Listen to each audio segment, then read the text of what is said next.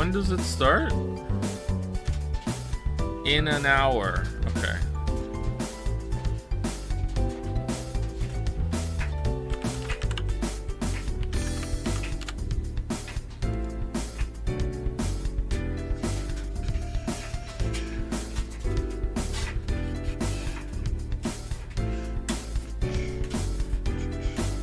Is the music too loud?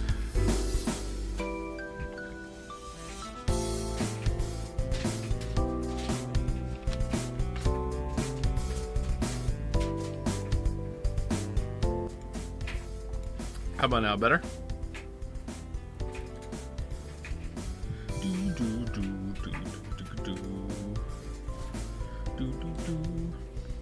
Alright, so what is the preferred way for us to watch the Summer Game Fest today? Is it to like window capture on Twitch or YouTube or what? Add more Erics? I can add more Erics, sure. Eric, Eric, Eric, Eric, Eric. Eric, Eric, Eric.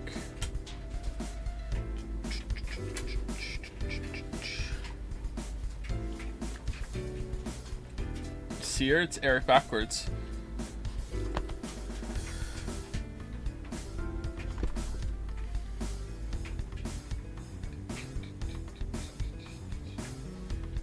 Did I feed you?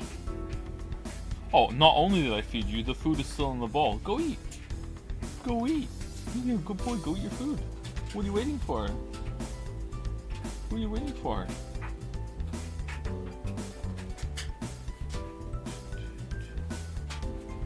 Will you stream the Xbox event? Is it today? Do do do. Do do do. Xbox event is on the 11th. Yeah, I guess maybe we will. I don't know.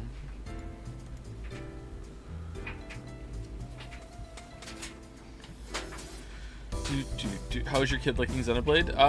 He hasn't played it again since the last time I saw him. Right now, to my great shame, he is playing Terraria on expert mode. Dramatic pause. With God mode turned on.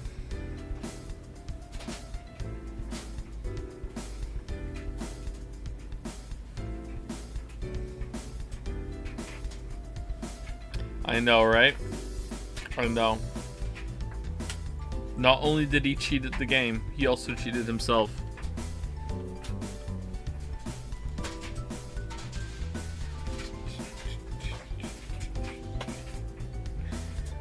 Are you ever playing the Persona 2 duology? Probably not, no.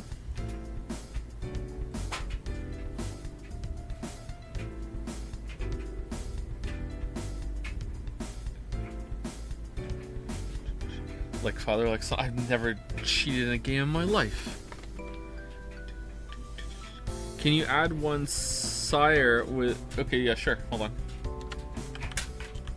There you go.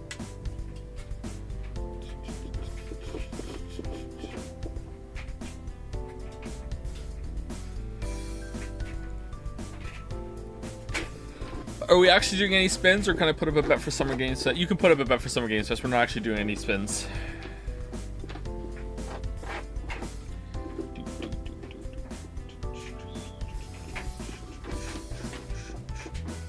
So no, yeah. What's there to spin?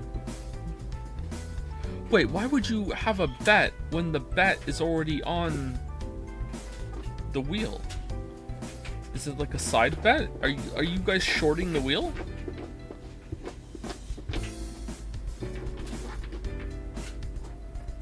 Why are we spinning, Joe? Finish column? We did not finish column. Today is the Summer Games Fest, which is... I think today is basically the biggest day of what is now E3, right? What E3 has become now that E3 is dead. Is today the biggest one? It must be, right?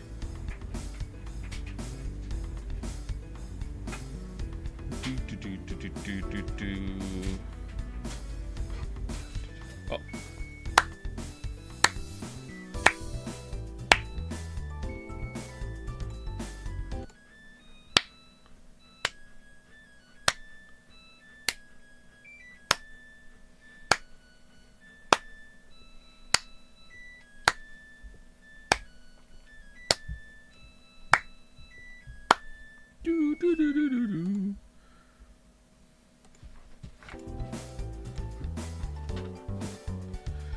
Window capture, Twitch or YouTube is fine. If you're watching YouTube, you need to set the speed 2x2 to give the stream time to catch up with live latency.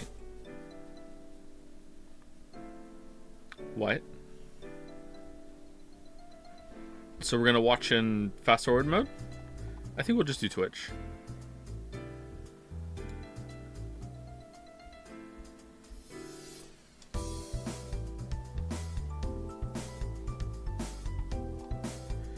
Hey Joe, did you know it's June 9th in Australia? Conveniently, that's my 18th birthday. I've been watching your content for the past 4 years now, and you've done more for me than you can imagine. But more importantly, can we recognize that June 9th is also the birthday of David Cage, the Charles Dickens of video games? Can we get everyone to wish a happy birthday to David Cage for all the Australians that watch your content?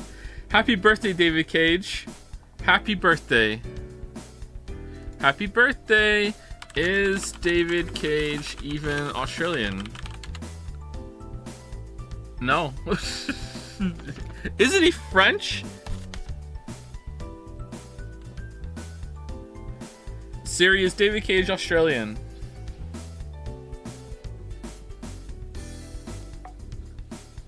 Nope, she won't even talk about this one. Alright. Siri, how are you feeling today? Nope.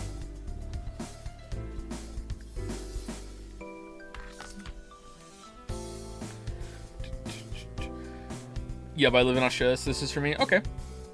So there's a message that someone said a bunch yesterday that I missed. Actually, there's a couple. One was that someone is going into game design, or they're starting a game, and watching my videos on YouTube helped them make that decision, which is simultaneously very flattering and also terrifying.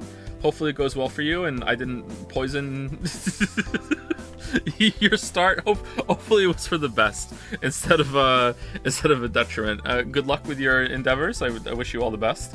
Hopefully you hear this if you watch the VOD back. Someone else was asking a couple times yesterday, did I know about the YouTube channel Never Knows Best having his second channel deleted and YouTube not communicating with him. I don't know the full details on that. I have heard of it. Yeah, I saw it on Reddit. There was a post about it. Apparently a big video that he did also got demonetized and YouTube won't talk to him, and that is like not the biggest reason why uploads have slowed, or some might even say completely stopped on the main channel, but it is a quite a big factor. YouTube's bullshit is one of the reasons why I got into starting a game much earlier than I probably should have, because thank you, Lily. And also why we stream, because YouTube system is insane and you can't talk to anybody. So yeah. Now I do want to quickly qualify, as I always do when it comes to stuff. I don't know if expecting YouTube to be insanely better is even a reasonable ask, considering how much content gets uploaded to YouTube. So I wonder if you fully understood the inner workings of that system, I wonder if it's like, okay, do you want good support, or do you want literally anybody to be able to upload stuff to YouTube? You know what I mean? Like, I don't know. Like, I want to just acknowledge that possibility, even though I don't want to give them any out, because it's so frustrating trying to talk to someone on YouTube, you know?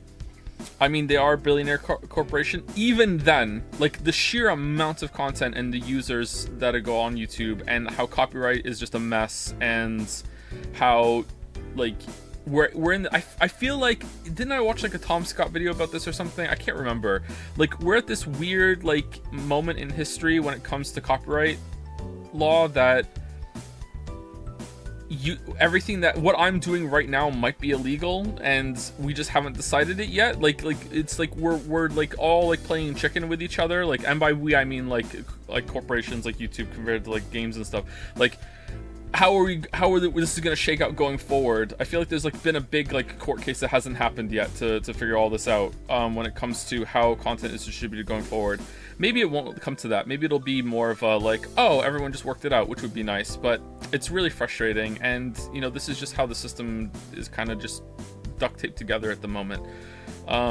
Yeah, so I do feel bad for the situation, and I kind of understand it, but at the same time it is just so frustrating to base your livelihood on that, which is otherwise an exceptionally good job, you know, like it's not, I'm not complaining about the work hours or anything like that, although that can get to me sometimes, but the dealing with like the reality that I could just wake up any day and YouTube has just deleted my whole entire channel, and I literally cannot talk to somebody at YouTube to fix it. Like I would have a better chance of getting on a plane and like finding someone that works at Google headquarters and like going in and saying, hey, can I talk to the manager, my name's Karen, then, and like I'm probably get thrown up by security, and even then I would have a better chance of talking to someone than I would like trying to email, you know, like it's just insane.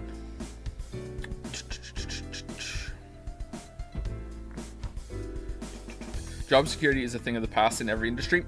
Possibly, you might be right. However, I don't like to talk about this. I like to talk about like I don't like to talk about it. I do bring it up that I'm narcoleptic, but I don't like to talk about how severely limited I am by the narcolepsy. Like I kind of have to work from home. I can't hold a regular job anymore. It's been like that for a while. So it's particularly dicey for me. I'm probably in a very different place now anyway, so I think it wouldn't be too bad, but it still is kind of scary.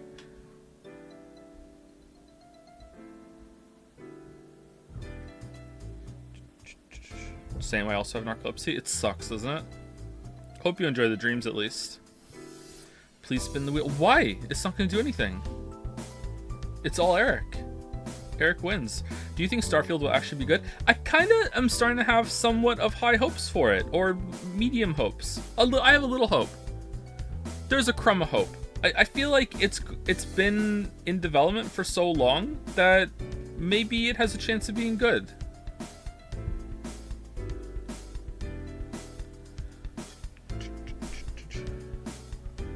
Don't get baited by Tom Howard?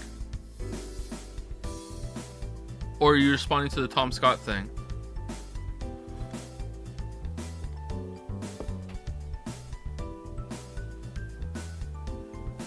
I also have narcolepsy. What do you mean by enjoy the dreams? I thought all we got were nightmares. Are you just getting nightmares?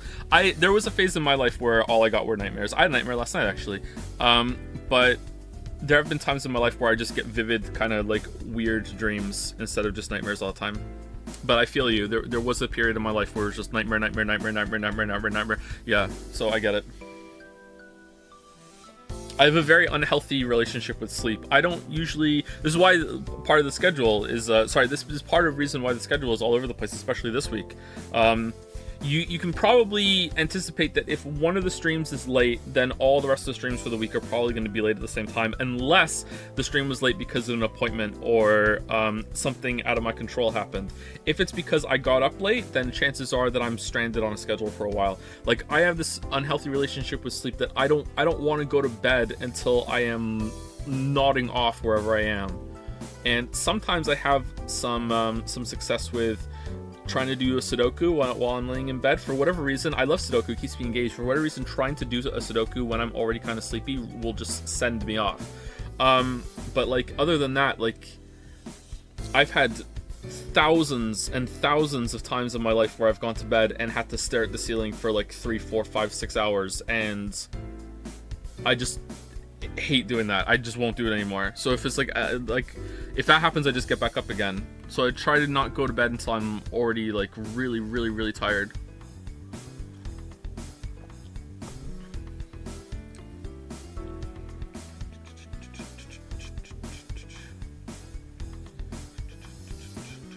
Did you hear about the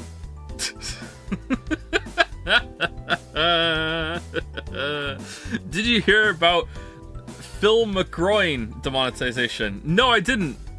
Ligma genitals. What happened to Phil?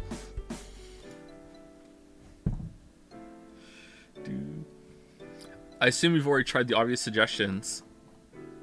Reading in bed, playing Life is Strange 2, etc. Yes, I have, yeah. Yeah.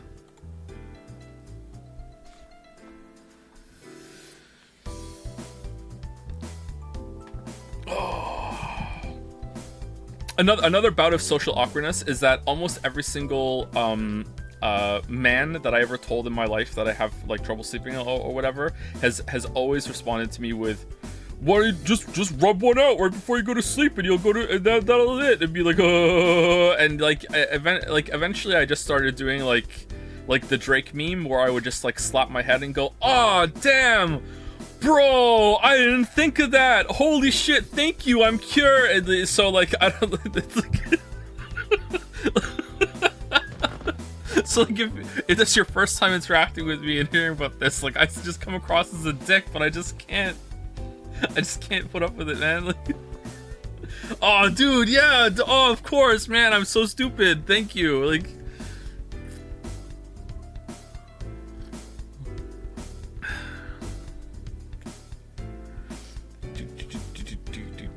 I've always slept super well, but since I started ADHD medication, I sleep like shit. How do you survive the day? Maybe you need a different medication if it's affecting your sleep like that. I think I'm used to it. I don't know.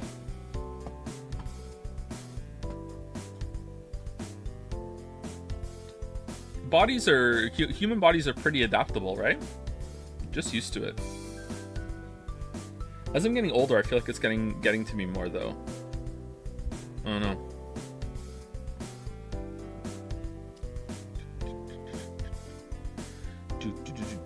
One does not simply get new ADHD meds. Yeah, that's true, yeah. That's true. Just get on medication, LMAO. Just get a therapist. Like, how hard it is to get a therapist, how good it is to get a good therapist. Therapy takes time to work. Maybe your issues are only partially treated by therapy. Like, just get a therapist, LMAO. Alright, I need to open a window. I need to go to Creator Dashboard. Okay.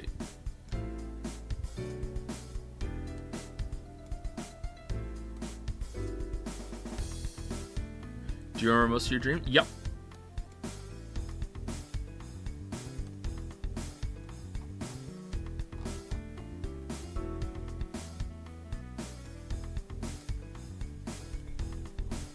Last night's dream was about a scorpion. There was a scorpion in the house. And then I got a glass to put over the scorpion, and then it just started moving around like a vampire in True Blood. It was just zipping all over the place, and then I woke up. The dream before that, I was in a Quentin Tarantino movie, and he kept doing this shot about a train extending on the track, and I was like, oh damn, this is such a good shot. Quentin Tarantino has done it again. And he just kept doing it, and I was like, damn, no wonder this is such a good shot. And then I woke up and I was like, that wasn't even a good shot. What the fuck was I talking about? Like, yeah.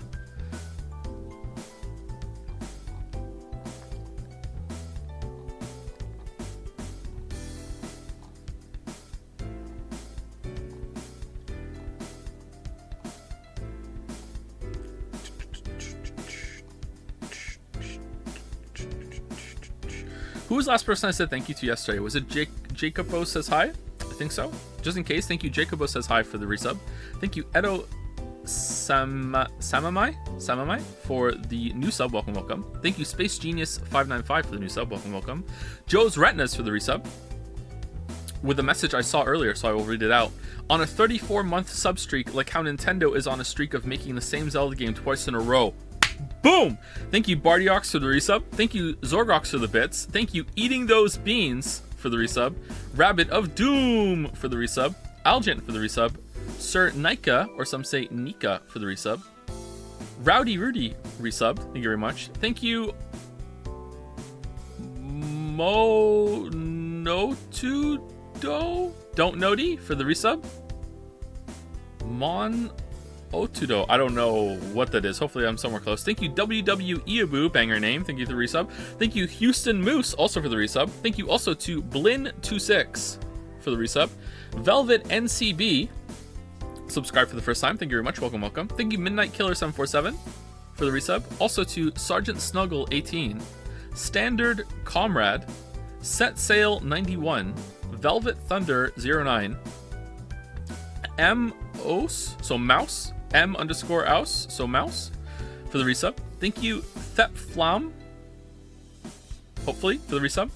Thank you, Is This Neopets, for the bits. Thank you very much. I will read this message, because it's sweet. Hey Joe, we're trying to have our first baby, and I want to thank you for being a big parenting inspiration. I take it back, it's scary. You're one of the only bigger internet personalities that talk about the positives of being a parent, as well as the things you enjoy about it. I hope I nurture as healthy of relationships with my kids as you have with yours. Cheers. Aw, thank you. It was sweet. Aw, thank you.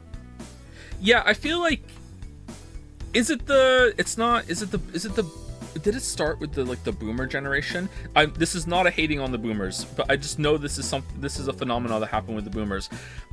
It's around then, or a little bit late into that the social stigma of complaining about your children and how difficult it is to raise them was removed. From my understanding, before that, it really wasn't that socially acceptable to relentlessly bitch about how hard it was to raise your children. However, like, a lot of things changed in that era too, like dual income households, there also became a big social stigma around beating the shit out of your children, because that was just commonplace. Like, the teachers used to be able to beat kids in class if they misbehaved. That went away. So there was like a huge social change that came along with all that stuff. Which just blows my mind that teachers were allowed to do that. And I think maybe that there was an overcorrection into, like, parents now being kind of let loose and allowed to vent. And it's gone into, like, this other way where people, like, a lot of parents complain that it's, it's the most difficult, hardest thing ever. And don't get me wrong, it's not easy, but, I'd rather do this than be an underwater oil driller, you know what I mean? Like, there's a lot harder things to do, and, like, there's also a lot of benefits to it as well. So I don't know, like, it's definitely worth it. It's not for everyone, it's difficult, but yeah, I feel like it's healthy to be able to discuss the realities and the hardships when it comes to raising a child, and parents should be allowed to do that. But at the same time, the way that some stand-up comedians in particular will just, like, relentlessly rip on their kids and how difficult it is, I think sets a terrifying expectation for people who don't have kids that is going to be the most horrific thing in the world, because that's only the first year. After that, it's not too bad. It's not too bad. I would say that at the beginning, the hardest part is coming from you. And if it's coming from you, that's a sign that you're a good parent, because looking back, like, having just one baby to look after, which for primarily sleeps all day, is pretty easy compared to what we have to deal with now. However, I was more stressed back then, I think, with not knowing what to do, always feeling like there's something I should be doing with the baby, it comes from within instead of, like, the baby actually being trouble. Now, that also being said, let me qualify it with, like, we got pretty lucky. All four of our babies were pretty good. Some were better than others. Finn was an absolutely fantastic baby. So, like, that was our first baby. Great starter baby. Highly recommend Finn. Slept quite well. Like, if your baby has, like, I think it's colic. None of our babies had colic. If your baby has, like, colic, or, like, doesn't sleep well, or is a fussy eater or anything like that, then you might be in for a much rougher time than we were. But at the same time, we have 4 of the Rugrats, so I feel like we've had a pretty tough experience when it comes to parenting with all the overlap between them, which was totally our choice, by the way. But yeah, it can, most of the stress is going to come from within, and, like, knowing, like, second guessing yourself, what am I supposed to be doing. If you have any familial support that you can stand, I would suggest that you take it and learn from them. But in our case, we didn't have any of that. But if you do have that, then lean on it. Don't take advantage of them, obviously, but, like, yeah, like, that can help quite a bit. And listen to your doctor as well, because a lot of things change. When I think 50 years ago, they used to give babies water. You're not supposed to do that. Like, babies get all the hydration they need from formula or milk. Like, you don't give a baby water. You also can't overfeed a baby. Like a baby will eat until they're done, and that's it. They don't have that kind of response, this insatiable appetite response. You can't overfeed a baby. Maybe that's something that's going to change in the future. Maybe they're going to find out, actually, there are some chubby babies, you can't overfeed them, don't do it. Like, so there's things like that are constantly changing. Like, the example we had was, like, dealing with the umbilical stump, like just within the 4 kids that we had, that changed to keep it as dry as possible. Don't get anything wet on it at all. To like a couple babies later, fucking submerge them in water all the time. Get it as wet as you can, Lamayo. No, wetter the better. Like that's within like a couple babies that change. So who knows? Like they're constantly evolving.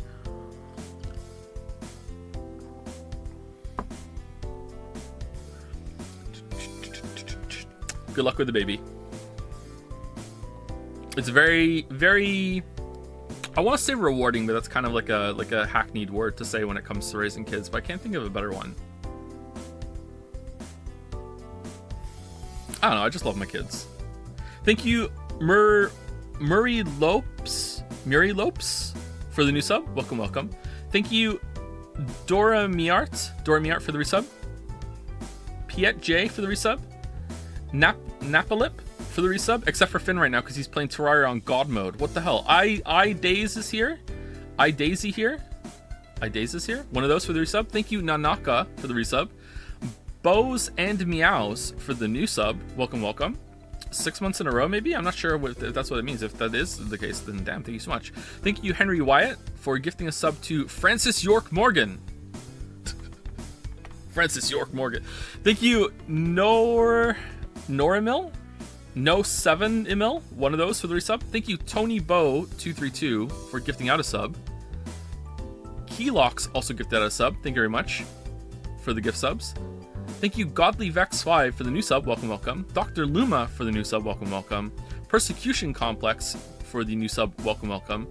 And Edicus and Viceal for gifting out subs as well. Thank you, Edicus. Thank you, Viceal. Oh, Nifnat subscribed right now too. Thank you very much, Nifnat. Thank you.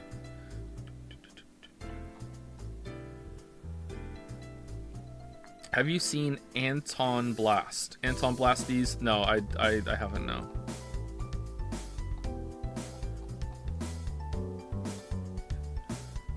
Stream this Evolve game before the showcase starts to prove you didn't make it up. I could, but it's not going to be fun because progression is so slow.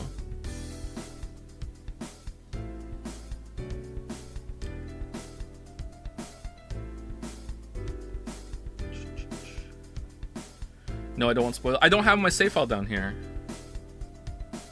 because it's a fake made-up game. All right, 1 second.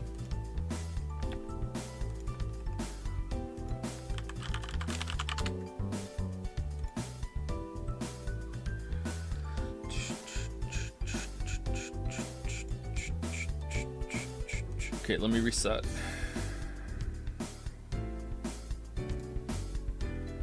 Soft reset. Okay.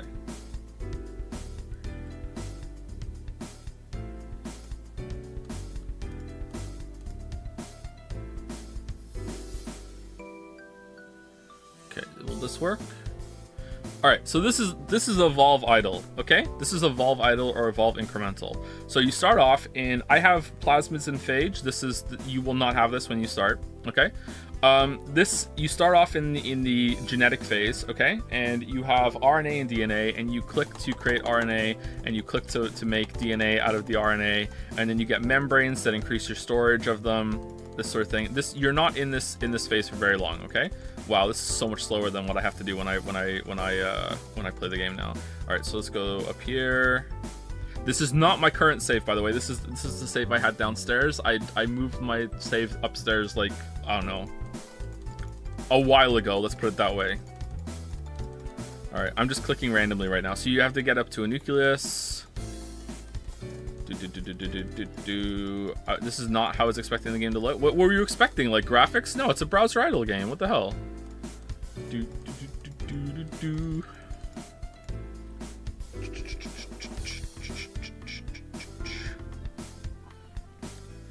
I got halfway through Bitburner, never touching another idle game. Based. You got vaccinated. How about a live Sudoku solve? When aren't we starting in like 20 minutes?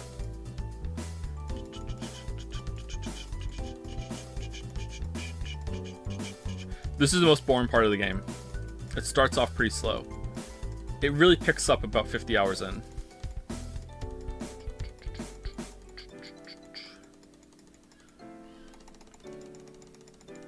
Like Zelda? No, that never picks up.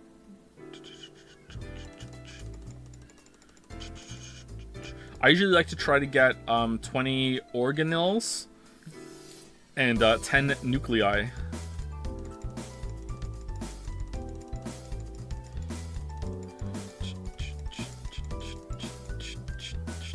What do I need? DNA. I need lots and lots and lots of DNA. Alright, let's Q some it. Oh man, only having a 3 Q is just insane. I don't think you have a Q when you start, do you? What is mitochondria? It's the powerhouse of the cell. Increases the effective membranes and ukulele cells. So these increase your storage. Man, we just can't get to sexual reproduction. It really makes you feel like you're a... Can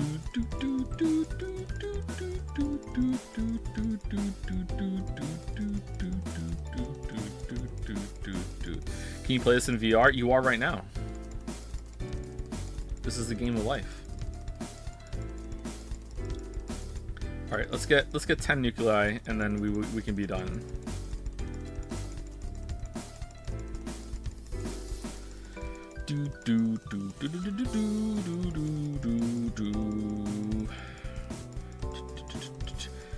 Can't you just get to sexual reproduction and skip this phase? Is there a benefit to waiting? You'll see. This keeps going. So basically, a lot of the game is setting up like production bases for later. There's no more bonuses after this, so I just like to get out of the way and I don't have to click anymore. So I'm gonna get 10. So 20, 20, 10, 20, 20, 10, 5, 5 is what I usually go for, which is probably overkill, especially for the phase I'm at in the game in my proper save. But this is just the habit I formed. Usually I'm like already like into the proper species by now. This is just like super slow compared to what it is. All right, so now we're gonna unlock sexual reproduction. Okay, so as we're like a blob of like ooze. We get here, and now we can pick our path. So we can go to phagocytosis, which is evolve in the direction of the animal kingdom. This is a major evolutionary fork. Or chloroplasts, evolve in the direction of the plant kingdom. This is a major evolutionary fork. We had sex. Or chidin, evolve in the direction of the fungi kingdom. This is a major evolutionary fork. If you are going to play the game, I highly recommend that your first playthrough is either a chloroplast or a chidin, okay? I would probably lean toward chloroplast first, but chidin is pretty fine too. You can do this, you can do whatever you want, it's fine, but like, it is significantly easier if you do one of the other ones first. So here's what we're gonna do. We're going to go, should we go, which we should do, chat? Chloroplast or chidin? Hard CH Joe. Oh, shidin? Shidin. Do we want to be a shoroplast or a shidin?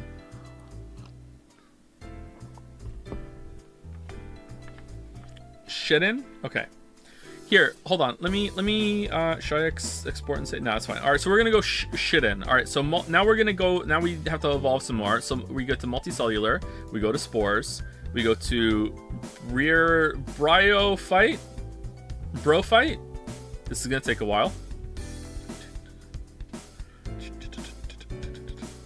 Okay, so now we can evolve sentience, or because I've already done a run as a molding, I can pick molding, okay? But like before, if you get here, it's just gonna say sentience. It's not gonna say challenge gene. It's not gonna say molding. Now, a big part of the game is doing challenge genes, okay? If you go to challenge genes, you have this down here, okay? Oh man, this was even before I did Joyless and Steal-In. So challenge modes and scenarios, you have to unlock these by resetting the game once before, okay? So don't worry about this, but this is important later on, okay? So no starting plasmids, no free trade, no manual crafting, junk gene. So a big part of the game is gaining mastery. So if you do a run with all 4 of these activated, right, you get, see how this turned into a gold star up here and it's up here right now? So if I take these away, right, it's like, okay, now it's a plain star, now it's a bronze star, now it's a silver star, now it's a gold star. If you do that, if we go to stats and we go down to perks, right, you have mastery here. My mastery is 5.25, okay? So for every achievement that you get, right? So like led a certain, like lost 250 soldiers in a single game, wiped yourself out with nuclear weapons. See how I have these stars here? So each achievement you get is worth 0.25% mastery. Now, we'll see when we get into the game every single point of mastery from here is worth a production bonus. So if you have 1% mastery, you have a 1% production bonus to whatever you're making. So because there's so many achievements, this really adds up. So because I did this on like a plain star, like no star at all, this is only worth 0.25% mastery. But if I did it on a gold star, which is doing it with all 4 of these on, now it's worth 1.25 mastery. So this really adds up, even though this really makes it slow, especially this one. This one's really rough. This one is the second rough one. These two are almost like they're not really that different. No free trade is like, who gives a shit. No manual crafting can be shit at first if you're used to clicking the craft, but like I actually prefer it with this on because I hate babysitting the resources. So if you have, but these two are really rough. I would say this is the hardest one because plasmids give you a huge production bonus when you reset. That's basically your prestige resource. But if you get used to it and you get your mastery up, eventually you can overcome it, and then it's easier. It really adds up with production bonuses that you can get. So let's turn it off and we'll just do a normal run. So we're gonna go, if we do sentience now, we're gonna get a random fungi race. There are 3, or we can go molding. So let's go sentience. We could pick molding right now. We're gonna go sentience, and now we got Shroomy. Oh, base Shroomy are so good. So we're Shroomy. The Shroomy are a race of mushroom-like creatures. They prefer dark places away from sunlight.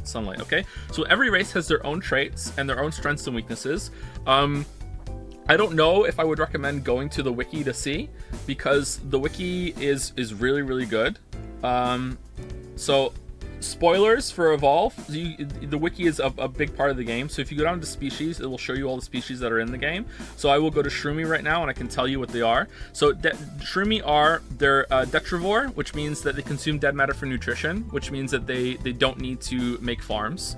They're spongy, which means they can't population won't grow when it's raining. They're Nyctophilia, which means that they don't like sunlight and they're happier when it's cloudy, and they're toxic, which is really good. You want to be toxic. 20% factory money, alloy, polymer production, 8% nanotubes, staining production, 30% cement production. Like, unironically, they're one of the best races in the game, especially when you want to do a fanaticism inheritance. Like, they're really, really good. Anyway, so and this is the game. So a lot of it is like setting up builds and doing things. So now you're going to click to get lumber, and then we're going to we're going to research clubs. Now we're going to gather some food, and after we do that, we're going to get some bone tools, and then we're going to gather some stone. And after you gather some stone, you can unlock the sundial, and then you're going to gain knowledge and you can research some stuff as you go. All right, and this is the game, and you just kind of it's like, this is like aquarium, how are my fish, and the rest is kind of like, hey, like let's just set up runs. So I want to set lumberjack to my default job, so all my new pops will go and be lumberjacks, and I don't have to worry about farmers because I just compost lumber, and it's like a pittance of lumber. Like, you won't even feel this. You can have like so many of these, and it's never ever gonna matter. So you make civilizations in this game. Yeah, you build up a civilization like that's based on one planet at first, but it can go later. I won't spoil it, but like it goes pretty far. I haven't seen the full ending yet because it's insane, and it just keeps going and going and going and going and going. You won't have a build queue when you start. You have to unlock that. That's a bonus that I got as I played. So scientific method, I just like queue some shit up and go. I'm not playing like very at a high level at the moment, but yeah, and that's it. And you just keep going like that. Is it fun? I think it's fun as a progression system. It's really interesting. The stuff in the mastery and the plasmids and the phage and all this other stuff is really interesting to me from a progression standpoint. Is it better than Mario Odyssey? I think so, yeah. I love this game. We want to get a rock quarry. What do we need for that? We need some stone. All right. So now that I have a rock quarry, I don't need to click anymore. I'm done clicking. Sorry, I don't need to click to gather anything. These are just useless now unless you want to micromanage to the point. Like, I just need to click to build new things, and that's it. And that will increase the passive stuff that will be made. That's it. And that's it. You keep going. So I won't show anything else. This is the game. If you look at the wiki, I will show the wiki again if you want to avoid spoilers. There are a lot of races. See them all here. A lot of races. There are a lot of achievements that you can get, and each one of these is worth. It'll tell you what to do with them. Each one of these is worth 1.25% mastery. There are a lot of universes. There's a lot of different things that you can do. There's a lot of prestige systems. There's a lot into this game. And the wiki seamlessly reads your save file. So the way that the wiki knows that I've done this, the wiki knows I've done this, the wiki knows that I haven't done this, right? So yeah. Oh man, this is a very old save. I've done almost all of these on 4-star as well.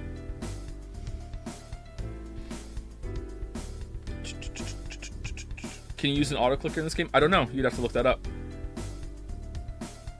But I really like the game a lot. It's really cool. So the wiki is like the in-game almost. It says that if you don't want to be spoiled on stuff that you shouldn't use the wiki, and all the stuff when it comes, like right now I'm a shroomy and I can't see what my special stats are as a shroomy, right? There's a system that you unlock later that after you do genetic sequencing of your race, it'll show you the traits that your race has. So you can get all the information in game, and there's even like a way to unlock it so you can see more stuff. So on that hand, the wiki kind of felt like cheating when I realized that was in the game. But on the other hand, there's stuff in the game that you will just not be able to know how to do without reading the wiki. Like even one of the major resets is just bonkers for like finding out how to do it. Like I don't know how anyone would just stumble upon figuring that out. That's something that you can do. So I don't know. Would you recommend MAD or Bioseeds? Here's what my recommended path is for you to do now that I've played the game quite a bit, okay? I think you should do like maybe you should do one MAD reset to unlock some of the challenge genes and some basic unlocks for your save file. You should do a couple more MADs and maybe 1 or 2 Bioseeds with only having a 2-star run. Don't do a 4-star. Do a 2-star. Do the 2 easy ones that I just said. Do a couple of those. Then still as a 2-star, after you've unlocked all the easy stuff in the CRISPR genetic line, do a 3rd reset, which I won't tell you what it's called, but do the one after Bioseed. Keep going after Bioseed to get into a different universe, because every single 4-star that you do in another universe also gives you the mastery as if it was in standard. So I did a bunch of 4-stars in standard, and now I have to do them again when I didn't have to do them twice if I had known that accordingly. Do you know what I mean? Like if you do a 4-star in the heavy gravity universe, you also get the 4-star credit in the standard universe at the same time. Now I've already done a bunch of them in the standard universe, and now I have to do them again in the heavy universe, and I would have and I didn't have to do that. So it's better to get into a different universe as fast as you possibly can, especially if you're going to do the 4-stars. Mastery counts a little bit less in the other universes like that, so it can be a bit off. What's he cooking? Yeah, they're different universes, and the different universes have different rules. Who is he talking to? Someone in chat asked what I would recommend they do. This game's pretty deep, man. You should look into Numbers Go Up Idle, a combat-focused idle game that goes so unbelievably far. I have a friend that's been playing it for years, and it isn't a third through somehow. Yeah, that's on Steam, isn't it? I've heard good things about that. How did you find out about this game? I googled what's the best idle game 2023, and a bunch of them popped up, and this was one of them.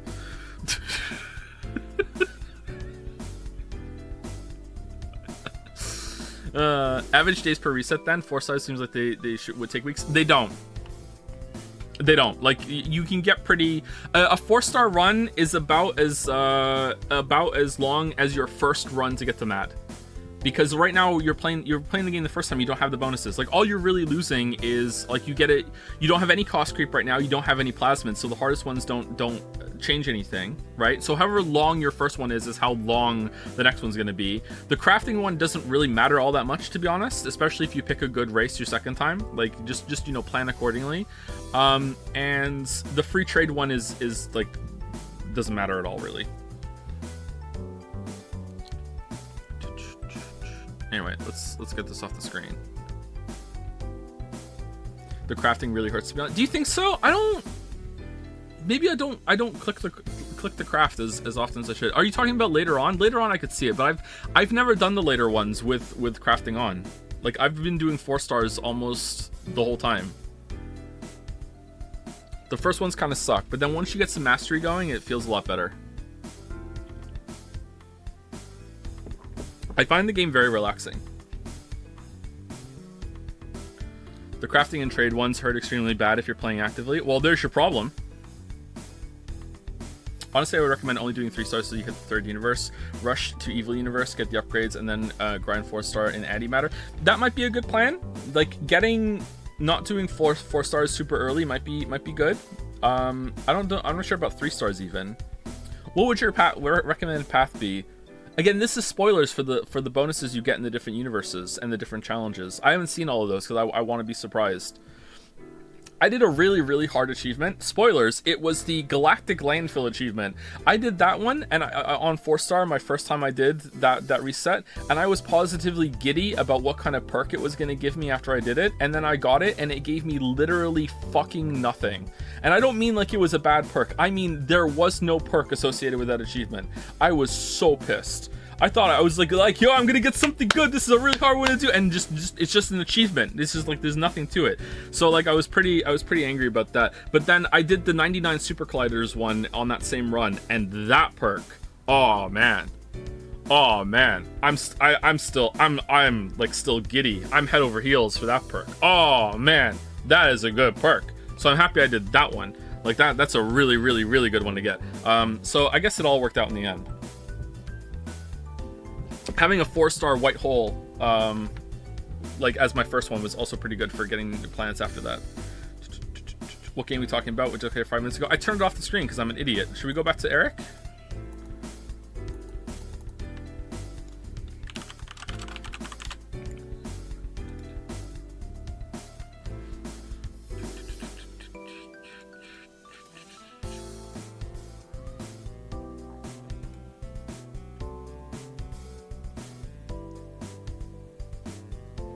I feel like it's an awful game if you realize how much you can micromanage, which is why I couldn't get into it after my first few runs. Maybe I should try it again without touching it often.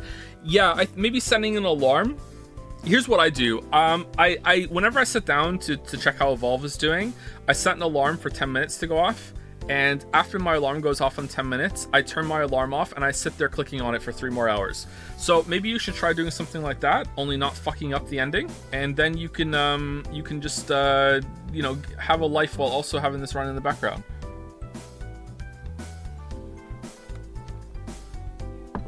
Is Eric your real name, Joe? It is not, no. The Eric meme comes from, this was a placeholder thing that showed up when Anu sent this to me.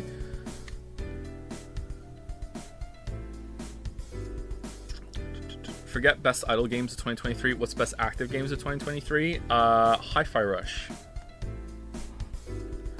I am a boomer who hates change, so I'm gonna keep playing Cookie Clicker. But Cookie Clicker doesn't have any legs. If you know what you're doing, you can exhaust all of Cookie Clicker in about a week, can't you? Like, Cookie Clicker doesn't have a very long end game. I remember Cookie Clicker having like a fucking dungeon, and now it's gone. Hell no, you can't. You can. You absolutely can. It has a huge end game. What's the end game in Cookie Clicker? It's been updated. I recently went through the whole thing with Finn. Is there like something I missed? Can you create an Evolve idle thread on Jads? Okay, sure. Why not? 1 second.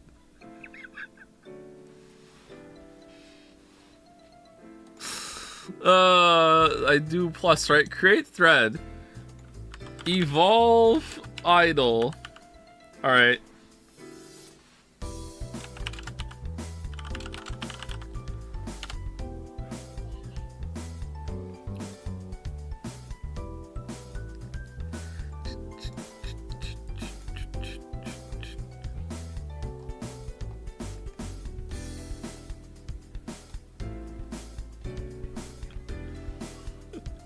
This is not a super popular game, I don't think. Like the subreddit for it is kind of dead. So I wonder if like this could be like an influx of people playing the game. The guys could be like, wait, what? What's going on? What is Cookie Clicker about? I thought you clicked on cookies and that's it. No, it goes somewhere else. What's the end game of Cookie Clicker? Isn't it just getting isn't the end game of Cookie Clicker just getting sugar lumps for your garden? And getting Heavenly Chip prestige, and that's it. Like, I looked at the achievement list that we hadn't got with Finn, and we got pretty much everything. No? What do you mean no? Getting every achievement, I think. Yeah, I think we're like short only like most of the really hard achievements where you have to get like dragon harvest blessing combos and selling all your stuff with the temple guy that makes it so you get a click bonus, and when you sell your stuff to just like make a couple years worth of cookies per second in the minute that you just spam click, you know, that's it, right? You filled out the ascension tree. We got almost all of them, but it was slowing down to the point where we needed like trillions upon trillions of heavenly chips to get the last round of upgrades, and that's where I stopped. Pretty much everything in a week. That's not impossible in a year. What do you mean? If there's like 10 last like incremental upgrades that just boost the amount of cookies you're getting per second to an arbitrary achievement, then I'm saying that's pretty much done. There's no new big things to unlock.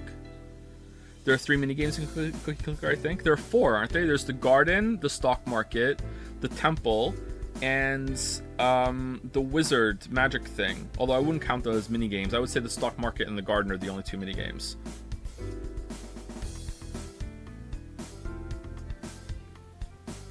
I didn't play the right version. You did stock exchange in a week. Okay, listen. Maybe I'm not being clear, or maybe I'm just not communicating properly, or maybe I'm just like wrong with my definitions. Maybe that's the right one. Okay, if there's like a handful of achievements left that need an insane amount of grinding for like a crumb of an achievement reward, or just 2 or 3 achievements, to me, like grinding that over and over and over again, like I don't need to do that. I'm done. You know what I mean? Like I don't care.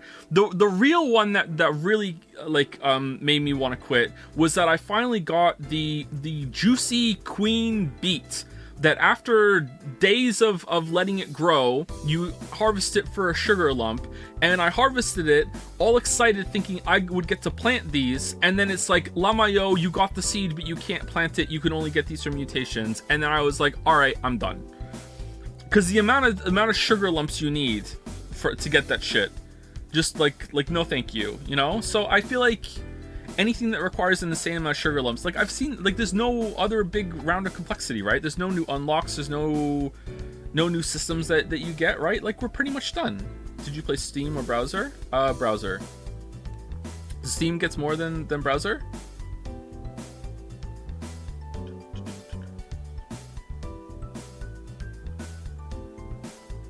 We had the 20 buildings in it. Like it had the new update. Are you still playing Variant Sudoku? Yes, but not as much as I was before. How much did it took you to go from 15 to 99 super colliders on 4-star? It took a few days. I think that run doing Galactic Landfill up to 12, doing the first third reset option, 99 super colliders, it on 4-star, it took a while. I had 62% mastery, 65% mastery in the standard universe. I set it up that I was Ents that did fanaticism on a human, and then in space I just did the study ancients instead of taking the other perk, and that was all my bonuses. I had all the low level CRISPR upgrades unlocked, but that doesn't really matter. They don't really add much. I had religion unlocked with the priests that dumped them in there, and it took a while. I think it took about 4 or 5 days in order to do it all, which I know is actually pretty fast considering how early I was doing that in my progression run. But yeah, I think like 4 or 5 days. They added a new building. Yeah, we played with that one. Yeah, we did that. We stopped playing Cookie Clicker like a week and a half ago. You can open the stream already. Countdown. So, oh, did it? All right, cool. All right, good. Let's turn off the Zoro tunes. Thank you, Kusoro.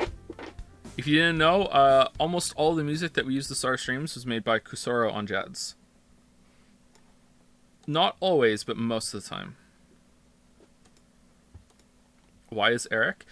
Okay, Eric, we were doing Wheel of Names. We were using this website once to decide something, and the placeholder had a bunch of names on it, and Eric was one of them. So I spanned the wheel right at the beginning, and Eric won and became a legend. That's it.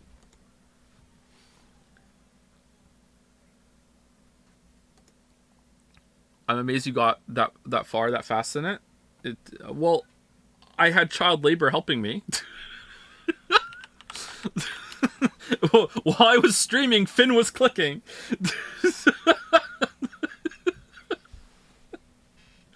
Kate and Leo are still playing it on Lily's computer. They love clicking on the reindeers and everything.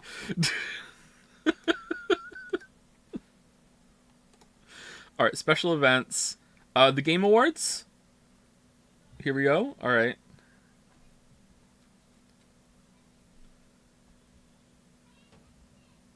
I basically had an auto clicker. All right, so full screen. Notify track changes in theater mode. Now let's turn that off. Advanced low latency mini player video stats, ad stats.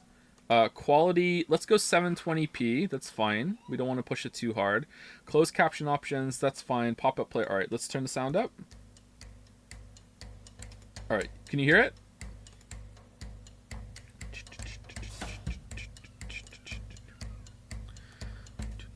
But you can't see it.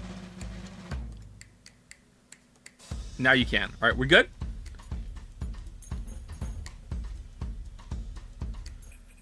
Okay, so I can't make this louder, okay? Oh, I can make it louder in OBS, so if you need it louder, let me know when we get started. All right, here we go.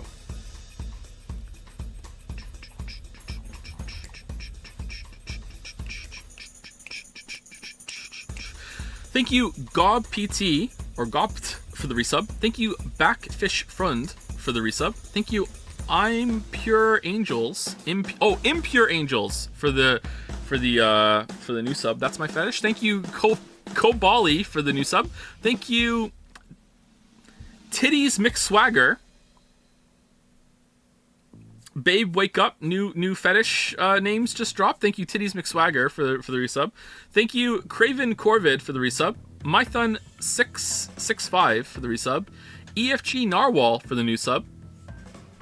Welcome, welcome. Thank you, Junior Snow 13 for the resub. V for VHS for the resub. Rose Senin for the resub. Mr. Okru for the resub. Dragonite 2218 base Pokemon for the new sub. Welcome, welcome. And Vaughn Giovanni for the resub. Thank you very much.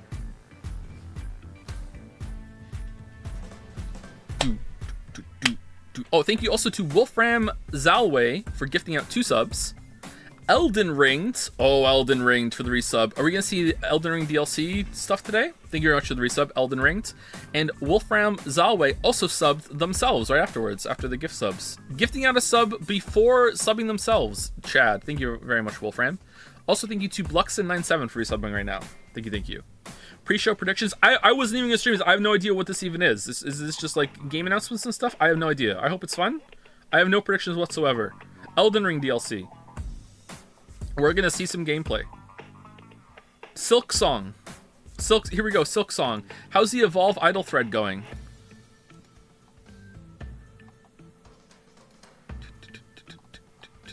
Oh, the sludge. Oh, the sludge. Don't worry about that for now, smiley face.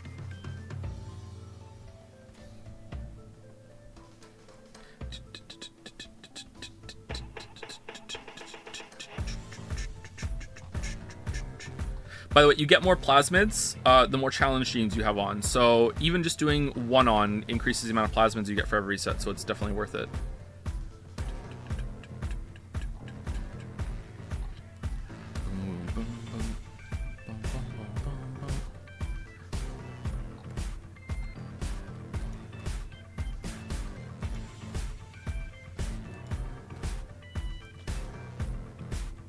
I'm moldling? I'm moldling.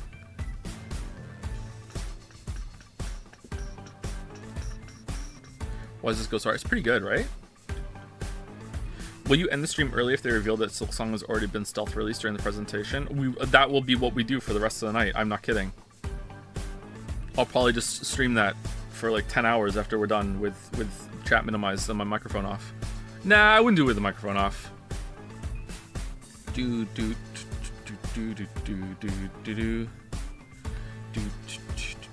Any predictions? Elden Ring DLC trailer and nothing else. I don't know. I have no idea.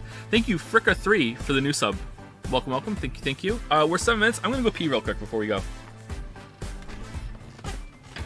Would you even need chat minimized? It's not like we could spoil it for you. Hey, you don't know the power of chat. Someone in chat has always played the game, no matter what. Sometimes the devs show up. the dev would show up and be like, "Oh, hey, you should go hit that wall, smiley face. Oh, he doesn't know." Like, all right.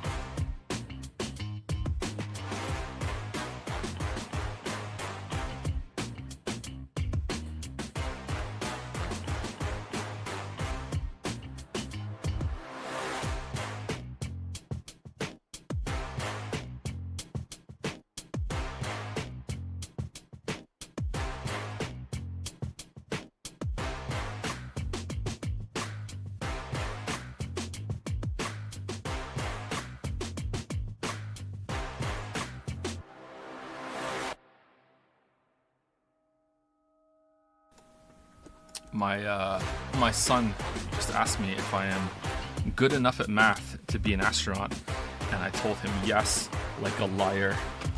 Hope you had a nice peek. I did, yep. Music is loud. Is it?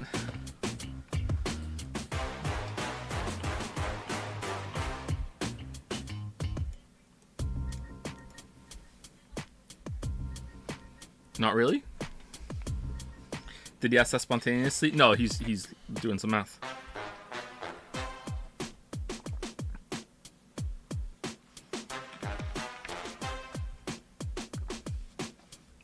Have you seen Pal World? I have not seen Pal World. What's Pal World?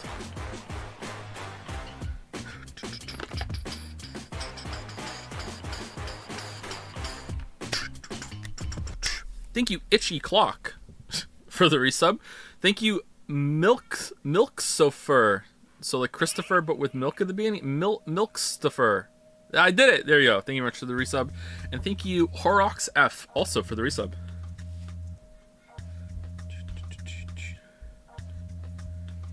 Will you ever do more than one Umineko stream? When we do the whenever it's a leap day, we're gonna stream Umineko.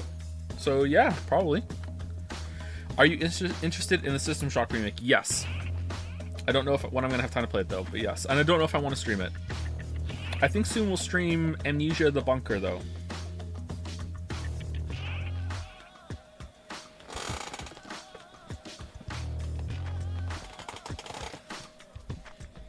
Do you know what the next batch of games you will possibly be streaming are? Amnesia: The Bunker. We'll probably get Metal Gear done if I can get it set up, but if not, I'm gonna wait. If it's way too hard to get it going, then I will wait. I can't even answer my DMs, so like, you know, bear with me.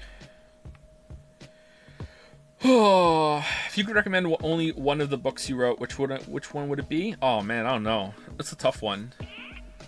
Wizard and the Dragon is a complete standalone story, but it's one of the earliest ones I wrote. And if you don't like fantasy, then I don't know. It's probably that one though, because the rest of them start a little bit rough too. Yeah, probably that.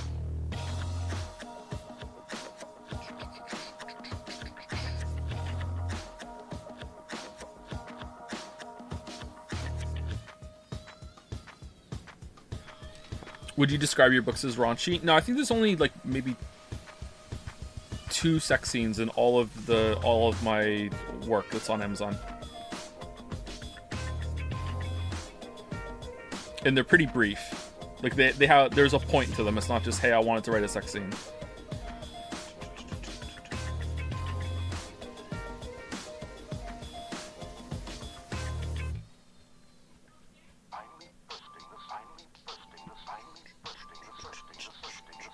I love you. I love you too. Do your fantasy books follow the convention of describing every stone on the road for a craft? They don't. They explicitly do the opposite.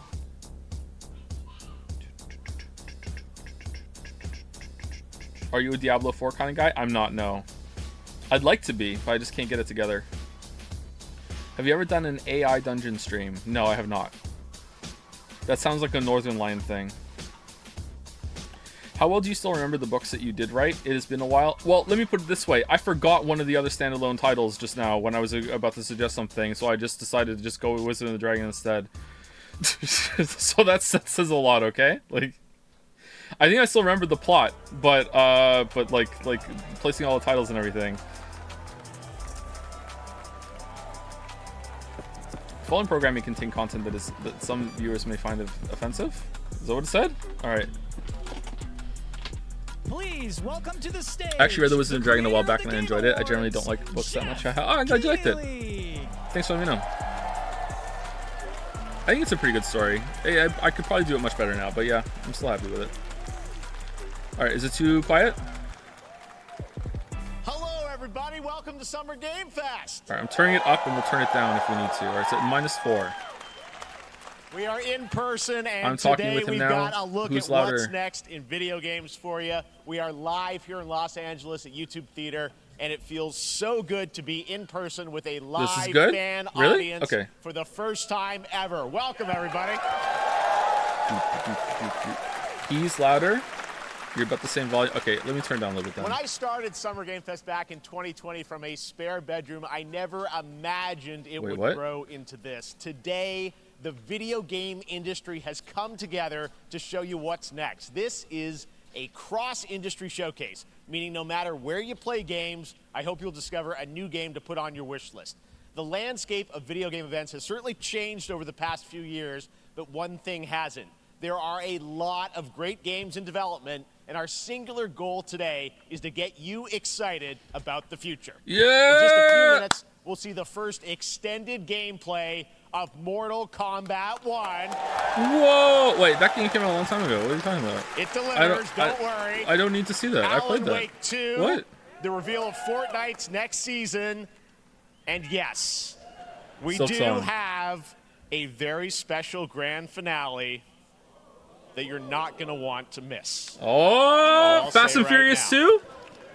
But let's get right to the games and gameplay. Avatar the first game reveal tie-in? is something you're not expecting, which makes it that much more exciting. Okay. Here we go. Tears of the Kingdom 2. It's coming out right away. Oh, what was it? Prince of Persia 2D?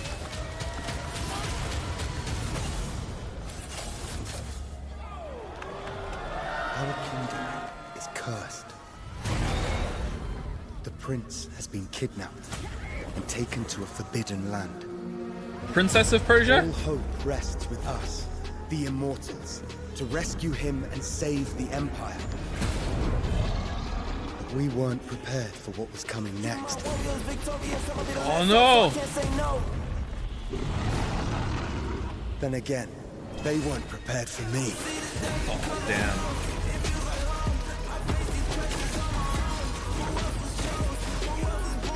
Oh, nice match cuts there? Cool. Alright.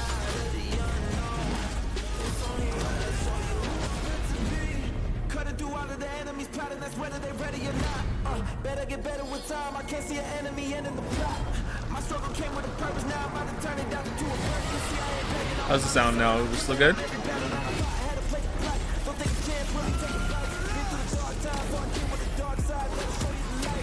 We're good? Okay.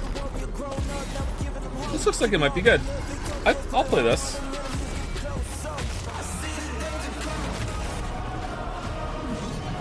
In these times of darkness, hope is the only thing that keeps us fighting. Hope.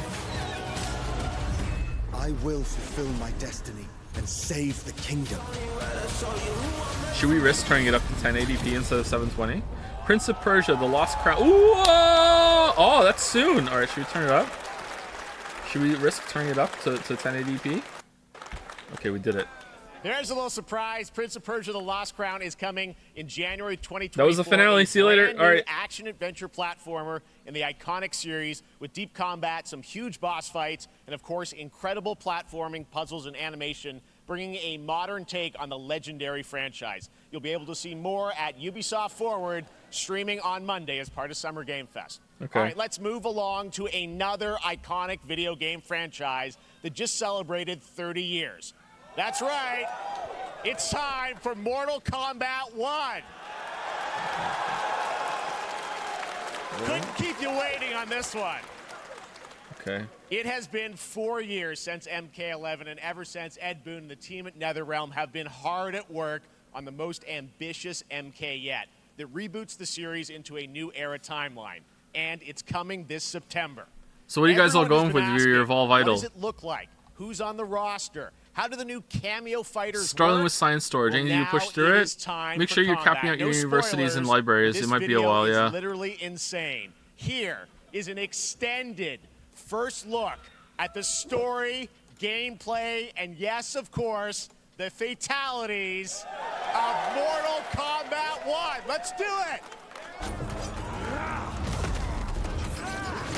Thank you, Lancifer, for the resub. Thank you very much, Lancifer. And thank you, Strix Varia, for the resub as well. Thank you, thank you.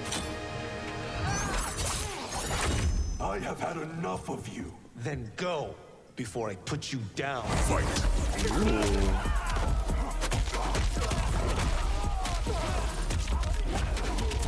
Does it have a social link mode, though? That looks pretty good, actually.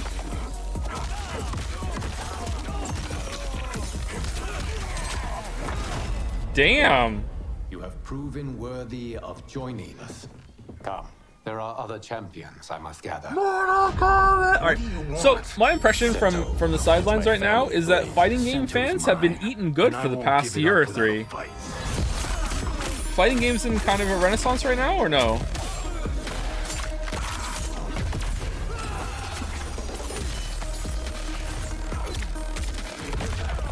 Ooh.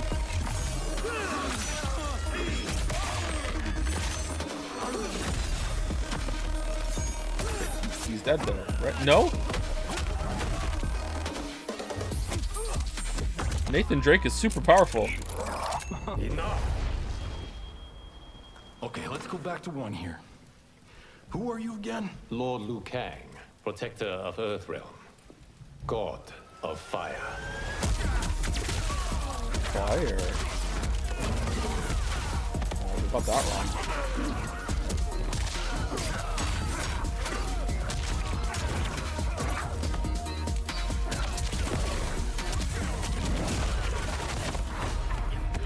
You have skills, Raiden, but you're inexperienced. Whatever experience I lack, I make up for in heart. That was Raiden. Is it Raiden? This looks pretty good, Chad. I can't lie. I don't like these kind of games, so I gotta say, it looks good.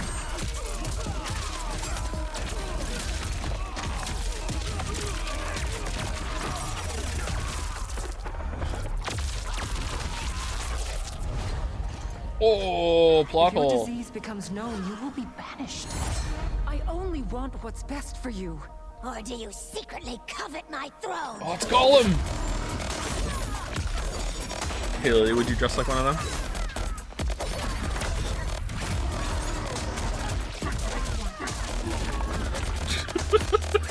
Alright, thank you. I barely glanced up, so I have no idea what I just agreed to. Thank you, Lucy.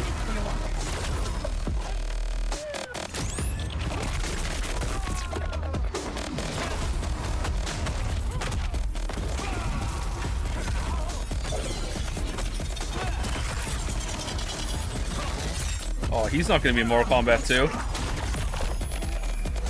Wait, how are they like taking all this damage and then keep on trucking on?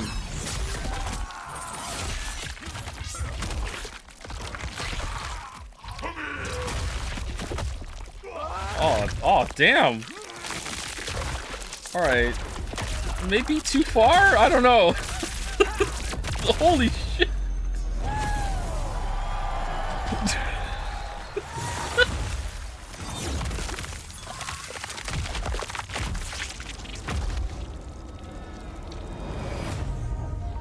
In our blood. Okay. Pre-order now to get Shang. Oh, I didn't even have time to read it. Damn, I should pre-ordered. I mean, that was pretty good, right, guys? Yeah, it was all right. Now, I'm sure you have many questions about what we just saw, and to tell you more, I am so honored to welcome to Summer Game Fest one of our industry's greatest creators, a man who has been loyal to the same franchise and fan base for more than 3 decades. Please join me in welcoming to Summer Game Fest the creator of Mortal Kombat, Hideo Kojima? Oh. Ed.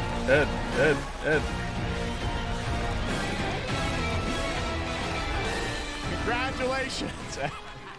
They love you. All right, well, Ed, first of all, thank you for that incredible world premiere. We got to see all of the gameplay of MK1, and everyone just wants to know more about this because, first of all, this is it's MK1, right? This Went from 11 to 1. So tell us about this. Is it a new timeline? Yeah. I don't know how many people have seen the ending of Mortal Kombat 11. Liu Kang basically was kind of graduated into a fire god, right? And he created a brand new universe, and this universe. Oh, he ascended in Evolve Idol. Oh, okay, that's good. This is the beginning of a new timeline. I've done that. A number of these characters you've seen before, but they're told in a completely different story. And so what universe are we in now? Sub-Zero and Scorpion are brothers now, and there's all these things that were rivalries before are now allies, and so mixing the whole thing up. So we're just kind of rebooting, and that's what the 1 is for. Well, it looks incredible. Everything we saw there was, in-game gameplay. The cinematics look incredible. I know the team has been working for 4 years on this, but the thing we got to talk about are these cameos, because we saw some pretty amazing stuff there. Now, so tell us, how does that work? You obviously have your main character that you'll pick, and then I know you also have a separate kind of cameo menu, so you pick sort of a pair when you start the game? Yeah, normally in a fighting game you'll see a roster, basically, where you select your character. After Kenshi you do has that, a sword. There's a second roster of characters, which are a whole new, completely different fighters that are the cameo fighters, and these fighters actually they will join the fight, but with a K.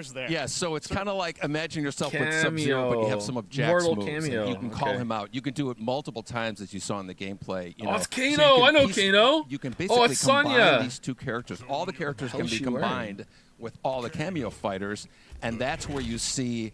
That's where the player's kind of imagination comes in, and they can actually customize it for what they like seeing. The best team ups. Well, so how does that work? So you're in gameplay, you have that was a cool transition. How do you summon them? Is it time-based? Like, how often do they come in? It's not a tag team thing, right? Exactly. And you're basically summoning them. It's just one button push is basically summoning, but they have a variety. So you can go, push that button. Didn't some Weeb game have this system like 25 years ago? It'll do a different move. And so the Melty Blood or whatever. Oh, I see. Oh, so damn, he's dead. Combo Exactly. And you see there's like a meter up on top, which is basic. That'll limit it, so you can't obviously fire them indefinitely, but you can call them pretty much whenever you want, and they have like in the middle of a combo. Didn't have a. I'm sorry, I don't know the games. Basically a whole arsenal of their moves. So Sonya, you'll come out there. Sometimes you'll see them appear twice in there. Amazing. So time-based, they come out, and then obviously as you go through, you revealed some of them there, but is it a different set of characters that'll be in the cameos? Are there some repeats from the main roster? How will that work? Yeah. Some of the characters are going to be available as cameos as well as the main roster fighters. You can play some are cameo only. Right? You can play double Sub-Zero. Same thing with Scorpion, but a lot of our cameo fighters are kind of like nods back to our first game. So you'll notice Sonya and Kano and Jax are in their kind of older costumes. And so there's a lot of that novelty. We have a lot of really surprise ones. I think you guys saw Goro. Yes, Goro popped in. Yeah, Goro, so dude, 4 really arms. Digging into the old Mortal Kombat games as far as getting, we really love the novelty of it. We really want the cameo characters to feel, you know, kind of nod to the old games. What? Well, speaking of not What'd he old say? games, let's talk. Bill Clinton? Confirmed, I think, or it's at least known that Jean-Claude Van Damme is actually going to be in this game as Johnny Cage, right? Is that true? Yes. That was people don't know the story. I mean, Bloodsport was such an inspiration for Mortal Kombat. Wasn't so he in Street Fighter? Now part of it. It's a huge first full circle moment. You know, the first Mortal Kombat game we originally wanted to be Van Damme the video game, and that never really worked out. So I can't tell you how many times over the last 30 years. I can't tell you how tried many to Zoomers get are him, saying, "Who the fuck is that right now?" This close, like 4 or 5 times. And so finally we got him, and he's doing the voices too. Wow. So you're going to hear Jean-Claude, his voice doing Johnny Cage lines and stuff like that. We're really excited about it. Wow. Well, I know the team has been working so hard in Chicago to build this through COVID, and it's coming out in September, so we don't have to wait long, right? That's right. This has been a very difficult secret to keep over the At least, like, have a presentation on the back when you're talking about it. Come on. We could not be more excited in terms of getting players' hands on it. And, you know, throughout the summer, we're going to be showing a lot more content, a lot more characters, a lot more cameo characters, you know, so there's a lot of reveals that are coming up. Play them off. Well, Ed, thank you so much for giving us the first look at MK1. As you said, this weekend people will be playing it, press and media, so we'll be seeing lots more coverage. More like Jean-Claude, who gives a damn. Oh, Burr. Oh, hey, how's it going, Yoshi? Thank you so much. First look at Mortal Kombat. Awesome. Ow. Okay, all right, we're good. Amazing. So excited about that one. All right. Next up, it's been a fun couple weeks for action RPG fans with the release of Diablo 4, which is truly fantastic. Another big and anticipated ARPG is Path of Exile 2 from Grind & Gear Games, who have faithfully been updating and patching the original PoE since its release in 2013. Yeah. We haven't seen anything on the sequel in over 2 years, but that changes right now. Oh, this is for me. All right, I'm strapped in. Everyone shut the fuck up. Path of Exile 2, Wuggy, you here? Wuggy. Pushes the engine and gameplay to a new level.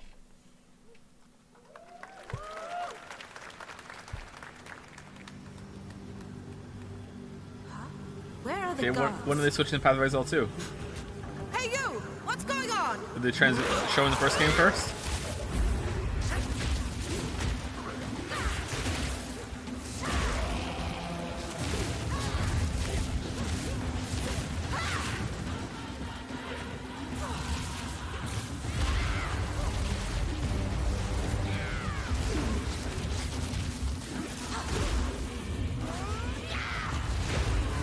Yeah, you can't have animations be that slow. You're dead. You have to keep moving. What are you standing still, Cass? You can't stand still in Cass in this game. No, you're dead. Something on the floor that you can't see through all the effects. You're dead. Oh, that's it? Okay, cool.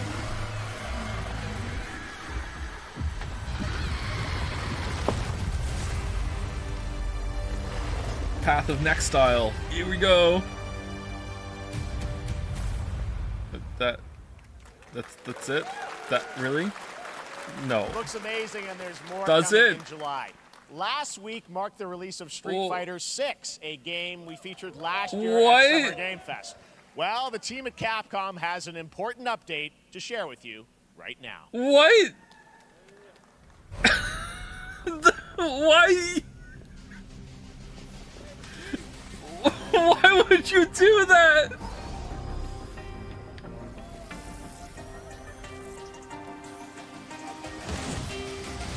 Oh, was it just so Street Fighter didn't come out? Sorry, it didn't come right after Mortal Kombat? I am the Advanced Artificial Intelligence, Leviathan. Welcome to Pikitoa. Metal Ryu? Wait, what? What's this? Ryu Adventures? Devil May Ryu? Is it even Ryu? Oh, it's Ryu. That's Guile. Or Jean-Claude Van Damme. Here he is. Why are they all metal? Exoprimal. I don't know what that is. What's that?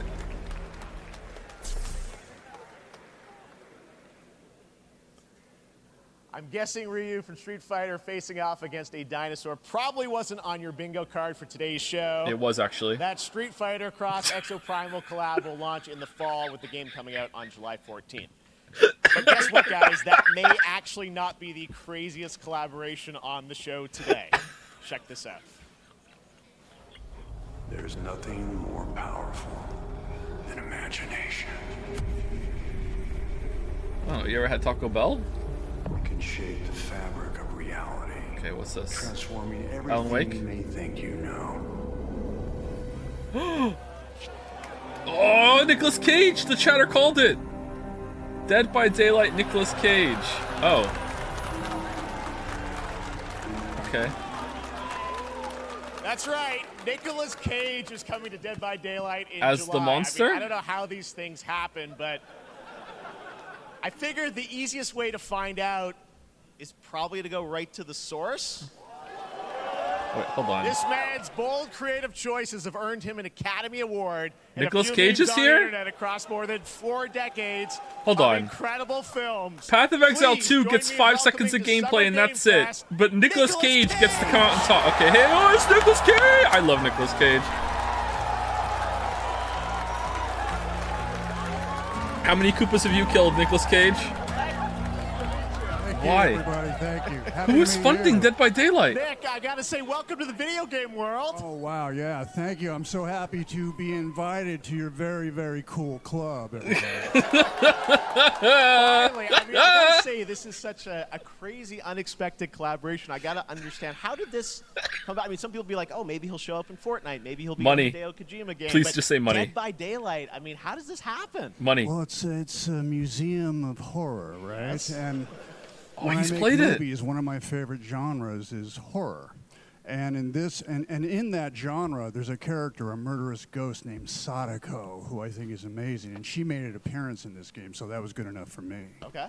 That's what, yeah, I mean, that's what's fun is you're playing one of the survivors in this game, and it's cool that, you know, it really is this museum of horror. Michael Myers, you said all these different characters all coming together. And you play yourself, or who do you play? So I play this heightened, exaggerated version of a film actor named Nick Cage. And he's going to a location thinking he's making a movie, and instead he's he wakes not. up in the fog. And in the fog, he's surrounded by crows and serial killers, and it's rather amusing. And there's something about it that I think, as a survivor, is like a bonding experience. It's a bit like hide and go seek. You have your 3 other teammates who are survivors with you, and it's teamwork. You're working together to pull through, and I like that. And so that was a large reason for wanting to do it as well, that feeling of bonding with your friends. Also And money. you're fully in for this. I know we heard your voice in there, so you recorded lines for it and everything? See, I want you to know when you're playing the Nick Cage survivor, I even have, when you're choosing your skins, I even say, always remember to dress to match your talent. I want you to know that you're with me, that we're one, that we're fused. And so it was important to me that everything I do, everything I say, from the scream to the grunt, down to the most minimal, exasperated expression of a sigh, whatever it is, it's my voice, so that we are fused. All right. Fully method, Nick Cage. I love it. Nicolas Cage needs to be the next David Cage game. Double the cage, double the fun. It writes itself. You, I mean, how did you find out about Dead by Daylight? Do you know much about the video game Somebody world? very important in my family is a Dead by Daylight enthusiast, and that really put the pun intended. See, Dead by Daylight to me was an opportunity to branch out. I've never been invited into this space before. Yeah. I'm always looking for new adventures. So this to me was like, wow, I can make a whole new audience, meet a whole new audience, and branch out and go on this Dead by Daylight adventure. I didn't say, it took me nothing but a split second to say yes. And speaking about split seconds, that's with every job. Excuse me, what I noticed. Excuse me, sinuses, allergies. What I noticed was that every move you make when you're doing this, when you're in the gaming space, it's timed down to the split second. It's a very immersive experience when you're acting out in this space, because every move, every grunt, every sigh you make has to be timed perfectly with the gamer's moves. So that was something I learned from this, and I'm always looking to learn something. Well, we love having you in the video game world. We want to see Nick Cage in more games. So Thank you. Yeah! Nick, thank Heavy you so Rain much. 2. Hopefully the first of many. Nicolas Cage, great to see you, man. Awesome. There you go. Lock it in. Now, oh, the strut. Who want to play Nick Got it Cage done. in Dead by Daylight? The chapter officially comes out on July 25th on PC and console, but PC players can try it earlier by downloading the player test build on July 5th. And here's an exclusive first look at Nicolas Cage in Dead by Daylight. Path of Exile 2 got 5 seconds.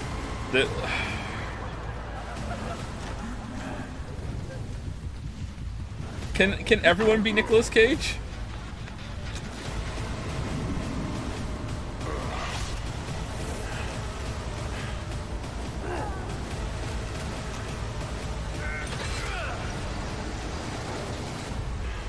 Damn right I made it.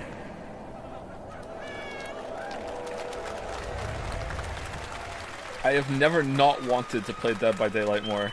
Anything goes here at Summer Game Fest. Yeah. All right, thank you very much, Nick. Now, lately we've been seeing an incredible number of video game adaptations. But back in 2019, The Witcher on Netflix, inspired Looks better by than the Path of Witcher Exile book 2. series, True! showed the potential of well-done adaptations. And later this month, Season 3, Volume 1 arrives, and now it's time for the world premiere of the trailer, introduced by Henry Cavill and the cast.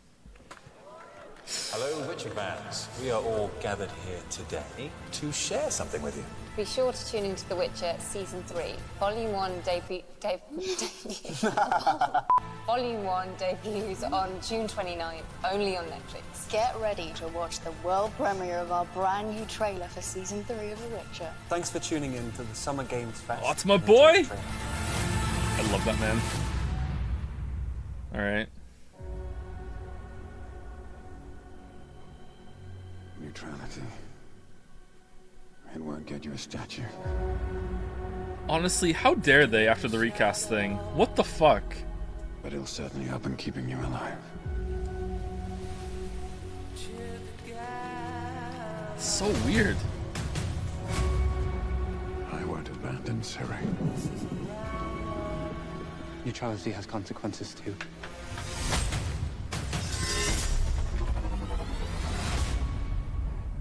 You're right. Embrace. Well, that's deeply worrying.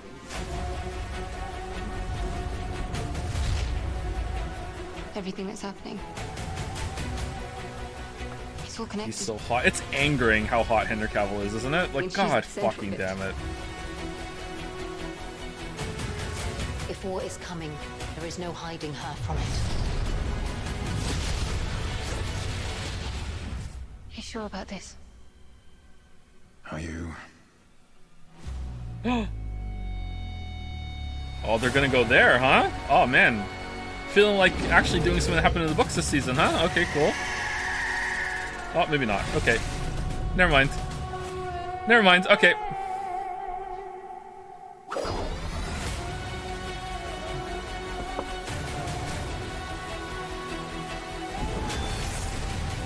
History has a way of repeating itself.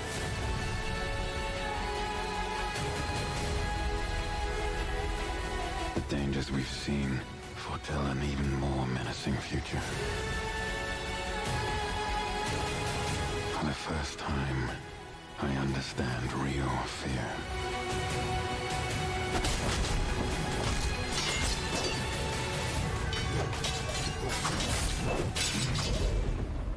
We're witches. Is that so?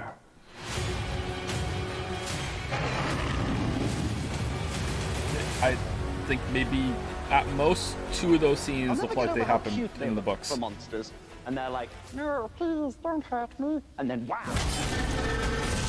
Which isn't the worst thing in the world, but Boatload of fangs, all up yeah. in your business. Weird. Plan start at $6.99. Wow, Netflix is really feeling it.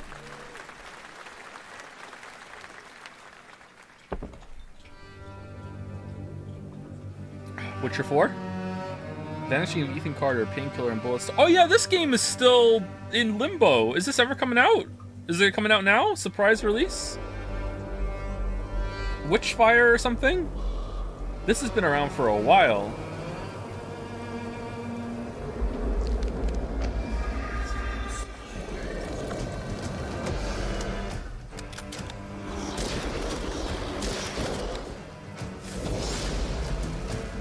The Witch Hunt.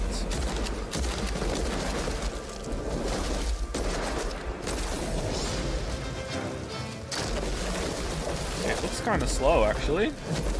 But that could be good from a play perspective. Like, slower shooter could be good. It kind of looks like a VR game being played without VR. Witchfire. Really? Early access? After all this?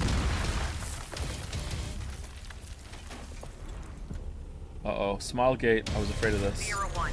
Operation Control clears you for engagement. Hell yeah.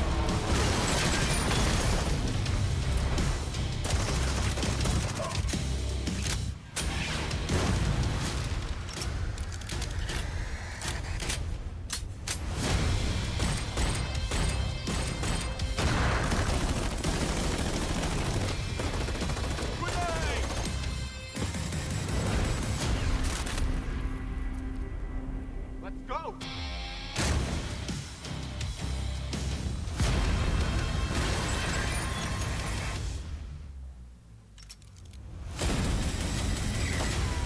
Crossfire, Sierra Squad.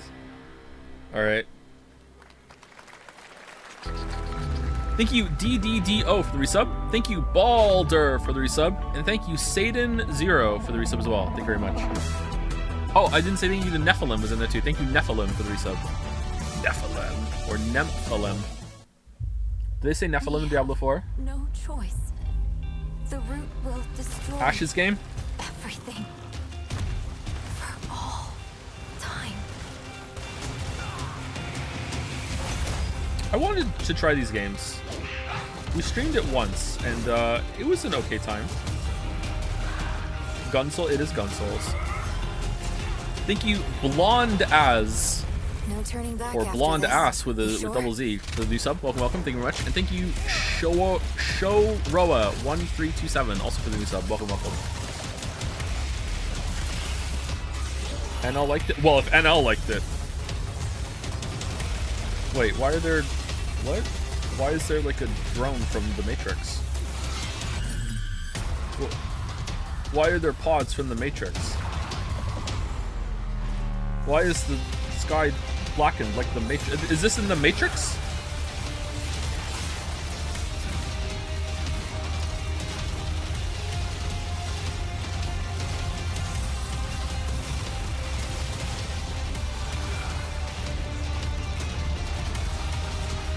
You scored a drop. Claim now or go to inventory. What do you mean I scored a drop? I'm the streamer.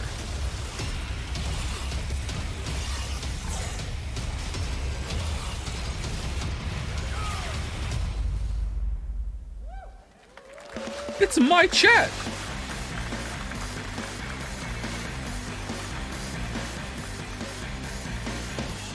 You have drops on? I don't know. More Summer Game Fest to come, including a first look at the gameplay of Alan Wake 2, the world premiere of the new season of Fortnite, Call of Duty Season 4, and maybe a few more surprises for you.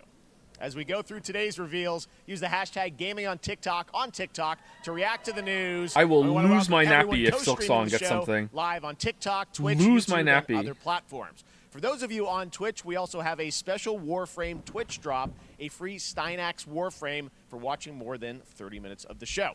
Now, oh, that's what I just got, I guess. Why did it come in my chat, though? Another legendary gaming hero is set to return later this year. There's a lot of people here. Brand Holy new shit. Game built from the ground up in a style that I think is going to get this fan base and longtime fans of video games very excited. Here's another Summer Game Fest global game announcement. Halo? New thrills with a classic feel. Oh, Halo? Oh. Okay. You see that like one of the Sonic creators like is like got like indicted for something and is going to jail, and I was like, yeah, he deserves it. And then it was for like investment or whatever. I was like, oh yeah, I guess he deserves that too.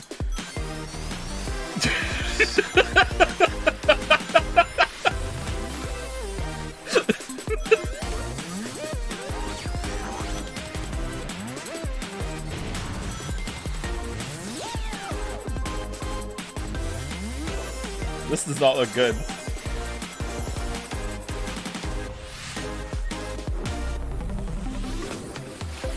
Wow, putting the friends right in the first trailer.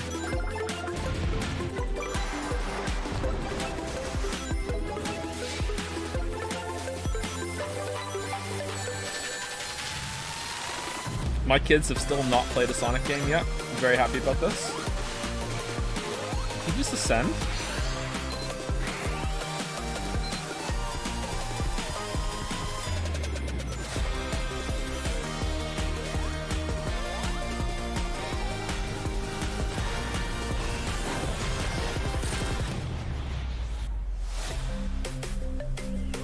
It's Robotnik. Nicholas Cage. Bring him back out again. Who the hell's that? I don't remember Wolfman. Who's that? How about that? A new Well, congratulations, for 2D furries. classic Sonic that's bound to appeal to new and legacy fans alike. This past April, Honkai Star Rail launched. Yeah! And as you're about to see, the game is bringing an exciting new character to space fantasy. All right, everyone, shut up. RPGs. This is for However, me. We don't just have a new peak for current players, but also for those awaiting the game's release on PlayStation. Take a look. I wish this universe had a few more things to do.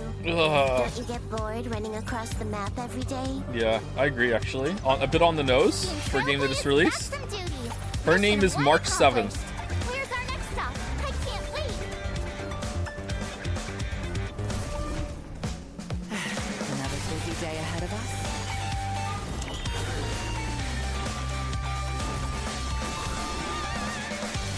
This game, unironically, is like Disco Elysium.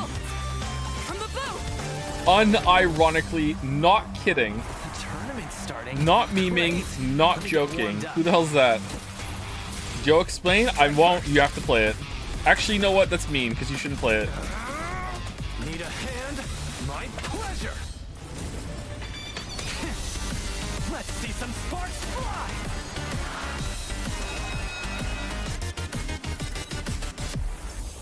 Can cyborgs consent? Let's not do the can your phone apps consent to sex conversation again, okay? Calculated. Can you let me have some fun this time? Implanting module.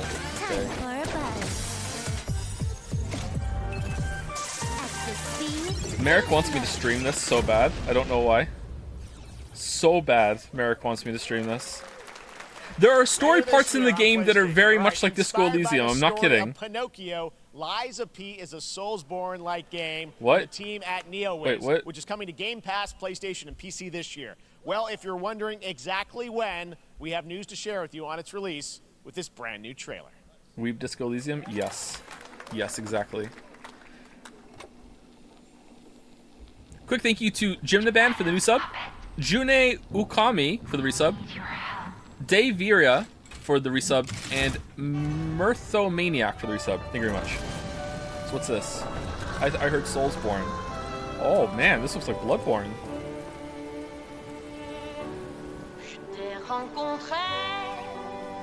I see Gothic City, I say Bloodborne. Alright.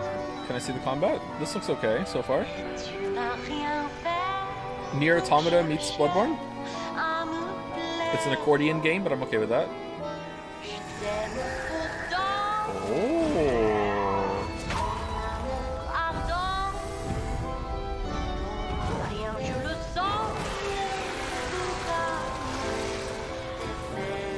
Damn. Alright. Getting more interested as time goes by. Okay, bring it back.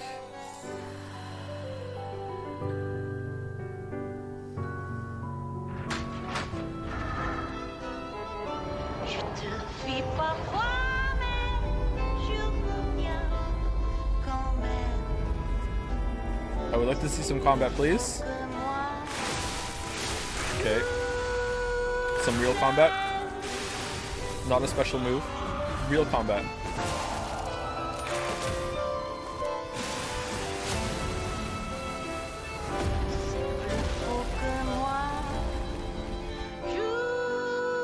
Lies of... Listen, pal. Nice landing, but let's not make it a habit. Lies of P. Lies of P. Marvel shit? What? Okay. No gameplay, no hype. No gameplay, no hype.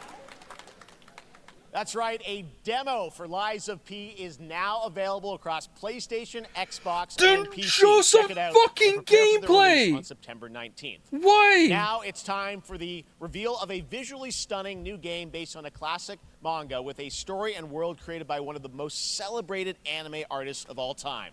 This is one of those games that I feel lucky we get to reveal for the first time here at Summer Game Fest. But all the rest and I of think them, you'll be pretty you know, hyped who gives a once shit? you see the gameplay, all built in Unreal Engine 5. Here we go. Ooh, F11? If this is your first game show on Twitch, by the way, watching someone, it's tradition to be snarky and salty the whole time. Some of this stuff has looked pretty good. Fallout? Okay, this looks decent.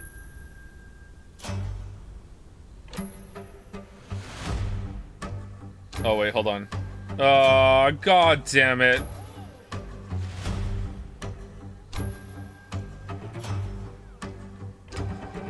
Dragon Quest, Dragon Ball. Alright.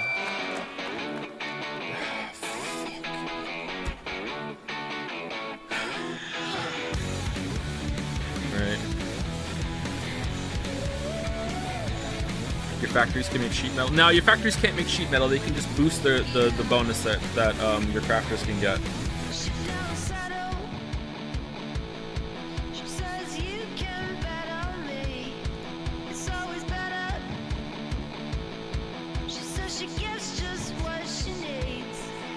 I would be devastated if this is a good game.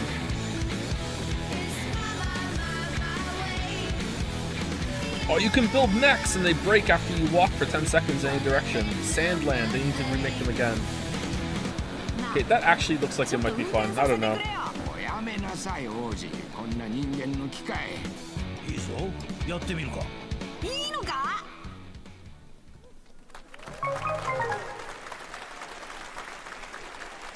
I would be cautiously interested. Get ready to become an unlikely hero in an adventure where you don't need to be human to save humanity. That's coming from Bandai Namco, and we're excited to see more of it soon. Independent games are such an important part of the industry, and one thing that's very important to us at Summer Game Fest is supporting those creators as well. After the live show, stay tuned for Day of the Devs from I'm8bit and Double Fine with some incredible indie game reveals. Now, one of the biggest independent publishers is Annapurna Interactive. And later this month, as part of Summer Game Fest, they'll be revealing a number of ambitious new projects. Let's see how many you can figure out in this little tease. Oh. Stray 3? Wait, what? What? What? Don't do this to me. Don't do this to me.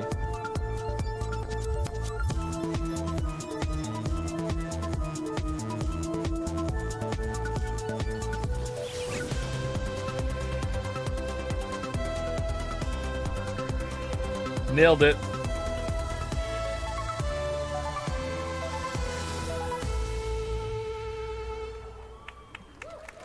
Is it like the Annapurna cinematic universe?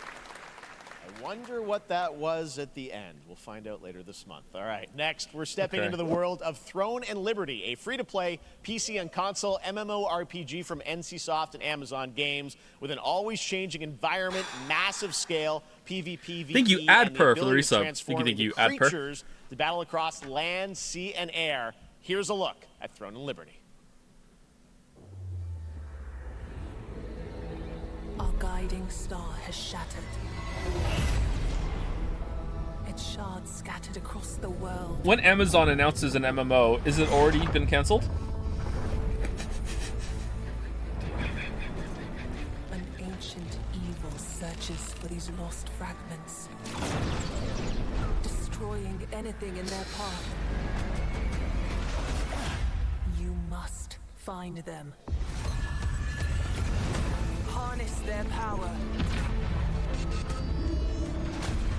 and put down this threat once and for all.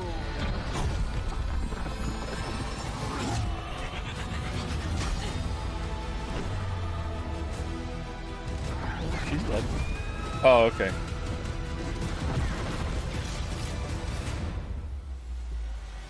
The storm is coming. Oh no.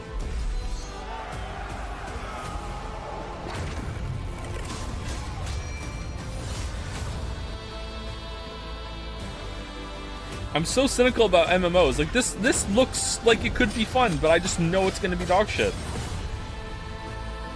Maybe that's just a cursed genre now.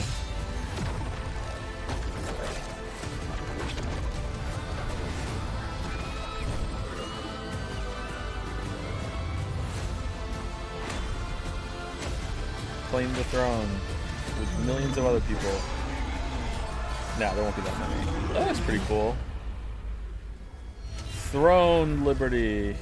Oh, throne and liberty. Okay.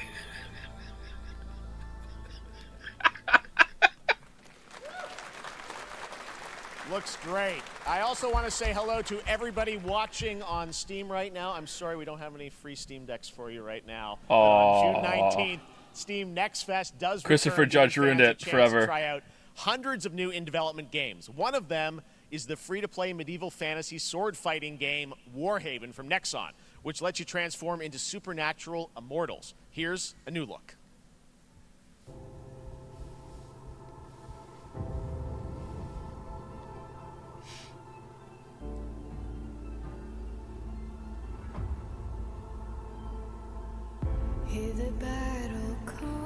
Fucking hell.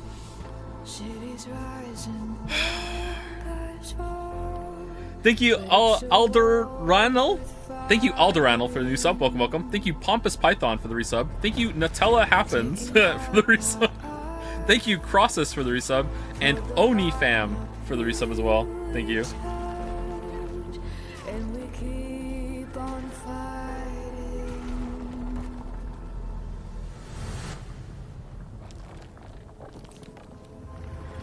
Joe, what's your favorite thing to eat for breakfast? Nothing. I'm not a big breakfast enjoyer. Okay, is this... looks like it could be fun? I don't know. I don't think this music was a good choice.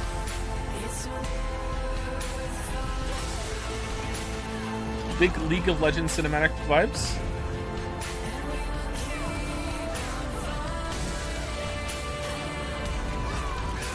This sounds like you don't want to fight, but you're just stuck fighting. Okay, you know what I'm in. Oh, they get Crusader guy. Warhaven. Is this like Fantasy Warframe? Okay. I mean... Hey, this is not... Why can't I... Oh, it's XQC.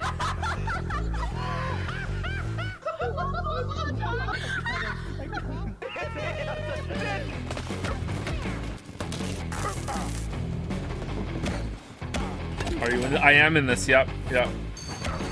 I was quiet the whole time though.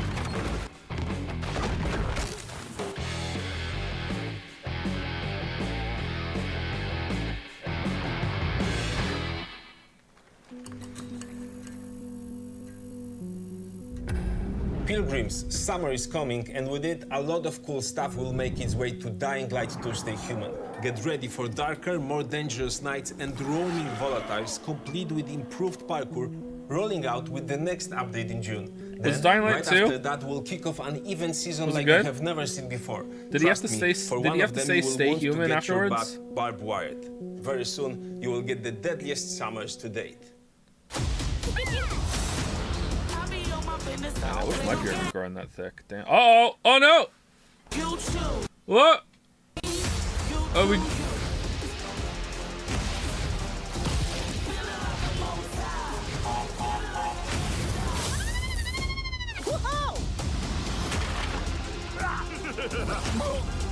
Get the one bass and get the W. Okay. Crash Team Rumble. I guess it could be fun. I don't know. Never played Psychonauts. We should play Psychonauts 1 and 2.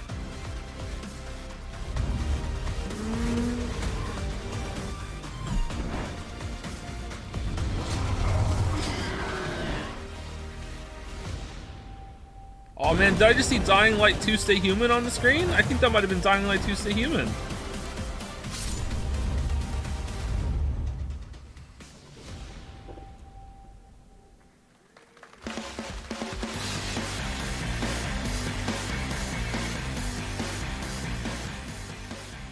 Welcome back to Summer Game Fest. Isn't that great, by the way? Crash Team Rumble is going to feature playable Ripperoo and Engine, Neo Cortex's right-hand guy in Season 1. No idea now, who they are. It's time to change the topic and descend into madness. Okay. Joining me is a guy who was last on stage at the Game Awards 2021 to announce Alan Wake 2. Now I know how chat feels when I talk He's about come Evolve all Idol. the way from Finland. Please welcome from Remedy, Sam Lake. Yeah! Woo, woo, woo, woo. Thank you, Cyrafire, for the resub, and thank you, Perfect C3, also for the resub. Oh, it's Max Payne. Good to see you. Looking dapper as always. Thank you. Thank you. Well, we are so excited because when you announced Alan Wake 2 at the Game Awards, you said 2023. We are in 2023. It's coming this October, and we are so excited about this, Sam. I know it's been a long time coming for fans and for you. 13 years since the first Alan Wake. So tell us a bit about what can we expect in the sequel. It's been quite a journey, yes. Yeah. Alan Wake 2 is Remedy's first survival horror game. We have 2 playable characters. It's a 50-50 split between them. Well, they are on their own separate terrifying journeys through 2 different worlds. Anal Wake. Thank you so much for putting that in my head, chatter. Thank you so much. Gets to switch between them at given points in the story as they choose. Yeah, we saw, obviously, at the PlayStation event, you revealed Saga, Alan. the second character. Tell us a bit about her. She's in Bright Falls, and she's sort of living a narrative that Alan has written. Is that right? Well, that's a good question to ask going into this. Oh, yes, you're going to have to play to find out. Oh, who knows? Of course, trying to escape from the nightmare dimension of the dark place. Yes. And then we have Saga, our new hero, FBI agent, coming to the Pacific Northwest small town of Bright Falls, together with her partner, Alex Casey. Okay. Alex Casey. So how and they're somehow linked in some way, right? They are coming to investigate a series of ritualistic murders. Okay. And very quickly, the investigation I don't get it. turns into a nightmare when they discover pages of a horror story. Maybe written by a certain missing writer. By the initials AEW. And this horror story starts to come true around them.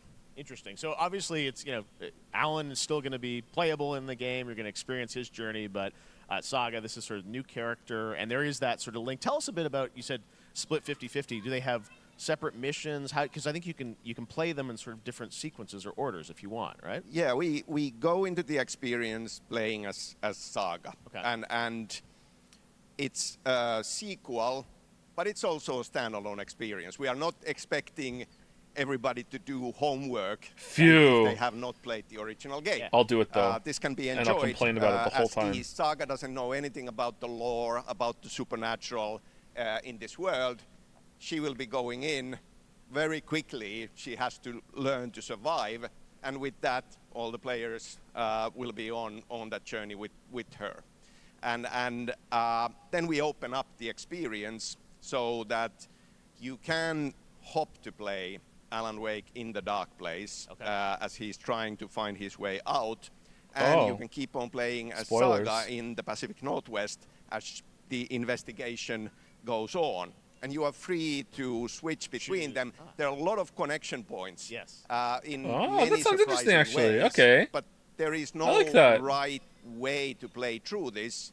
You can choose. You can go on as Alan all the way close to the end, or as Saga, or you can keep hopping between these two sides. Oh, never mind. I misunderstood that. Okay, never mind. I take it Challenging, back. interesting narratives in unique ways. I mean, Remedy's always been known for that, and you especially. So we can't wait to see how these stories intertwine, I'm sure, throughout the experience. Today, though, can we see I know the you game? brought with you some gameplay of Saga's adventure. We're just going to see a raw segment of the game, right? Yeah, raw gameplay for the first time ever. This is early on from the experience. They're hyped, Sam. They're Yeah, ready flashlight. Here we go. So tell us, what are we going to see? Why don't we just see it? Supernatural forces of darkness have brought the murder victim, in this case, back to life as a monster. And Saga is outside Bright Falls at Cauldron Lake, trying to find him and stop him. Just show it! Okay, with that, let's take a look at raw, unedited gameplay from Alan Wake 2. Thanks, Sam. Thank you.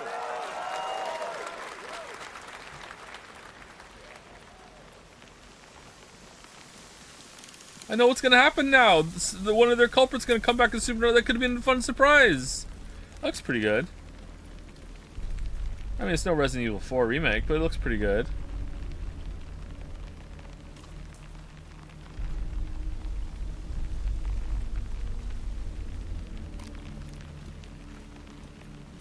The player just stopped to say thank you to somebody. Oh no. Sounds like somebody's home.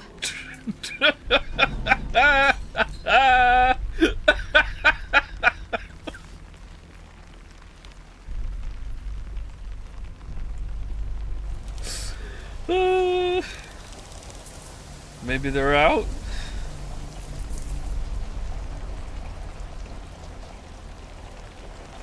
Look at that placeholder UI. What do you mean? That's the real UI. Didn't you play Control?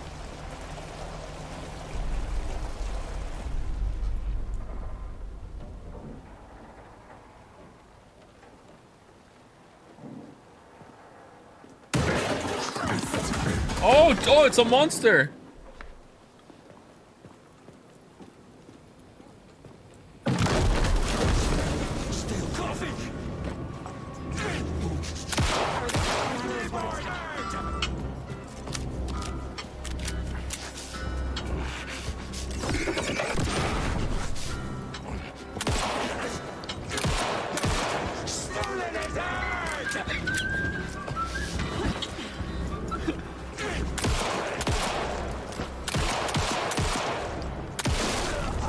Gunshot sounds pretty good. A cultist.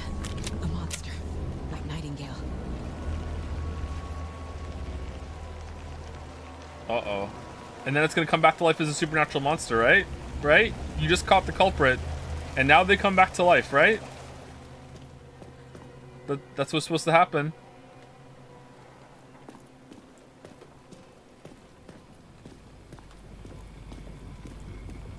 How do you get in here?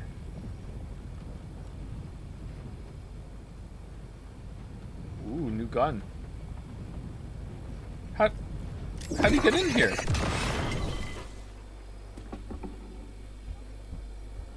The text on the heart is Tattooed heart. That looks cool. I like that. I knew it would be here. Like I saw it in a dream.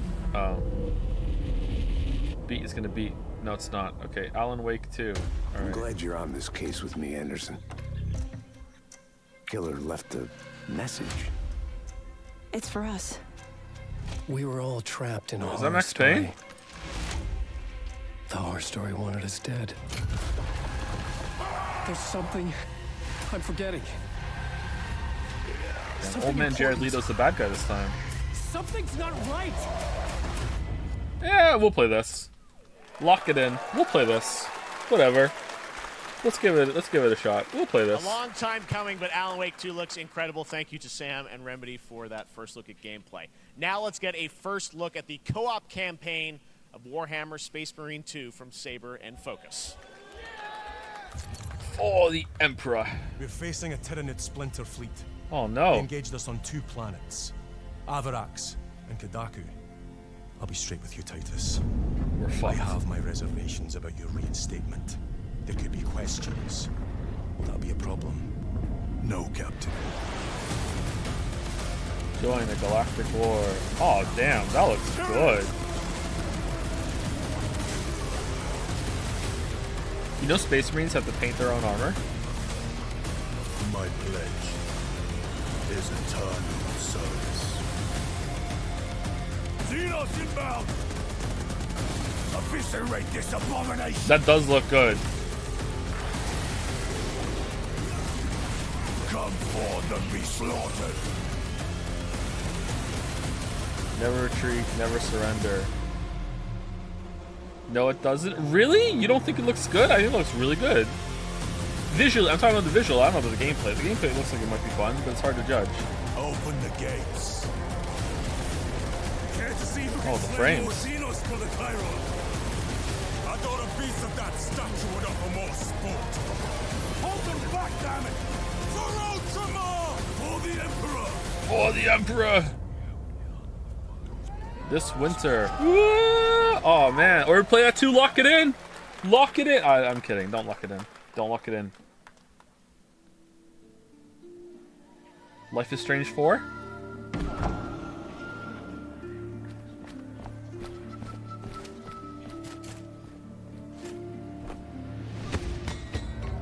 Uh-oh.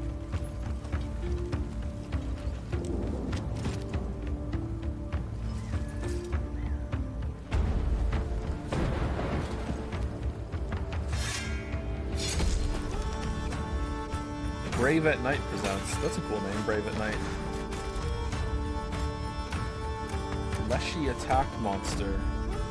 What? My potatoes. Hug, shake hands. This is like a kingdom simulator?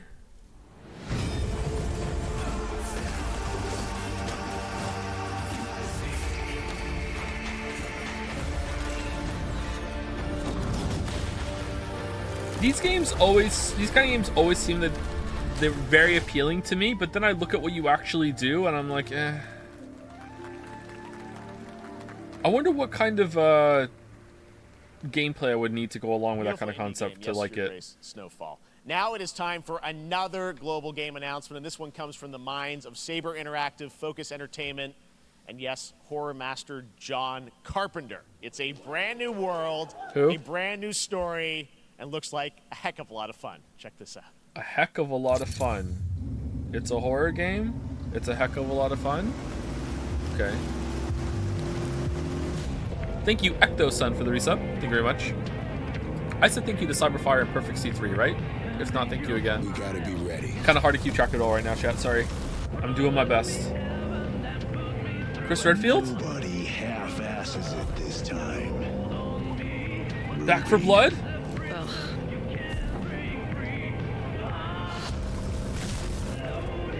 On my mark. This looks like another team-based shooter. 4, 3, 2, 1. Shot through the heart, and you're to blame. You give love a bad name.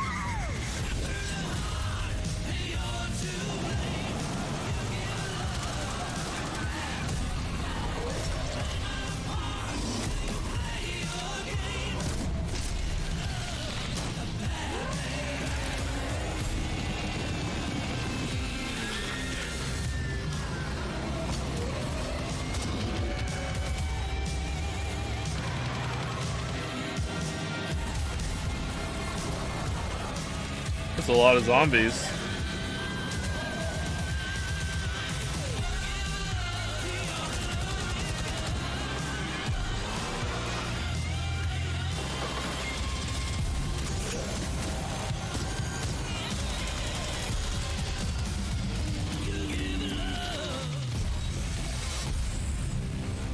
Toxic Commando. Okay. More unexpected collaboration. Sean Carpenter and Saber with Toxic Commando. That looks tons of fun. You guys think any of those zombies made it? All right. Well, this August brings the long-awaited full 1.0 release of Baldur's Gate 3. And today, a new member is joining the cast. We're about to see the reveal of Lord Enver Gortash, the commander of a mechanical army of Steel Watchers. Is there any links back to Baldur's Gate 2? And is voiced by a familiar name. Or is it just like a sequel all in name? Yes, kinda. Enver Gortash, swearest thou by Balduran's blade to defend the citizens of Baldur's Gate from enemies within and without? I heard there's epic You are soon hamster to witness memes. the people of Baldur's Gate granting me complete power over them. A new age is upon us. Remember Baldur's Gate 2? You never go to Baldur's Gate. Oh, it's Jason Isaacs. Oh, okay, A mad I know dog him. understands the yank of the leash and the hand of its master, but it cannot be an equal. You can be my equal. There's an old wisdom. A brittle alliance can never be mended. They can only break. I want to lead this city to glory. Okay, not that doesn't look like scorch it's its earth. synced right, and it doesn't look like the voice matches the guy at all. To my side. What the Let hell? us usher in a new dawn. This city is mine. See, looks nice though. I'm not ready to call you enemy. What do you say? Shall we be allies?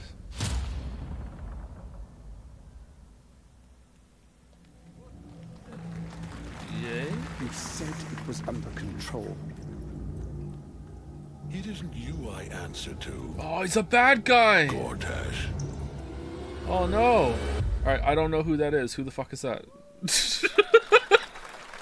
Oh no! Baldur's Gate 3 is on track, Sven tells me, still for the end of August, and we can't wait to check that out. All right, this fall, Marvel Games and Insomniac are set to bring Spider-Man 2 exclusively to PlayStation 5. Woo! Sounds like you guys are a little hyped, so to tell us more is Brian Intihar, game director at Insomniac. Brian, thanks for coming by. Stopping by. I know you got a lot of work to do. Wrapping up the game, and we'll check it out in October. Thanks, Brian. We got our date. All right.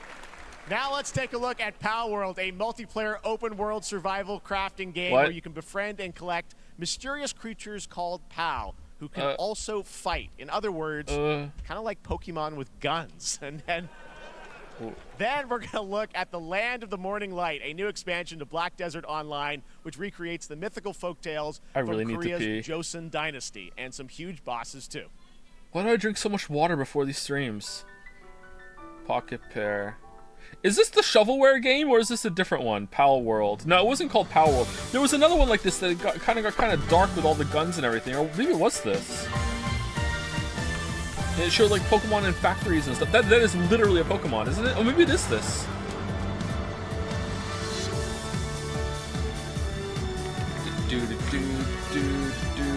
Yeah, it was this. Okay, great. All right.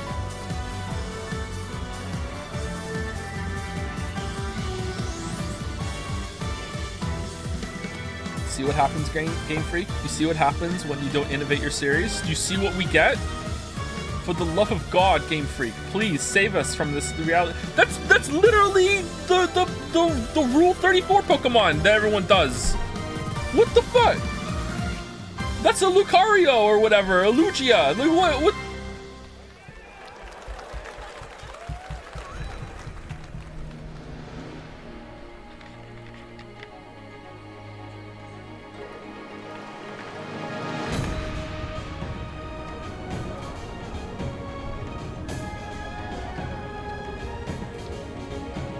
This? Oh, it's an MMO expansion, okay.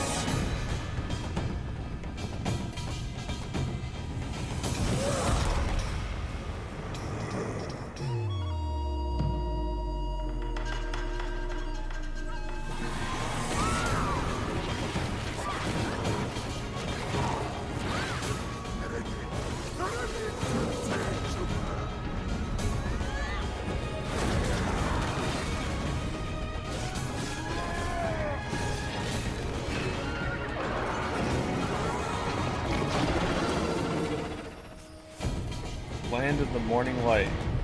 Black Desert. Available June 14th. Pre-order now. I don't think I will. Our story is more than what hobbits and elves know. Oh, fucking hell. It is time we told it ourselves. With hammer and axe, we mine and scout. Across Middle-earth, delving for riches. Yet the greatest treasure remains out of our reach. Moria.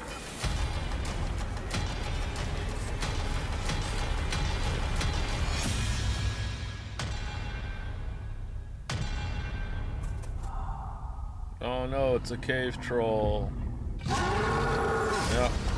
Oh no. Come, my fellow dwarves. Rally together. It's time we took back our home. Okay, what's the progression system gonna be like with building the stuff? Oh, we don't get to know. Lord of the Rings, Return to Moria. Okay. And that could be fun if it has a good progression system, but who knows? That is a very comically large screen. I can't take anyone seriously with a screen that large. What are you doing? Unless you have like the stock market and on the left and the right sides of it, then I will take you seriously.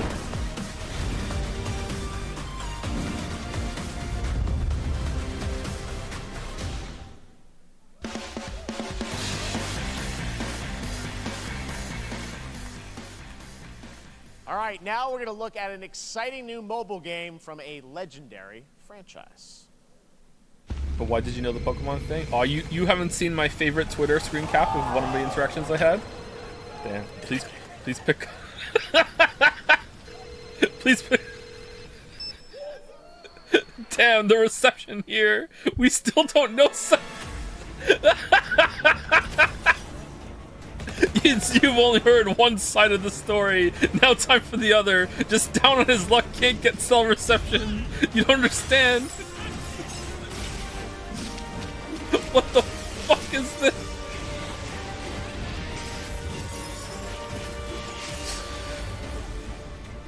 What? Is this a mobile game? What is this? Oh no.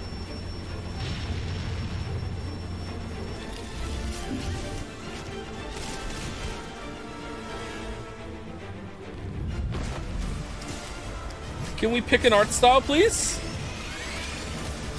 Can we pick an art style? No? Wait, hold on. Wait, what's... Final Fantasy Bros?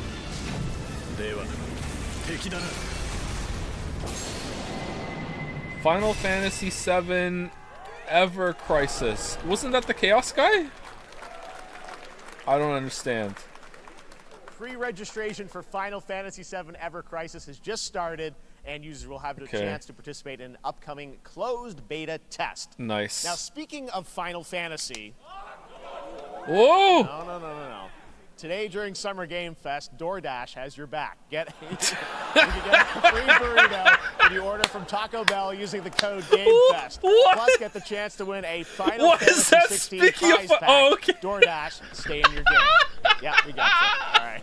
Now here's a look at the game we debuted last year at TGA. Did they pay extra for that? Ghosts of New Eden, the story of two ghost hunters in the haunted wilds of North America. Thank you, Muge Stu 11. Hopefully that's right for the resub. Thank you, Kung Card 7 for the new sub. Welcome, welcome. And thank you, Y Tide for the new sub too. Welcome, welcome. Oh, don't Noti. Oh, I remember this. Are we gonna see gameplay this time? We are banishers. We end suffering I'm a banisher. for those who live. Yes, hug it and it'll go away. Some ghosts just need a hug. To those who don't. Just give her a hug. I want us back. Oh. I want revenge on what killed me. I want to live. Okay, kind of hard to judge. Could be okay. As the man says, we face a choice, simple and awful. I banish you. Death. I banish you, because I'm a banisher. Do we kill? To be together again.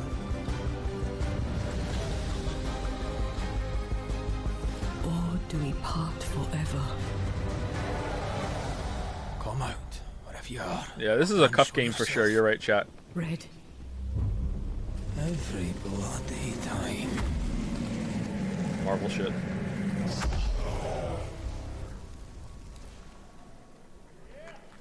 Yeah. Yeah, there's the cuff, yeah.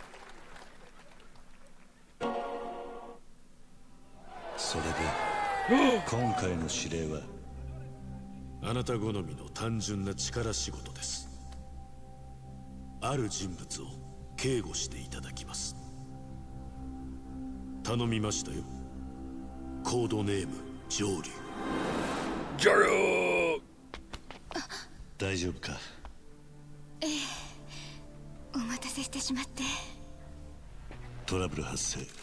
車はまだか。到着まで3分。Wait. 何があった？お前らも Did 今 he ま do で a disguise? 無事に帰れる。You didn't have to do that. What do you mean? これから起きることは全部お前らの選んだ結果だ。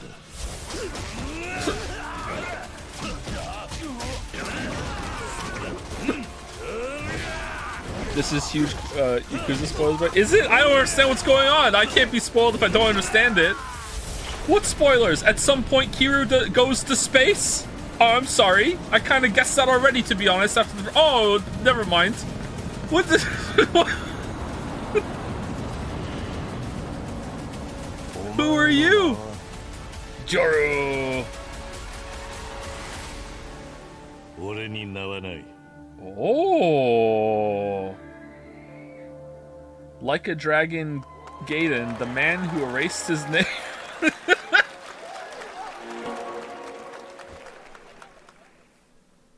What was that long ass name about Stanley. eating cucumbers? It is 7:32 a.m. I hope you have a productive day. Joel?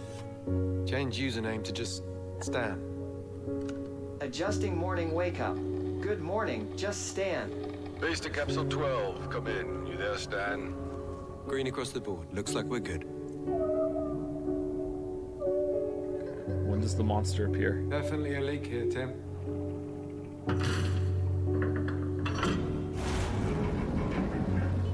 When does the monster appear? How long has it But been it's actually now? the ghost of one of his 3 years. lost family members or something. 2 months and 17 days. Yeah, here we go. What sort of operation are they running down here?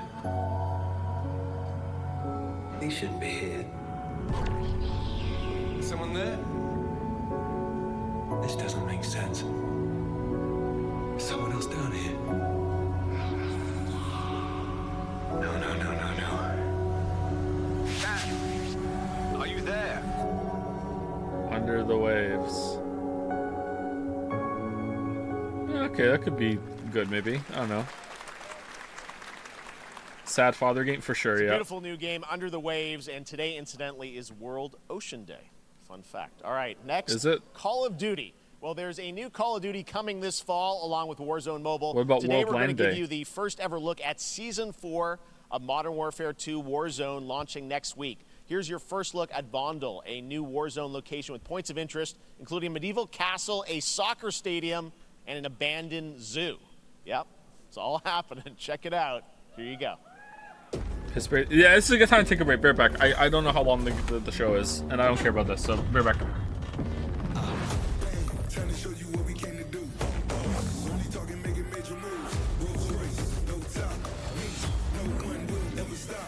Me against the world, I got my back against the wall. No, I'm hellbound. But I'm well now. On the road to riches, I got the bill around. Tell her make a sound, unless she ain't get loud. I gotta fight in the morning. I see what you've been trying to do, and I'm a mission to boy. You think I never pay attention in my mind? I'm recording. I'm about to win a room with trying to and dreams out of board. I'm riding around with homies like we run the city. Looking fresh and feeling like a millie. Moving silence, you can never hear me. If you got a problem when you see me, run it. Run it. Run it.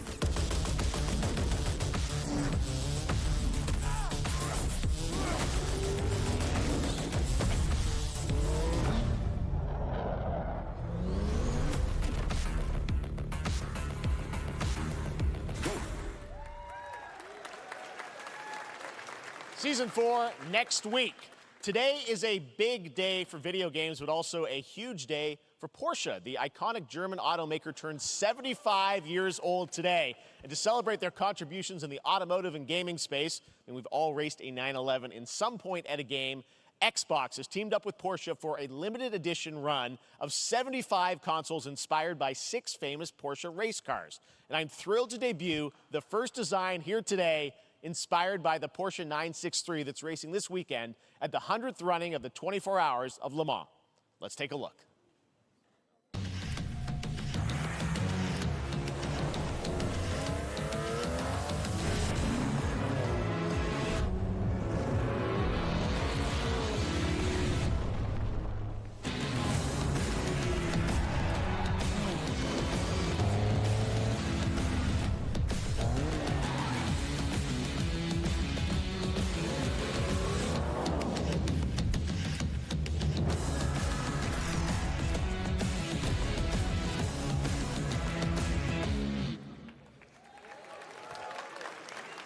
Here it is, the Porsche Xbox Series X. These custom consoles are not for sale, but you can enter for a chance to win one right now at PorscheXboxSweepstakes.com. Make sure to stay tuned for the Porsche and Xbox social channels for additional opportunities to get your hands on these special consoles. All right, next, Phoenix Labs are building the next great entry into the cozy farm sim genre. We all like a cozy game inspired by classics like Animal Crossing and Stardew Valley. Previously announced for Nintendo Switch, there's now some exciting news for PC players too. Let's take a look at Fae Farm.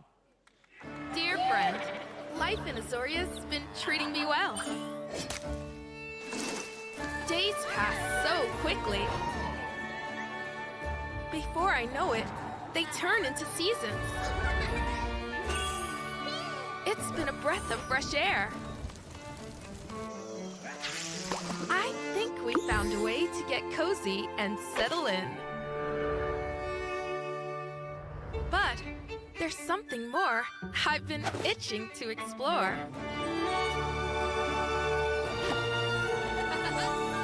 Realms where magic. Alright, I'm back with Silk Song announced.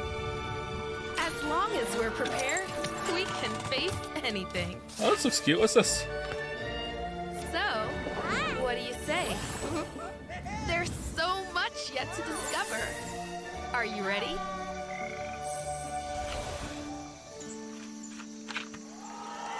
Fake Farm. We promised variety. There it is, Fae Farm and Mortal Kombat in the same show, only at Summer Game Fest. Now, please welcome Ben Brode, Chief Development Officer and flannel enthusiast at Second Dinner, the developers behind the popular collectible card game Marvel Snap. What's up, Ben? Ben Brode. Man, you guys have been on fire. Last time I saw you was at the Game Awards. Oh, he's got the flannel on. Best nice. mobile game. Seems like you've been very busy. We're excited about the Spider-Verse content you've been doing. Lots going on over there, right? Yeah, it's been exciting. We've been doing a bunch of new features, some of the wildest cards we've ever made, and some new game modes. Yeah. Yeah, new game. Is that a segue? Ben Brode is really good at Certainly, being enthusiastic. Excited to announce Marvel Snap's biggest update ever. We have a new game mode coming next week. It's Conquest mode. It's a great way to get a super competitive experience and some exciting new rewards. Nice. But you don't have to wait till next week. If you haven't tried Marvel Snap, go download it right now on your mobile device or early access on Steam. All right, Ben. I love the enthusiasm, Ben. That's what I got. That's you. You're made for YouTube. All right. Well, we heard you brought something fun with you for us to watch, right? Oh, did I? Yeah. So listen, I am incredible at card games, so I often win. But some people, and maybe you've had this experience, Jeff, some people lose. Yeah. Okay. Fair. And I like to think it's because they suck. No offense, Jeff. But sometimes, sometimes it's because they might just be a little bit unlucky. Cue the tape. Oh, snap. Okay, I don't have an ideal hand of cards here, but really? That's fine. I'll see what I draw in future turns. Really? Anyway, let's reveal the first location. Lamuntis 1. Each player destroys their deck. Okay, I guess I will work with what I have. I'll play Medusa on location number 2. She gets +2 power. He's doing the cow bit! Location. Clover Dangerfield has a 25% chance of destroying your town. Okay, well, I mean, 25% isn't that bad. And it's okay, well, I have some powerful cards in my hand, so I can just wait. Let's see the next location. The Big Boss. Players cannot play 4, 5, or 6 cost cows. Also, if you don't play a card this turn, you have 0 friends. Oh, no. Medusa.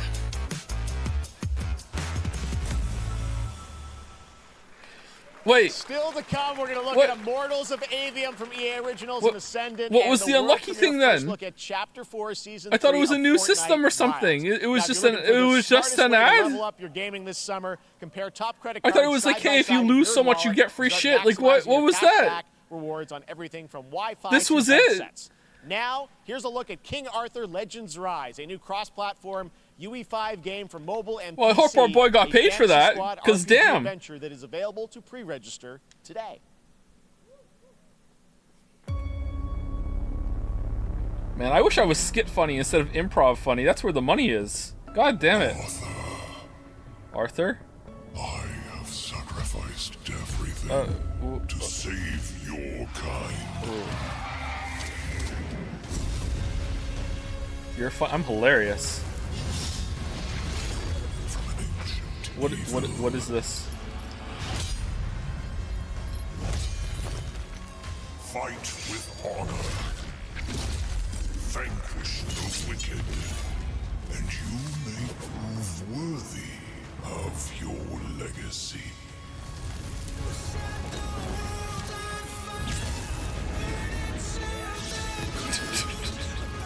Actual gameplay footage, my god. Is this a gotcha? King Arthur, Legends Rise. Okay. Yeah, okay, it's okay. So.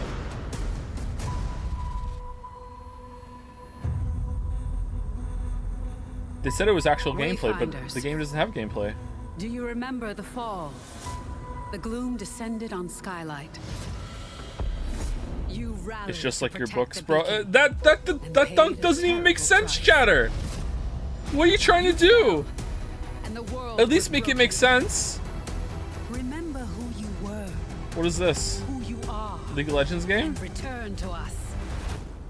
This world needs champions. They died as heroes. Okay. And returned as wayfinders.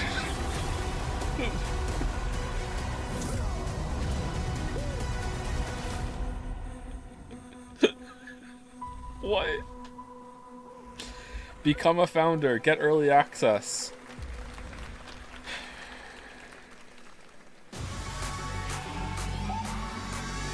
I think there are enough multiplayer games. I think we're good. I think we need to put a freeze on multiplayer games.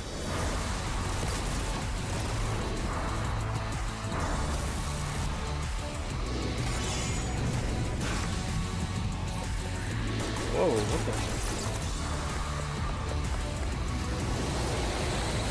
the? Man, where's she going? Unreal editor for Fortnite. That was Fortnite? What the fuck? Steve, seriously, you don't stand a chance. A turn-based for space. Conquer the galaxy in about an hour. Project under construction. Oh, that's kind of a cool concept. A very fast 4X game. Stellaris Nexus. What do you say, guys? Oh. Good Oh, morning, is it scavenger. multiplayer only? Scan your surroundings to retrieve and recycle I feel like we're in the anything that could final be of part of the value show to where they Scavex. just dump a bunch of trailers and then the one more thing happens. What do you think?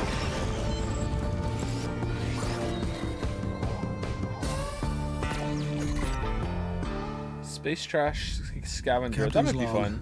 Stardate 43152.4. Star Wars. Our fleet is cautiously entering hostile You know how territory. Star Wars needs to get away from the fucking, like, Skywalker?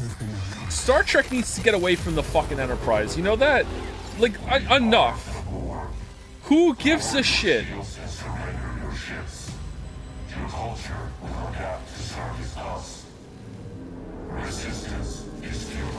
And that's a Borg planet. Oh, man.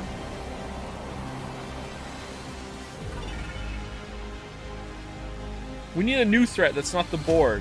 It's the Dorg. Star Trek Infinite. That's a gotcha game.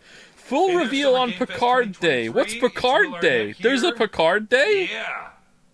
Right? Right. My buddy Anthony Mackie and I have been working on this for some time now. We're really excited to share with you Twisted Metal, which is streaming only on Peacock starting July 27th. And I'm very excited to share a sneak peek of the character of Sweet Tooth, who I had the pleasure of voicing. Hope you enjoy it. Check it out. This is gonna be fun. Oh man, these are good graphics. Swung a little wide there.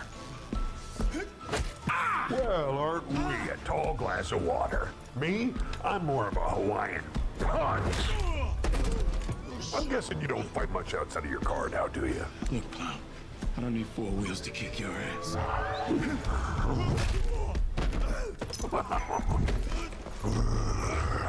Okay, what is this? Any chance we get this back in the cars? How about a little kill music?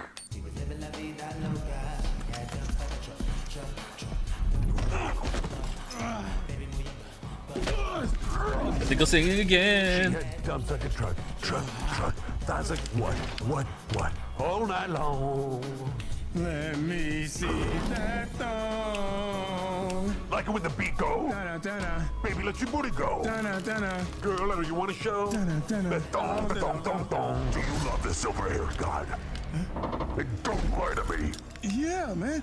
Look, I listened to Unleash the Dragon so many times the disc broke. I'm not a liar. But you said you were coming to my show, and then you shot at me. It was a misunderstanding. I've been getting shot at ever since I can remember. It's forced habit, I guess. Sounds like you have trust issues. Wait, are they friends now? What is this?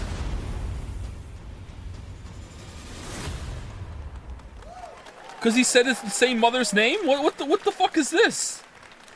Who hasn't dreamt of duplicating oneself in order to multitask? This new hack and slash game with a tactical twist allows you to do just that. Brought to you from France. Here's the world premiere reveal Thank you, trailer of Aurora the Diturno, for the resub. Warrior, Thank you very much. coming later this year to PC.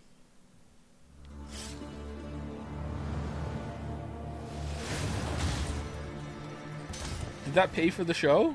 Goddess of time. Receive my light. How come there's never like, hey, look at the video game at the Oscars or the movie like reveals or whatever? How come it's always games that have to have the other shit? Hey, here's a game. Like,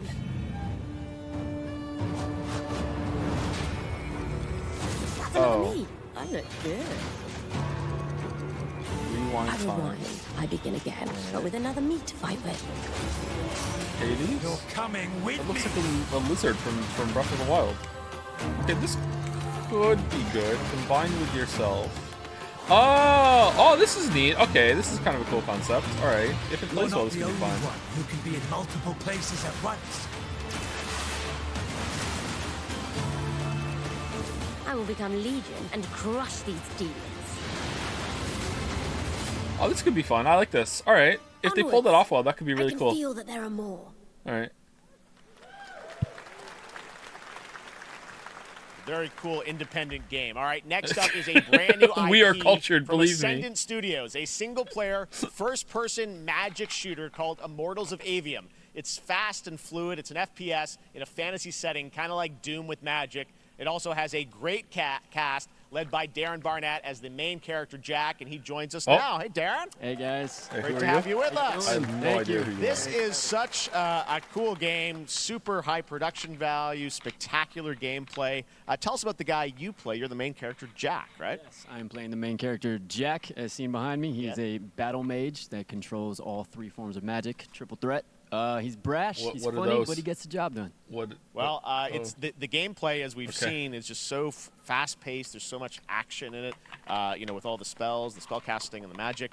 What can you tell us about the story and sort of how this battle mage, Jack, comes in? He sort of becomes a battle mage, right? Yeah, he kind of comes Is this from supposed to be so nothing. slow? He's, Yeah, the first what one they you call do him, in a Evolve Idol street can be a bit rat, slow, is yeah. what it was.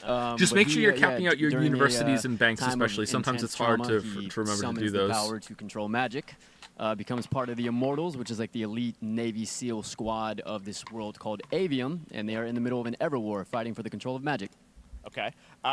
You have a great cast. You, Gina Torres in it. Lots of amazing actors in this incredible, really high production value. Are banks game, important? Yeah, banks are coming pretty up this important. Summer. We don't have to wait long for it. And I know you brought something with you to share today, which is a gameplay sequence. Although, which is if one you're of the playing most a epic race that sort of needs parts of the farmers, you game, might need to right? drop some of your bankers for So farmers this is a at certain wild part of breakpoints. the game. This trailer is going to be showing you the Immortals and myself confronting Sandrak directly, who is the top villain of this game, and trying to end the Everwar. And it's taking place in like one of the most badass levels of a video game I've seen. We're battling. Okay, I hate it when they bring out the guide before they show the game, because I don't know if I should give a shit about this. I want to see the game first. Take a look. All right, Yeah, let's take a look at thank some you. brand Okay, new yeah. gameplay from Immortals of Avium, which comes out this summer for PC, PS5, and Xbox. Thanks, Darren. Thank you. No, thank you. Thank you. Sandrax literally pushed us to the edge. Everyone that can fight already is. Hey, Gina Torres? And we're still losing.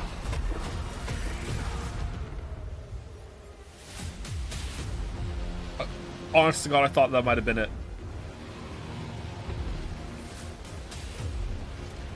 Welcome aboard, Immortal. This does look like Forspoken, doesn't it? North by northeast, 5 knots. Is it a cuff game? We'll catch him, sir.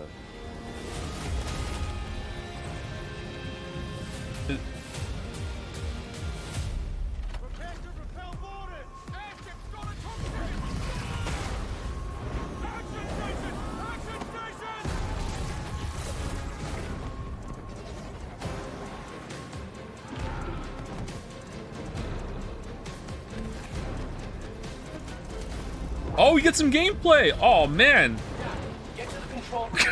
That looks terrible. Got it. What is that? Gotta get to the control.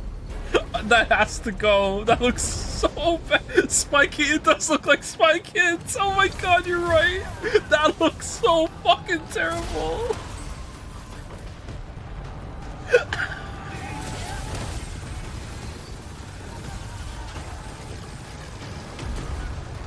Okay, I'm not feeling this from the visuals, but it might be fun to play. That was kind of slow and awkward.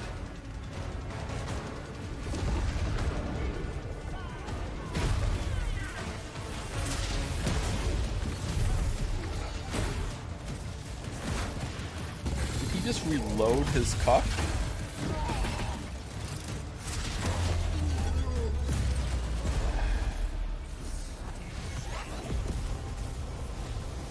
Wow, that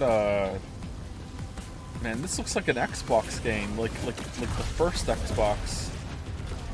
What is going on?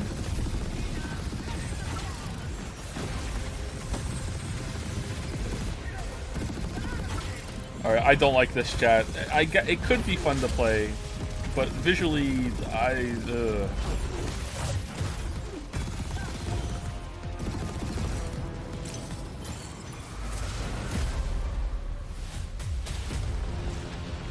One battle mage. I want to fight this war as one of you. Can You're end what's the called a Everwar. triarch. The Pentasod has gifted you with the ability to manifest all 3 colors of magic. Oh, whoa! How come he gets all 3? Unleash your arsenal of spells on a thrilling adventure. We're only going to win this one together. I thought it was one battle mage though. Keep it straight. This wasn't the last thing, was it, Jeff? Okay, not feeling this at all, but it could be fun. Love that we get to show you guys so much amazing raw gameplay today, and that game looks incredible. Coming out this summer from Ascendant and EA. Oh, God. Now, one game that constantly reinvents itself is Fortnite. And tomorrow, Chapter 4 Season 3 Wilds launches. And today, Summer Game Fest is debuting the cinematic trailer to preview the season. The center of the island has collapsed, revealing a vast hidden jungle with ancient secrets to discover. Fortnite, Of course, your map there's a whole new collapsed. Battle Pass lineup where you can unleash the power, yes, of Cybertron. Here we go. Whoa!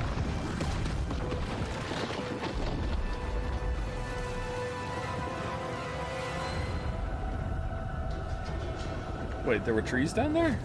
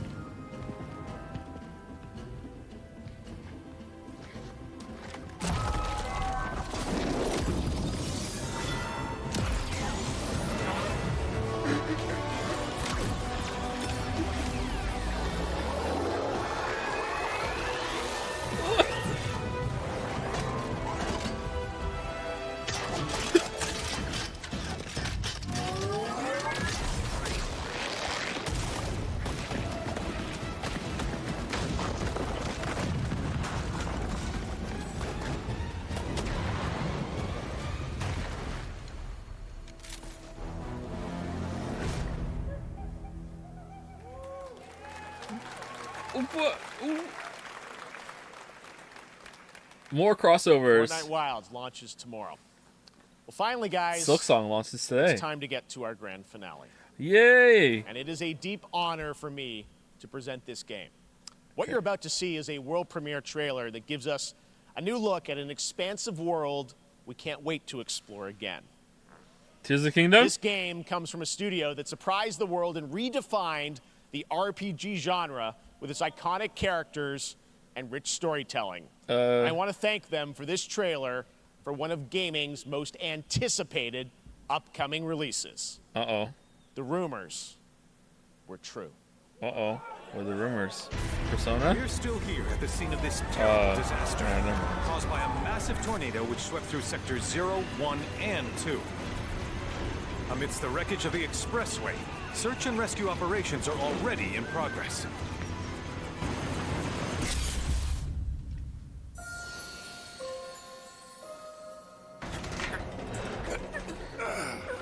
So no Silk Song Marathon?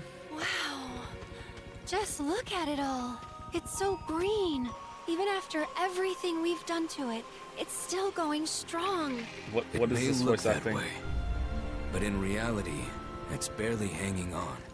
Ooh.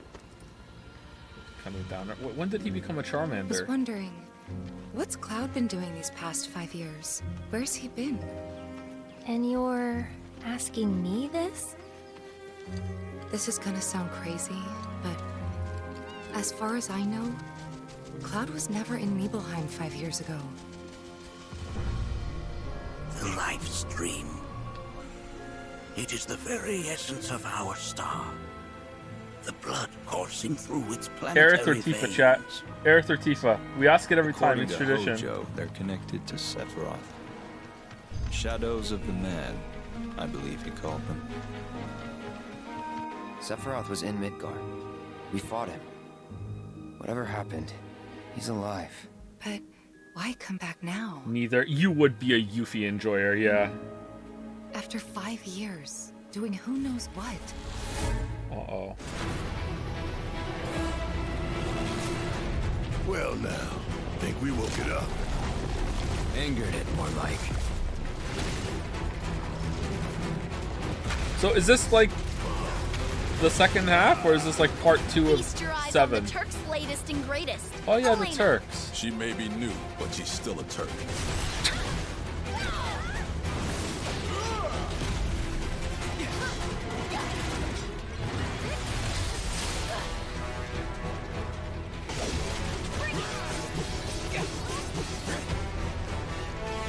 Ooh, that's good.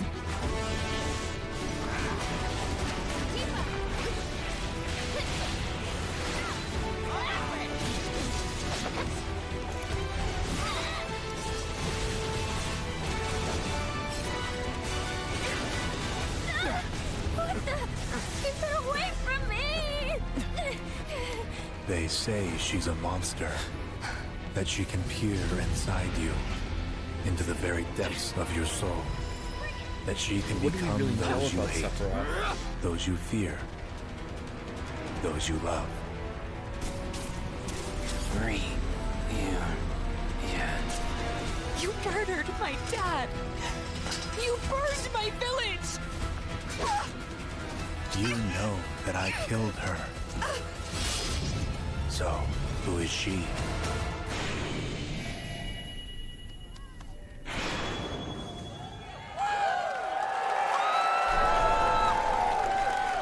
Oh, 2 discs? Oh, whoa, the nostalgia. There you have Holy it. That shit. was Final Fantasy VII Rebirth coming early Full circle. 2024 to PlayStation 5. Nomura-san, thank Do you I have to so have much. 2 different downloads All on right. Steam then? That's going to do it for Summer Game Fest, our live showcase. But that is not the end of Summer Game Fest. Stay tuned this weekend for updates on many more games during SGF Play Days, a hands-on event for media here in Los Angeles, including Cyberpunk 2077, Phantom Liberty, as well as the Xbox and Bethesda showcase on Sunday. Right now, though, stay tuned for Day of the Devs from IM8-Bit and Double Fine, which celebrates the independent game culture with a number of new game reveals over the next hour. We'll see you this summer, later this summer on August 22nd for Gamescom Opening Night Live in Germany, and again in December when we come together here in Los Angeles to celebrate 10 years of the Game Awards. Thanks for watching, everyone. It's been 10 See you years soon. already? What the hell? Has it really been 10 years already? You know what? I don't really, love all these shows or whatever, but they're a fun time. I'm glad that Jeff does this shit. I guess if Jeff didn't do it, someone else would, but I think Jeff does a decent job with this stuff. I think it's a net positive.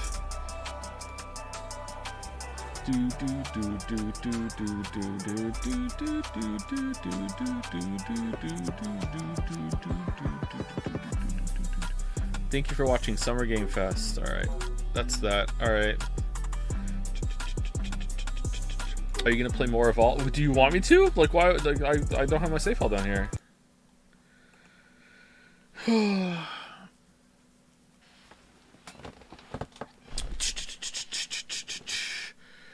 Are we also gonna do Day of the Devs? I don't think we're gonna do Day of the Devs. When is it? Cabins or lodges? You do both. Generally, you want to cap out every single thing that you can build. There are some exceptions, and you need to like see what they are, depending on how long you're going into the tech and everything. But in general, like especially the early stuff, you want to like more is always better, especially when it comes to population.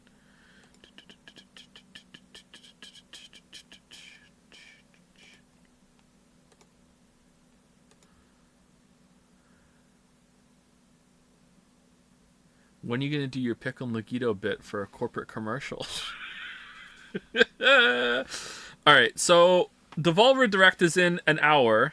I don't think Devolver, like, is that worth doing? Man.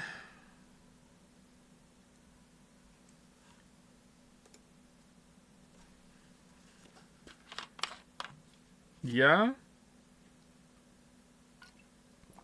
How do I get steel? Do you the first 25 steel that you have to get, that you can get before to start smelting it yourself, has to either be gotten from attacking another city and stealing it, or trading it. So if you have any trade routes open, I always trade it because I don't really engage with the combat side that much. If you always have a trade route, you have a chance of discovering steel, and at that point you can just buy the first 25 from another civilization.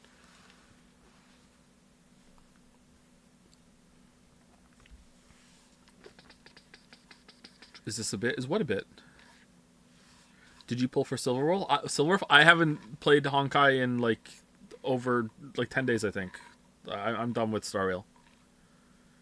You can also steal the tech to make steel. I think that's only if you're one of the races that can do that, which is like one of the fungi races, right? It's usually better than the main event you just watched. Is it? I guess they could have some fun indie stuff. Did you dislike Star Rail? I didn't dislike it. I just didn't see myself playing it for much longer. So I was like, screw it. I can't see it. Those kind of games, they want you to log in every single day and all this other shit. And it's like, I don't think that's, I can do that for that. I don't want a chore for a game that's only going to have content every couple months that's worth going through. Whereas something like Genshin, you can explore. It feels like there's more passive fun stuff to do than Star Rail does. Day of the Des is happening right now. Where is it?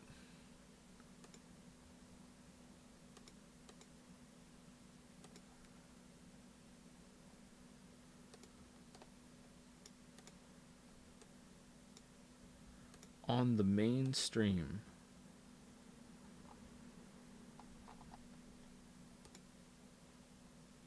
Special events. The Game Awards?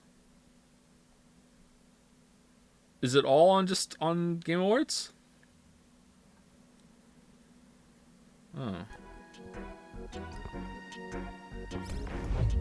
Beastie Ball is a turn-based RPG where you coach a team of beasties to play Beastie Ball, which is kind of like volleyball. You play as this customizable coach character, and you can explore this huge open world, recruiting all kinds of beasties to your team. Then you can challenge rival sports teams as you rise your way through. Will this become the Devolver one too, or no? What is this Final Fantasy VI music? Beasties are highly social creatures that evolved to play sports. In their natural wild state, they're constantly playing Beastie Ball to build friendships, to settle disputes, or just to have fun. When beasties play together, they actually become friends with one another. NL shit, true! And depending on their super active personalities pets and their teamwork style, they can form different kinds of friendships. But whether they become besties or rivals or partners or sweethearts, they'll get some kind of unique combo ability that only that pair of beasties can do, which can turn the tide in a really tough match.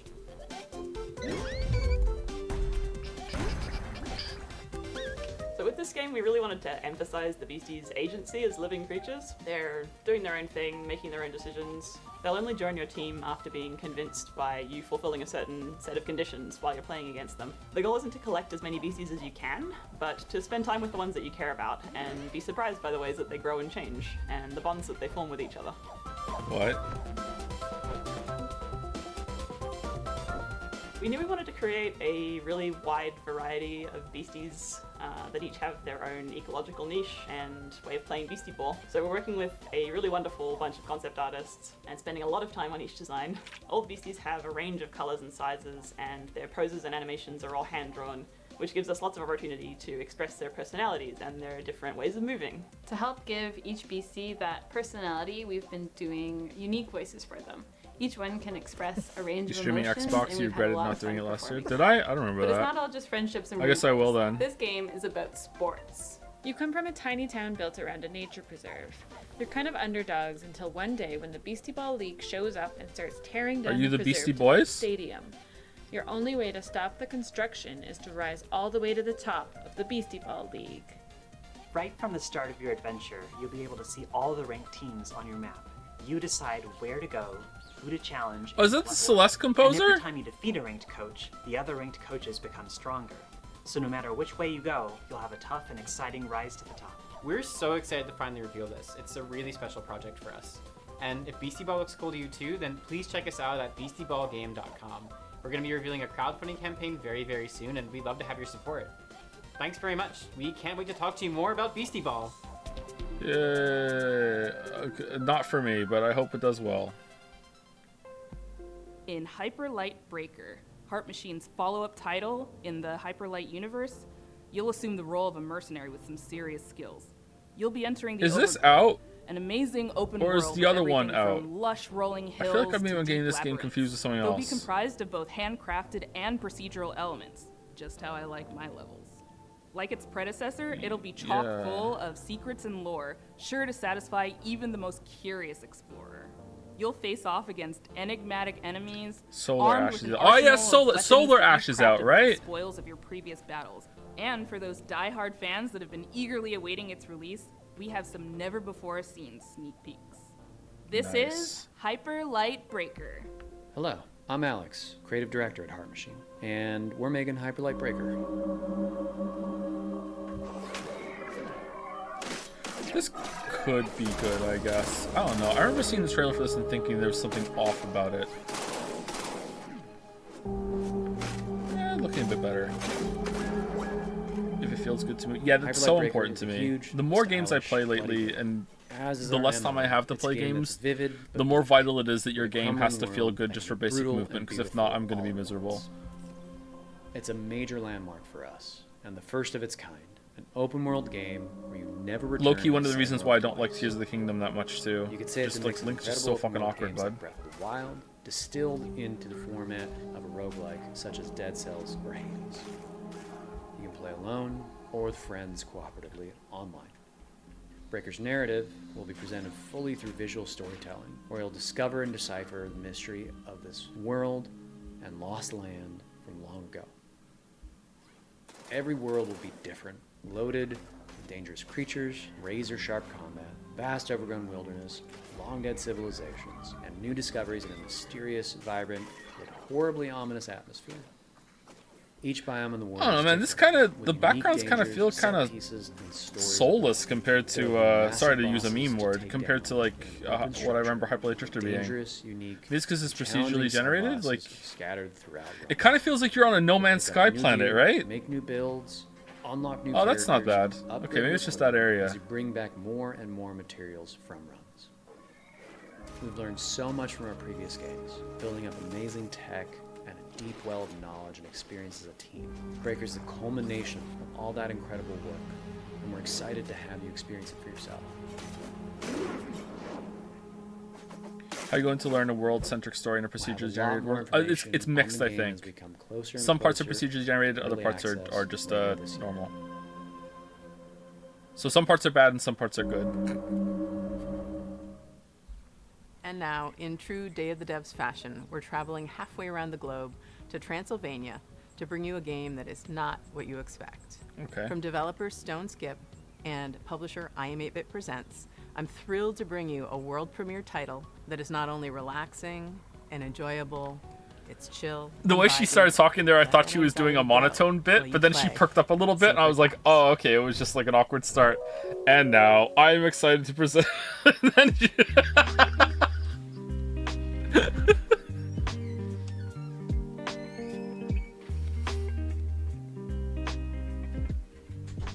Hi there, welcome. I'm Lara. And I'm Dragos of Stoneskip Studio.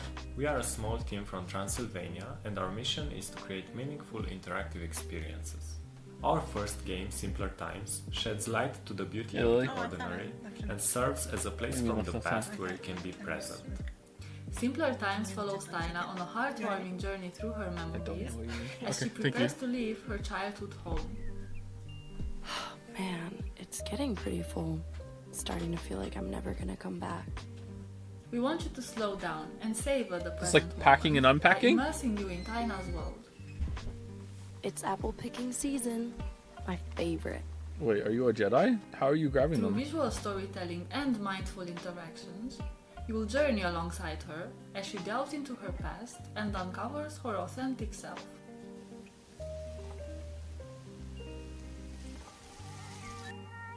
With each puzzle, Taina grows closer to adulthood and you'll be there to guide her. From simple activities like picking dried leaves from a plant to more complex ones like building a birdhouse, you'll interact with objects that hold sentimental value for Taina. I really wish I could take you with me. I'm gonna miss our duets together. We know the world is getting faster every day. We live in it too. We wanted to create a space where players can take a break, slow down, and enjoy something meaningful.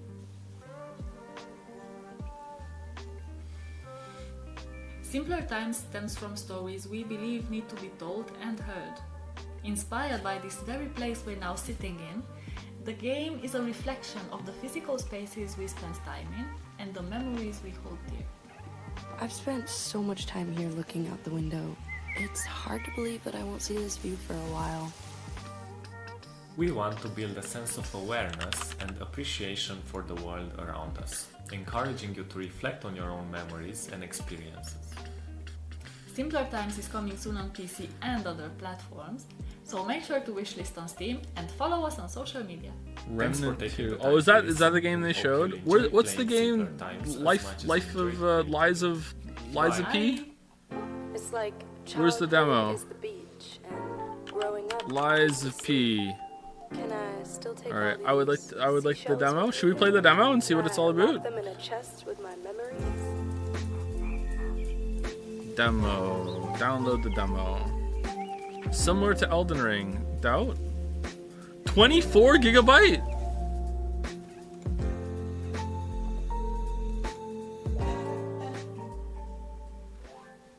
This next game is from Sad Owl Studios and Thunderful Publishing. It's a really unique puzzle game built around a camera mechanic where the photos that you take become 3D worlds to explore. This is Viewfinder. Okay. Hasn't this been done a million times now, or is this like, has this game just been in development for so long? Viewfinder is a difficult game to describe in words, but if you saw it, you'd immediately recognize it. What is this place? It is a game that, gives players a lot of freedom. What's an old photograph doing here? You can take photos or find photos and then make them into real 3D spaces. That's pretty cool. Yeah, I remember seeing this. Reality. Did you just shift? Did I just do that? Did I just walk into a photograph? Whoa, so you're telling me that every photograph I take can be a selfie? Whoa. It's such a unique experience, and I think everybody is just going to have a different experience. What's that sound? Viewfinder, and that's just Oh, I have a trailer open on Steam, I'm sorry. Perfect fit. An elegant solution.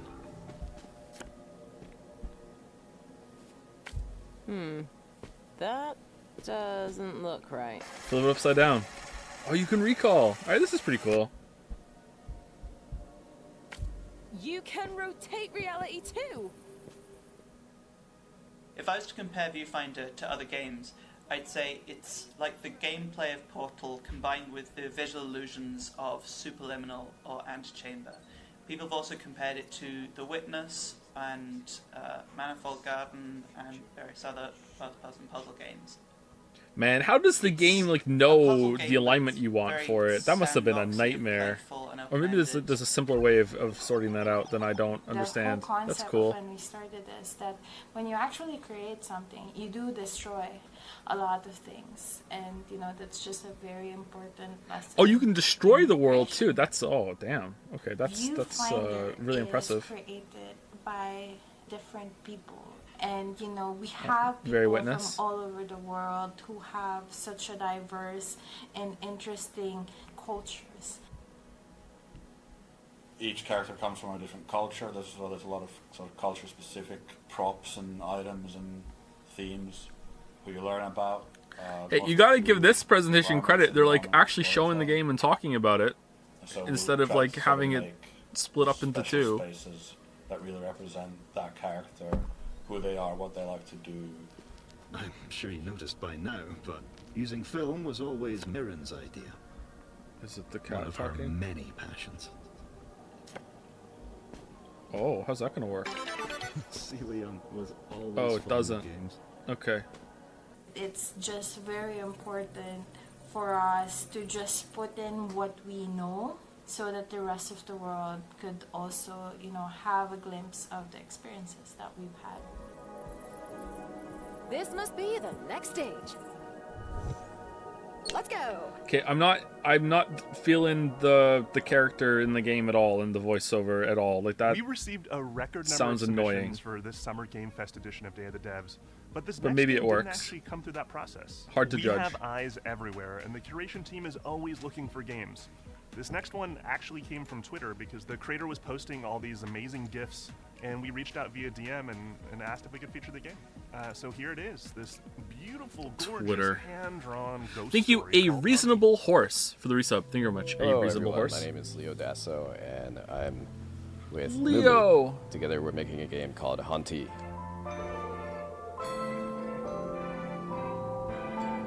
I think I've seen this.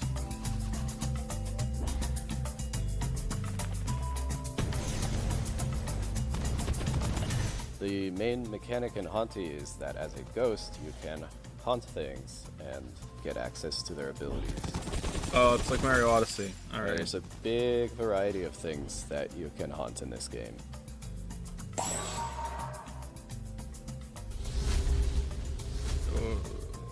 I think you'll have a lot of fun sort of exploring around and seeing I like the what art different style. things you can hunt and the abilities that they give you. Core mechanics resemble very much a twin-stick shooter. However, unlike twin-stick shooters, it focuses less on the high-intensity moments and more on finding creative ways to use the twin-stick paradigm to create fun solutions to the challenges in the game. Okay. So it's boring. Hunty follows Okay. the story of a ghost in the afterlife, and beyond that, it really expands into a lot of ghosts in the afterlife and sort of the stories that they have. Oh man, that looks really good. The progression and story of Hunty both center around collecting these stars, and the stars have this special ability that they Sorry, I have to give turn the ghosts snark circuit off access for the to indie pieces stuff. I of their forgot. past life that they've left behind. The corporate part's over. I need The to dial down the environments and snark. characters are all Let me recalibrate. carefully crafted with a 2D hand-drawn style, so there's a lot of painstaking frame-by-frame animation work in there. And we have a fantastic soundtrack.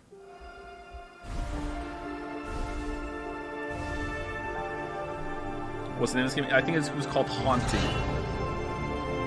Like Haunt and then double I. So it all sort of comes together to give you this sort of tour through the afterlife, chilled out experience.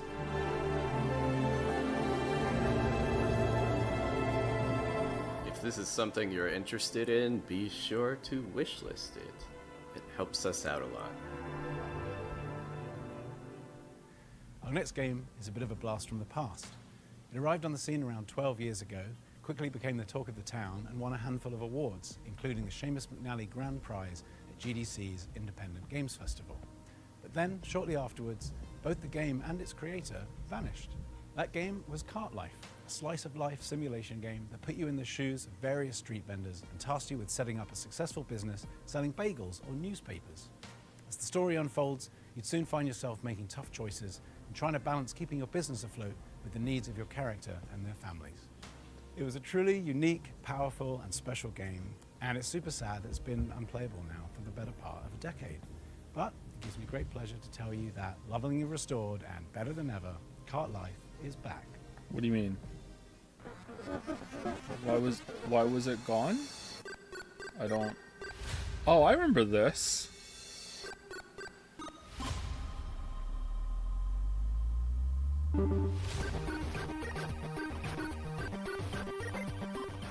Hi, I'm Nick Herman. I'm with Ad Hoc Studio, and we're here to show you Cart Life. Cart Life is a retail simulator developed by Richard Hoffmeyer and was originally released in 2013, where it won a bunch of awards at the Independent Games Festival. For a variety of reasons, he ended up pulling it off Steam, but all of us at Ad Hoc are such big fans of Richard's work. Now we're partnering with him to help bring it back.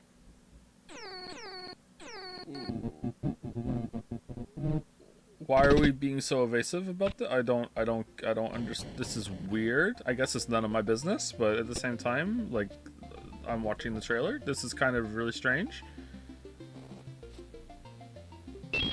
In Cart Life, you can play as 3 different characters in any order. Each have their own unique background and circumstances, but what they all have in common is that I really don't like the art style, but I like the idea of the game. So can I get past it? Would I like it? I do not like the art style. Andris is a Ukrainian immigrant who is trying to put down roots in a new town by opening a newspaper stand. And Vinny has big dreams, but never enough money to make it happen. He's hoping that selling his homemade bagels will help turn things around for him. Managing your own cart is not an easy job. Just like in real life, in Cart Life, your resources are limited. I like the art style. Which one do you like? And how you prioritize the needs of your cart against the I think maybe it's the mixed ones that's doing it to me. Like, it's kind of weird.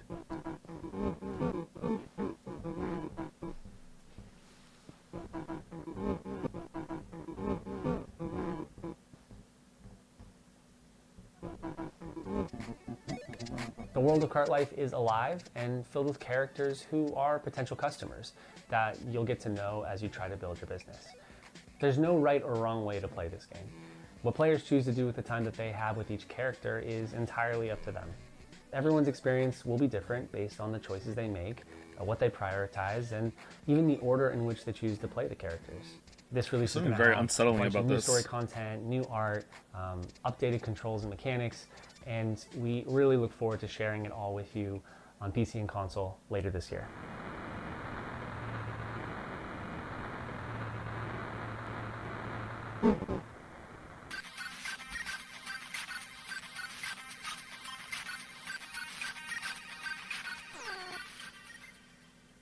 The skateboard renaissance has been going on for the last couple years in games, and as we get deeper into the grind revival, things are getting a little more avant-garde and daring. This next one gives you all that Tony Hawk mechanical goodness that you crave, but with a heavy helping of demons and brimstone. This is the world premiere of Hellscape. World premiere. Hello, my They name is pried Jordan this out of Bonabusa, Jeff's hands. Also known as Quill. No, we're I'm gonna the do the world CEO premiere. and founder of Phantom Coast, and today I'll be talking about Hellscape. Oh, Hellskate! I thought it was Hellscape. Okay, Hellskate. That makes more sense. Anton, first try. Here we go.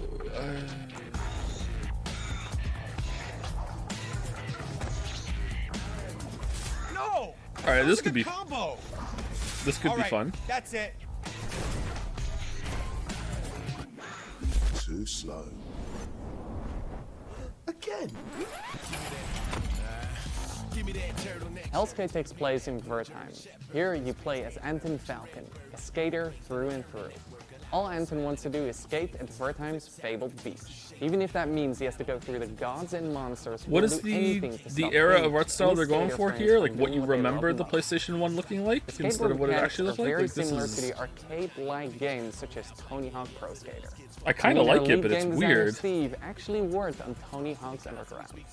It started a long time ago, the idea, and the far-off, far-flung land of 2002, I worked on a game called Tony Hawk Underground. And at the time we were working on it, we were thinking, man, this really looks a lot like an RPG or an action RPG. You have all these stats and you're upgrading and all this kind of stuff. It's super cool, super neat, right? But of course, we're bound to Tony Hawk, we're bound to the real pro skaters. It always seemed to me that skate graphics create and imply such an interesting world, but it's not a coherent world that you can visit. So that was one of the motivations behind Hellskate. Hellskate is a skateboarding roguelike game. It fuses together old school skateboarding with the tricks, the traversal, manuals, grinds, jumps, balance meters with a roguelite structure. Oh, roguelite. Just like with other games in the roguelite genre, death is a central mechanic in the game. Alright, this could be fun. When you die in a run, thankfully you don't lose everything. Oh. You keep your All right, resources, lock it in. which you can use to get permanent upgrades such as tattoos or skateboards, which act as weapons.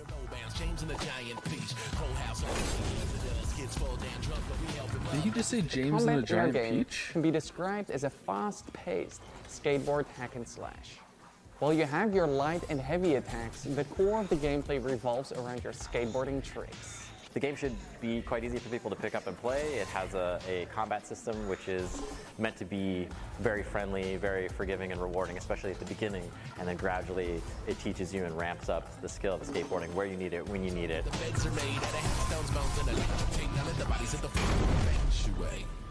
Why did you stop me from skating? Look at yourself. Your wing, your arm. What do you think happens when that gets to your head? Thank you for watching this reveal of Hellskate. Wishlisting the game would mean the world to us. Thank you. Yeah, I'd try that. In our next game, Henry Halfhead, you play as Half a Head. That's it. That's the game. But it's so much more than that too, because you see, Henry can be many things, can be anything, in fact. He has the curious ability to be able to transform into anything he can reach. Using this peculiar power and She looks familiar. form, you'll live the life of the title character. Is this Double Fine? Sandbox This is Double Fine, right? crafted by Zurich-based Was she in developers one of their Entertainment. Double Fine And in documentaries? so doing, maybe Where they ponder like the had a bunch of teams make the games? She looks familiar to me. How is, what does it mean to be Henry Halfhead? Henry Halfhead. Welcome. May I introduce you to Henry? Henry's not just anyone. Is there La-dee-dee, anything 1, 2, that- 3. Well, everything. Oh, it's an Henry Odyssey can like. transform into everything in their reach. Okay. Yes, everything. And that's how they manage their daily life. The familiar noise of Henry's alarm clock announces the dawn of a The new Fortnite day. thing? Yeah, the Fortnite thing where they have to And make a keep game ringing in until 2 Henry weeks. gets Yeah. up and calms the nervous quivering machine.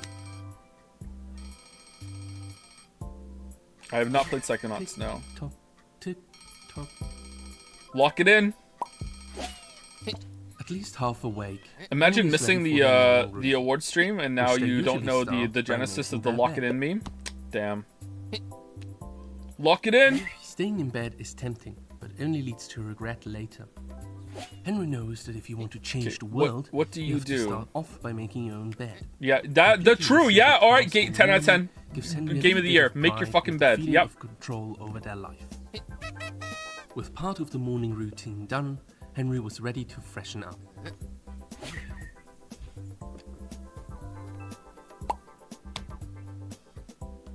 Oh, is it open world? For hours, Henry could sit there, lifting the seat up and down, pretending it was a singing mouth. Not too hot, not too cold.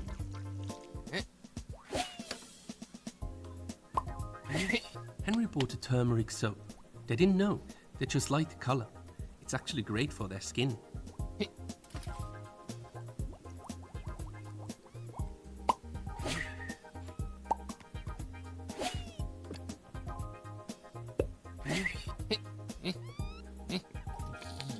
Gross. That got all the dirt. Henry should now dry themselves. All clean and dry, Henry is now ready for a proper breakfast. Breakfast with a warm beverage is important, and so is keeping up with the news. Untitled half-ahead game? This week. That's all for now. Have a wonderful day.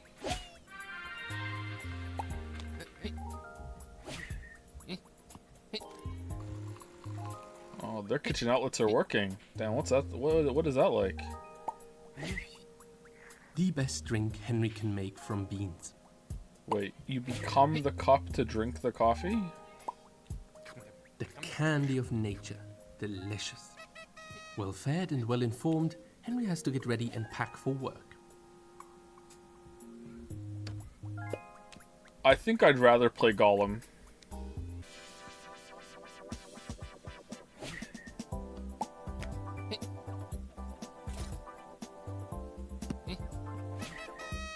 If Henry takes their lunchbox and leaves now, they can catch the 8 o'clock bus.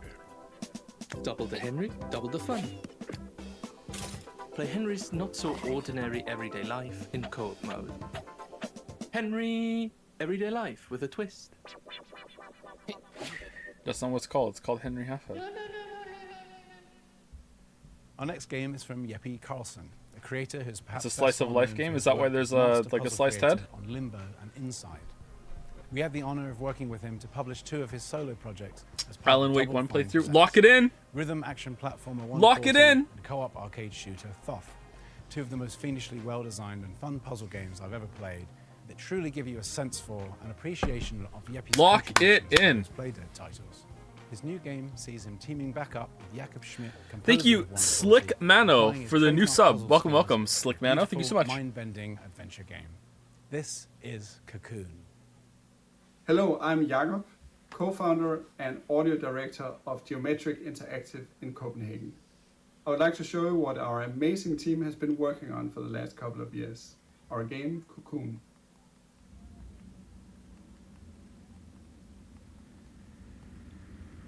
Oh no. Oh, fucking hell. Oh, that looks cool.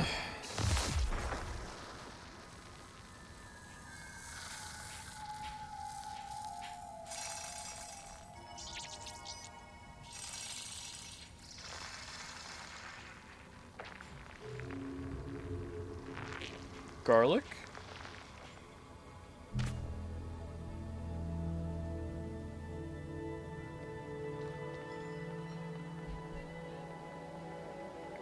Whoa, you can go in more than one or two directions? Already a big improvement from Limbo and Inside? And each of these worlds are contained within an orb.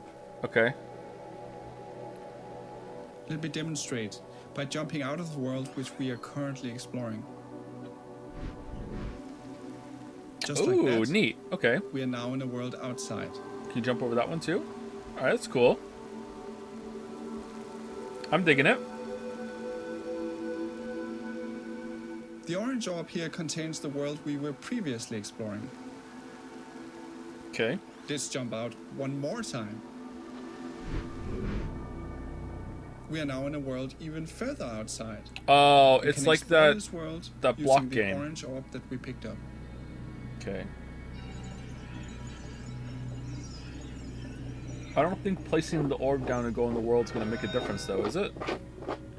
Patrick Parablock. There we go. Orbs We doing? can be We doing? placed on switches to power devices and solve puzzles.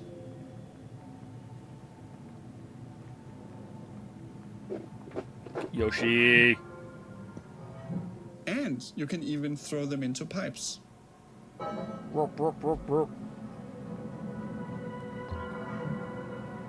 Oh, I thought the orb was powering it. No. Okay. Yep, this looks about the level of Inside. Yep.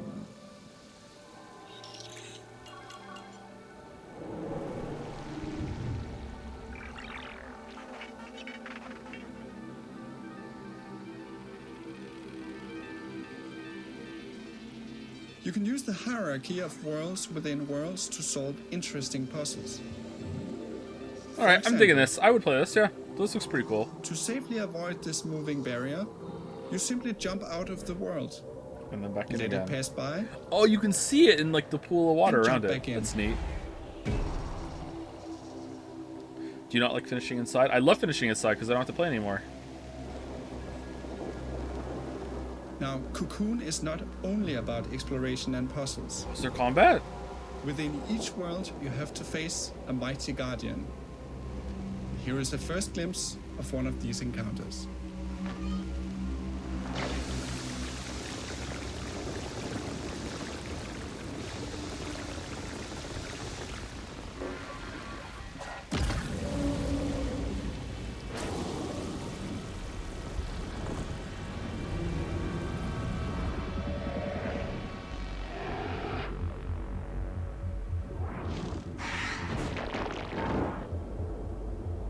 Joe, is there combat? And a game doesn't need to have combat, but if there is, I'd like to see it. Just okay.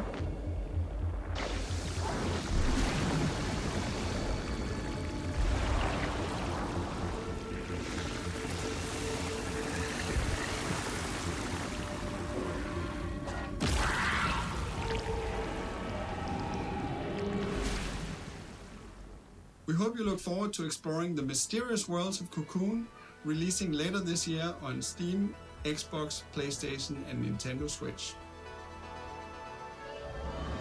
A little bit on the fence.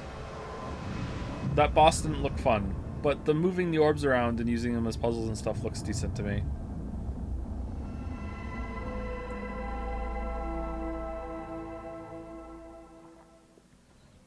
And now, I'm pleased to bring you a title from French-Canadian developer Impossible. In this relaxing artistic exploration game, you play a painter with a watercolor Seems brush. to be a big focus and on a whole relaxing city to games. explore. This game is more than appropriate for Day of the Devs Summer Game Fest edition because its title, Été, in French, translates to the word summer. That's nice. Hi, my name is Laszlo, and I'm the creative director at Impossible. We are a small Montreal-based indie studio working on our first title. Yahtzee was right. What was Yahtzee right about?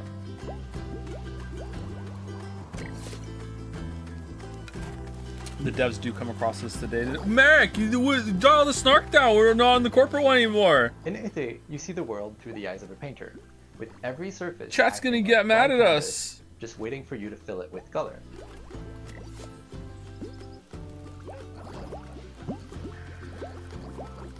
Été means summer. I would in just French, hold the button because down it's and just set paint in our everything. French-speaking hometown of Montreal, So it's Canada. like As you step it's into like the Power shoes Wash of a Simulator, painter only who's you're traveling coloring. abroad Power for, Color well, Simulator. Okay. summer.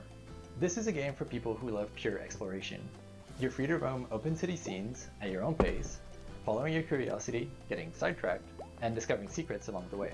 Well, color me curious. When you fill something with paint, you'll extract its color as droplets of experience. And as you level up, you'll become able to unleash larger splashes of paint Oh, that that's reveal a good. bigger part of the world at once. Ooh, you get a color bomb.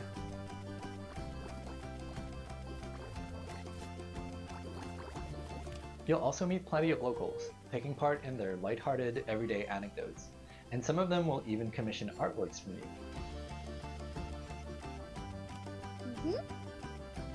That would be sick.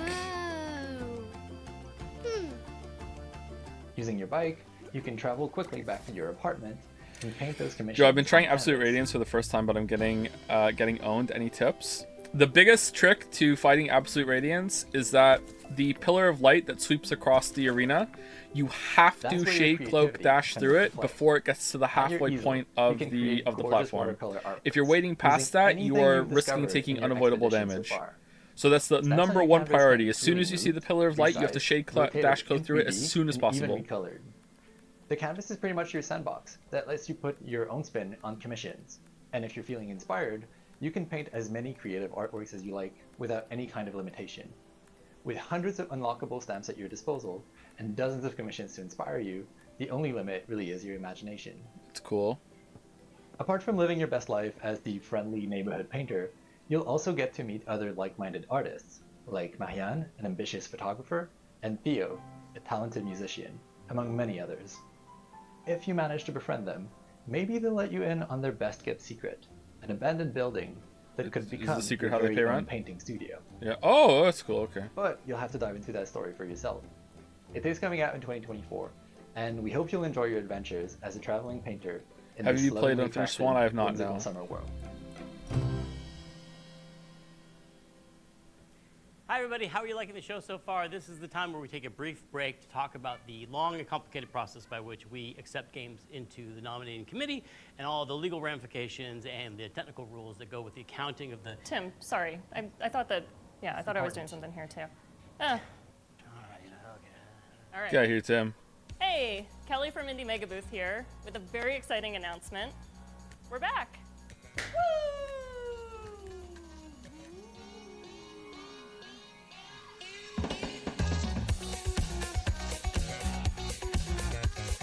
If you're a fan of indie games, you may have seen the Indie Mega Booth at shows like PAX West and PAX East over the last decade, bringing together a curated selection of the best up-and-coming indie titles. Games like Crypta the Necrodancer, Tunic, Disco Elysium, Spiritfarer, Celeste, Mini Metro, Astroneer, The Stanley Parable, and Papers, Please have all been part of the Indie Mega Man, Booth I tried so hard to If like you're a dev, Astroneer. You'll likely and know us from our I just industry got bored work, such so as fast. our GDC Have they added more to showcases, it? Our presence at Bit Summit, our global outreach and events, including a robust scholarship and grant program. And if you've never heard of any of this, well, that's fine. Just think of us as like a stepping stone into the games industry, where folks who love indie games can connect with each other, discover new games, and be part of a welcoming, diverse, broad, creative community. Indie Mega Booth has been in hibernation during the pandemic, but we are so excited to announce that we're finally waking up from our big long slumber, and we're ready to move forward with IMB 2.0. Head on over to our brand new website, indiemegabooth.com, and be Indie Know by signing up for our newsletter. Learn about new games, upcoming showcases, digital sales, and the best ways to help support the games and developers that you know and love. As we've always said, individually we're tiny, together we're mega.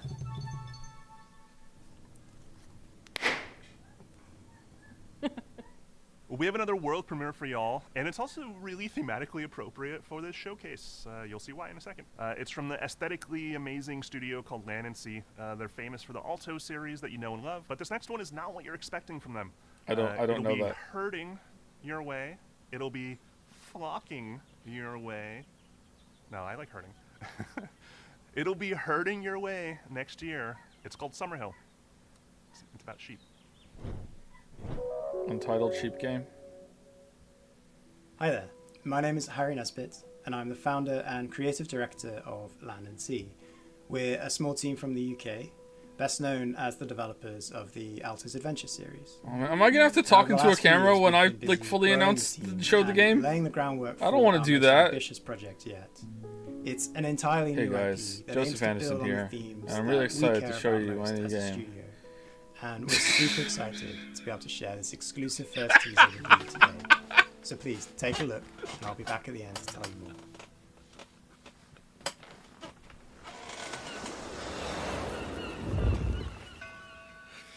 Land and Sea.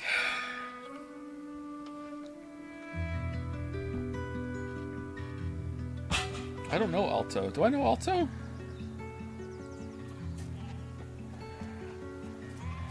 Okay, how's the combat?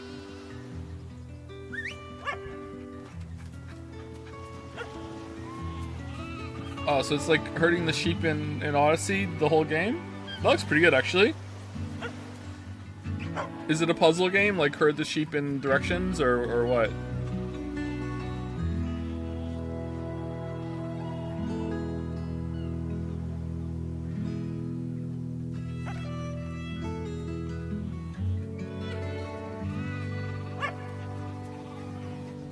I like the music.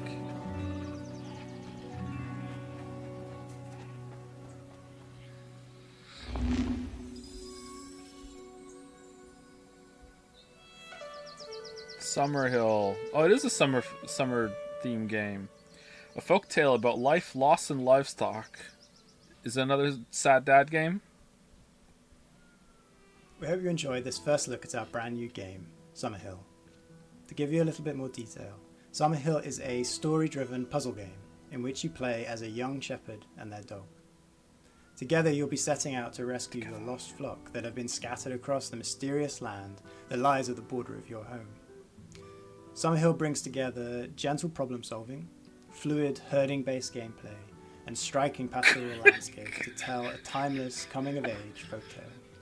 As a team, we've been massively inspired by the rich history and cultural impact of sheep herding across the world. There are few people or places that haven't been impacted in some small way by the practice of shepherding. Even the name, Summerhill, is a name often given to highland pastures where sheep are taken to graze during the warmest months of the year. In many ways, sheep herding is in our DNA, and we really want to do justice to this timeless tradition and tell a story that could only be told in this way. We're also super excited Joe, you're to be right? working Yeah, again I am, with yeah. our longtime collaborator, Todd Baker. Todd is a composer and audio designer best known for his work on games such as Monument Valley 2, Dreams, and our very own Alto's Odyssey.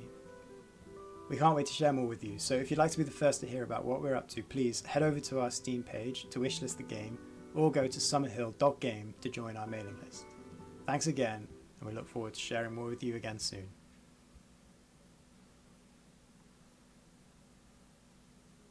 Next up, we have an update on Eternites. Sorry, the buzzwordification of like fluid herding gameplay there just sent me. Like, Now, you've heard a lot about it's a fair way to say it. It's just kind of funny. Oh, Star Rail? I'm sorry, Greg. I know I shouldn't be interrupting Day of the Devs. But it's urgent. The virus has turned most of us into... I don't know how much longer we can hold out. Sorry, Greg. Things are bad here. Sorry to interrupt Day of the Devs. Who knows? Maybe we'll find one more thing worth fighting for. Eternites is a dating action game that takes adrenaline-fueled combat and mixes it together with a heartfelt love story. This is for you, Weebs. Enjoy. Sometimes with all these infected, it's too much. And it's during these moments that I'm happy to have someone to lean on. Yeah. I love you and... Fighting for our lives, solving puzzles, exploring dungeons. It all seems easier when you have someone special by your side. To make things less scary. So... what now? Did you just shush me? Oh, you liked it. Teacher might hear us. Oh, they're pretending to be in class. A moment of normalcy. Hey. Have you ever asked them what to crush? I mean, or you can just fight for friendship. That's cool and not... Lock it in. Lock it in. This is amazing. This is really good. Lock it in. Minigames that can help you unlock unique skills and Yeah, skills in unlock. battle. So yeah, you can fight monsters, explore dungeons, date. Oh, oh, what the fuck? I mean, so many things like train, scavenge. Okay, so she's like an eldritch monster by the end, right? Yeah, there we go. Yeah, okay, yeah. Anyway, you have to manage and balance all these activities if you want to save the world. The clock is ticking. Okay, cool. Bye. Save your date. Oh, here we go. Yeah, lock it in. Wishlist now. Eternites. Next up, from Italian-Icelandic developer. Wait, what was the Evil guy's Vickers, announcement? Comes a nostalgia-fueled gadget-building sim that demystifies electronics engineering and allows you to share your creations with the community. Hello everyone, I'm Marco Bancale from Evil Licorice, and I'm one of the designers of Retro Gadgets.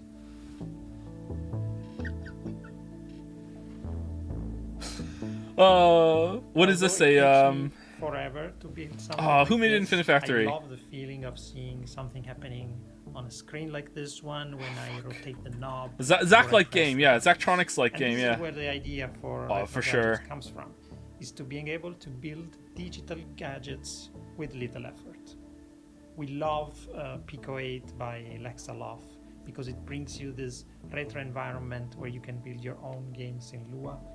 And we also love Shenzhen.io by Zachtronics. Yeah, there we go, yeah. Managed to teach you low-level programming effortlessly. Does it? And Retro Gadgets should play tries it. to take the best of both worlds and adds a layer of hardware building and customization. All this is packaged in a cozy This is and cool. Yeah, I like this too, yeah. inspired environment. This is pretty fun. Fake boy. We have a fantastic Copyright community, claimed. and people have been creating insane gadgets that go well beyond our initial expectations. So please join our Disco server and Disco check them server? out. Retro Gadgets is in early access on Steam, and we have big plans in store. Bye. Yeah, that looks fun. I don't think I would do well with that game, but if you've ever watched it's the gonna Mars be cool for some Curiosity people. rover on one of its missions, you very well may have become fascinated by one of the hyper-specific contraptions and gadgets it keeps on board to measure soil samples and hunt for traces of water. In Our this next game, you poses play a as very one. Important question, then. Sure, Curiosity can tell us the weather on a planet millions of miles away, but can it deliver a pizza? Can it? In Mars First Logistics from Shape Shop, you'll be given the task of carrying awkwardly shaped objects from point A to point B by assembling and piloting your very own Mars rovers. And in doing so, perhaps you will solve the pepperoni-based problems that truly matter. Hello, I'm Ian McClarty from Shape Shop. We're a small team based in Melbourne, Australia, and we're making this game, Mars First Logistics. Wait, hold on. You do it In on Mars? First Logistics, Oh. you'll be helping to establish I thought it was just like a Mars colony rover on the surface Earth of delivering Mars. pizza. You'll Who's do getting the this by pizzas? transporting often awkwardly Who's shaped making the objects pizzas? between A and B, using vehicles that you design and This is build cool. yourself. Mars needs pizza.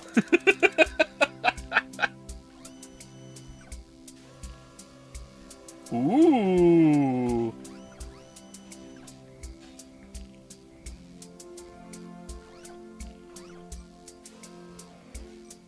Thank you, Jakey Boy 11235 for the new sub. Welcome, welcome. Thank you, Jakey Boy, and thank you to Block On Wake Up for the bits. As Thank you very much. complete deliveries, the game will give you new toys to play with. How did the pizza get out? Okay, what's that? Is that a pepperoni rock that we sliced to put on the pizza? Okay, starting to think this is just a Mars rover game, and the pizza is, you know, just to get you interested. John Madden. John Madden. Uh-oh. Oh, be careful. Oh, no!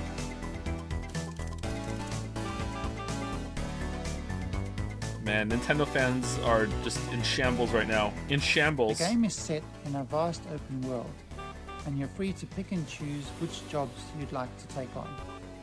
There's a mix of procedurally generated side jobs and handcrafted main contracts. In the main contracts, you'll be helping to construct new buildings in the game's world.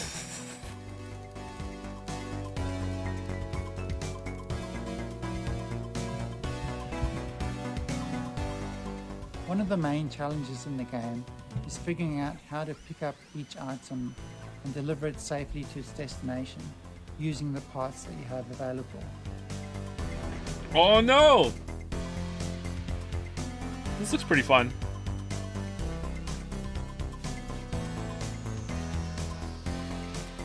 How does that work? That's cool. I wonder if there's like weight limits on the rover parts.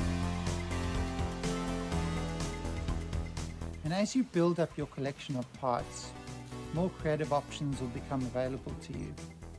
And I think a lot of the fun in the game is just messing around and being creative in its editor.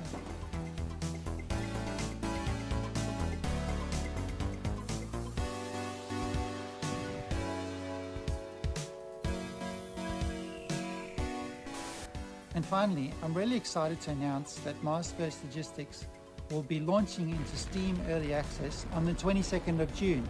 That's just 2 weeks away, and we're really looking forward to seeing what everyone builds in the game. Thank you. Mars First Logistics. You'd think Alright, that's the pretty aftermath fun. of a worldwide flood would be pretty bleak, right? Well, UK and Denmark-based studio Die Gute Fabrik has a different take. From the studio that brought you Mutazione and Sports Friends comes the all-new adventure set in the sprawling post-flood world of Saltsea. The adventure unfolds differently pee with every again. decision, so there's always something new to see in your next playthrough. So buckle your swashes and get ready for the world premiere of the stylish, seaworthy Salt Sea Chronicles.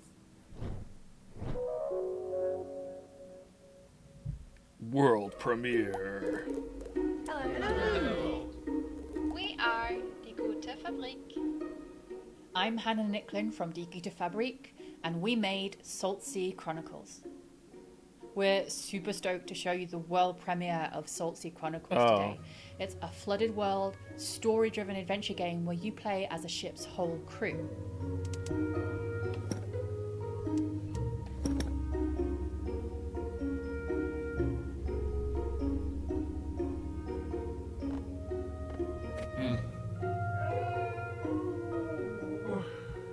At the beginning of the game, you're going to discover that Maya, your captain, has gone missing, and together your ragtag crew are going to heist a ship and set out across the Salt Sea archipelago in search of clues. In each chapter of the game, you'll decide where to head next, who to explore with from the crew when you get there, and what to say to the people that you meet along the way. Salt Sea Chronicles' unique art style is brought to life by beautiful animation, and each location is built on the fragments of this world that came before. Our art team have Bocha, is this going to transition over to one of my favorite locations is called Devolver Los one Gatos, or and no? on that island, the people I'm there gonna live guess yes. symbiotically with this community of cats. As you explore, you'll find a brand new trick-taking card game designed especially for the world of Salt Sea. It's a really good way to sort of take a break from the story. It's called Spoils, and you can play it all over the archipelago, and you might discover how each community has slightly different house rules. I like that. I like that each place has different house Another rules. thing we're super proud of is our exploration system. So we're sort of done away with the walk of shame in adventure games. So if you miss a clue, instead of sort of slowly traipsing to the other end of the island, you're just going to tap the shoulder button on your controller or select a screen span arrow to move almost instantaneously across a space. It allows us to lay the story down away from a linear path much more organically. That's a good feature. Salt Sea Chronicles doesn't tell a story about a hero. It's a story about a community and how you navigate the world together. And each community that you meet in turn is going to be rich and amusing and strange, maybe, and have its own things going on. There's also a strong sense of genre-based storytelling too. So while you might be new to the world of Salt Sea, you'll know that you're in a Scooby-Doo chapter or a Romeo and Juliet chapter or a detective one.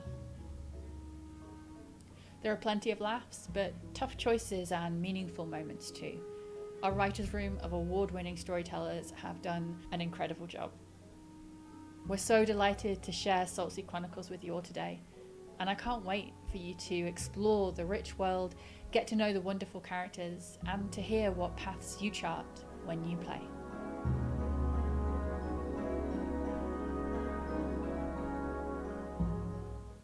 All right, not this feeling it, next sorry. game sorry.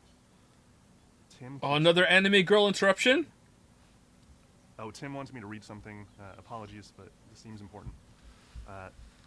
The thing I love most about Day of the Devs, says Tim, as Tim, I don't know, is getting to know all these amazing game developers.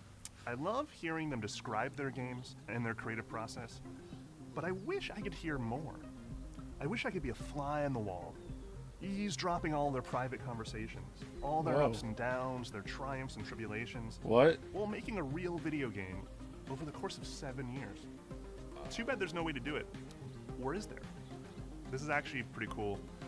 Two Player Productions was embedded with Double Fine for the course of 7 years while they were making Psychonauts 2, and they made a super hyper duper long documentary series unlike anything you've ever seen in games. All the intimacy, all the tears, outrage and joys, and all the things that happen. seems in game invasive. development that Interesting, never really but gets documented invasive. Because who has access like this? So here's a very quick sneak peek at their incredibly long series. We highly encourage you to watch this thing. It's amazing. So what's next? Psychonauts 2. To get to the dollar amount we're talking about, it's probably going to take financing from a lot of different avenues. Whenever Grasslands is going to start, Tim's just going to start taking our people. So there's a ton of stuff going on right now. It's kind of breaking me. But you know, it's fun. It'll be really rewarding when it's done. This could be really interesting to watch. Hopefully you get a chance to work on a Psychonauts game in the near future.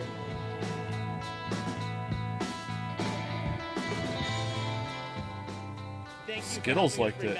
Nice. Thank you. 3, 2, 1.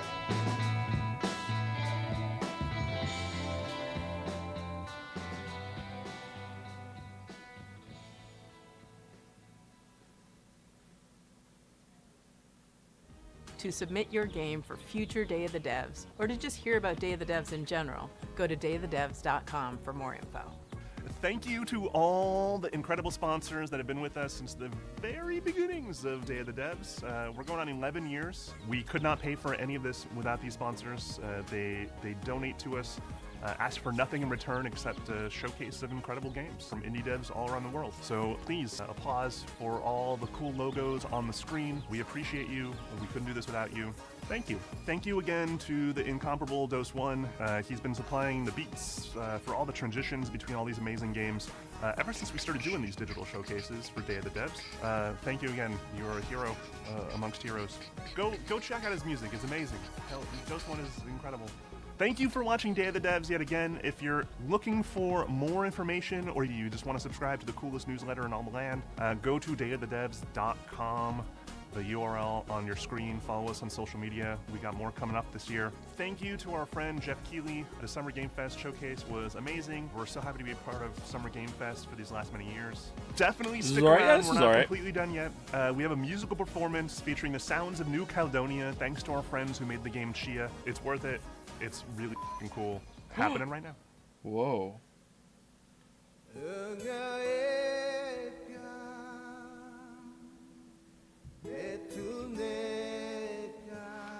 Okay, so Devolver's next is starting in like 5 minutes, I think. I need to pee.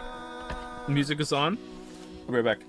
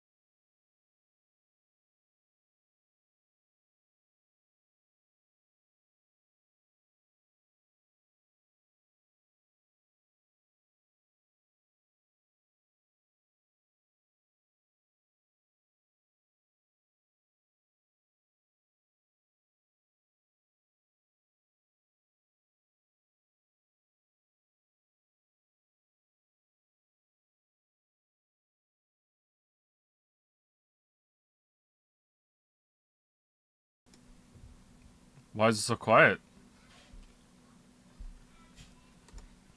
Okay. Devolver time.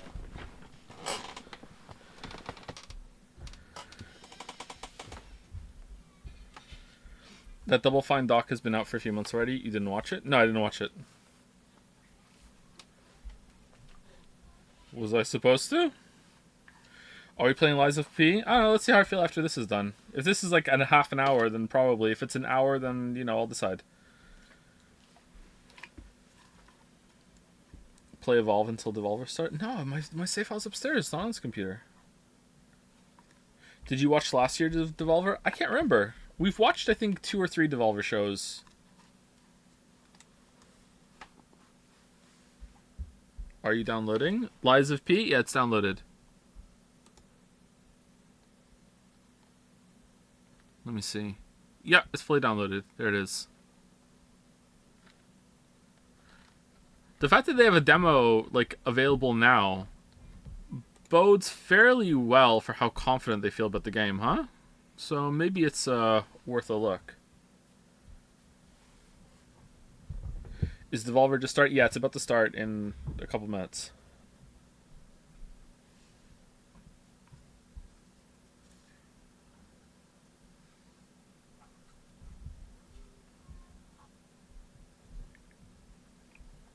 I want to say thanks for bringing up Evolve Idle, as I am now playing it more than other games. Currently, the Fungal Kingdom grows, so thanks. I hate it. You're welcome. You're welcome. The best show is always from Devolver. They usually have the most entertaining show or framing, but the games they show are not always like bangers, which is like, you know, to be expected. There's going to be hit or misses depending on what you want. So they're not usually the most interesting show for what the games are going to be, but there's usually at least 1 or 2 things where you're like, oh, that looks cool. I like how they move through the announcements and the showcases pretty quickly and let the games speak for themselves for the most part. At least that's how I remember it.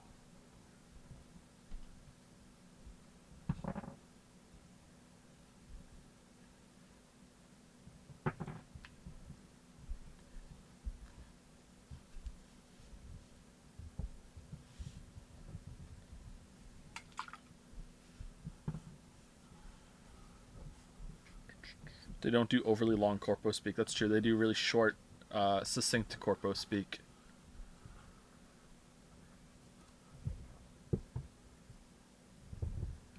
Will you be playing the new Miku game on Switch? Ooh, no.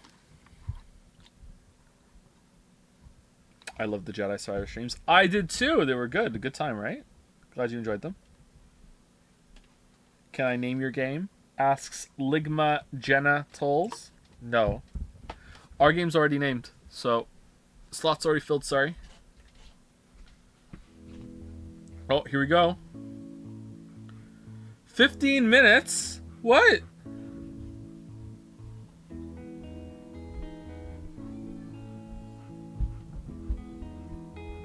What's the name, Joe? Halfway through the Devolver show, you will find out. No, could you imagine? You'll find out one day. I don't know when.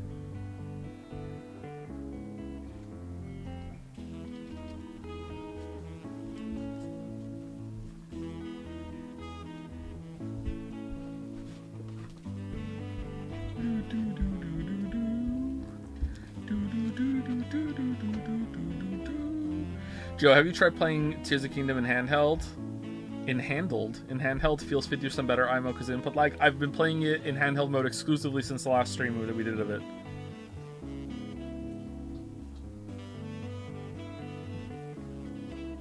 You may have talked about it already, but have you played Crosscode? I have. I love Crosscode. Crosscode's really good.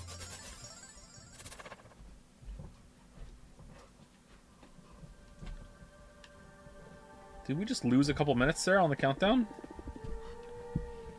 Is this a bit? Have you played the DLC? I have not, no.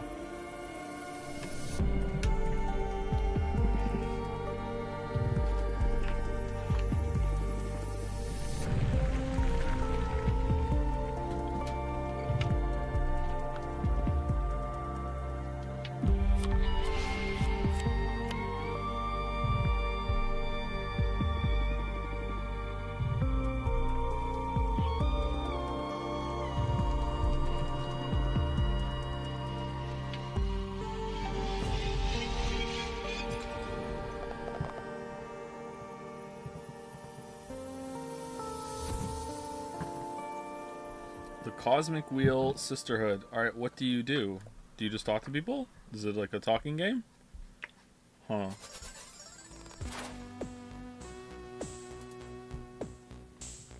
Did the time go up?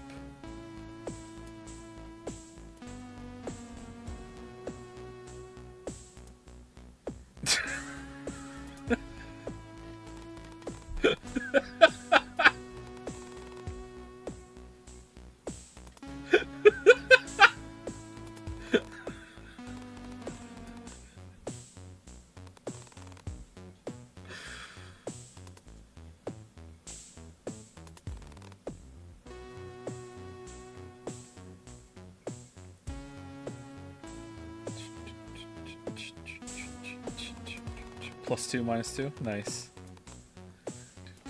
Thank you, Force Field Down, for the resub. Big Fox fan, I see. Thank you very much. What the hell is this?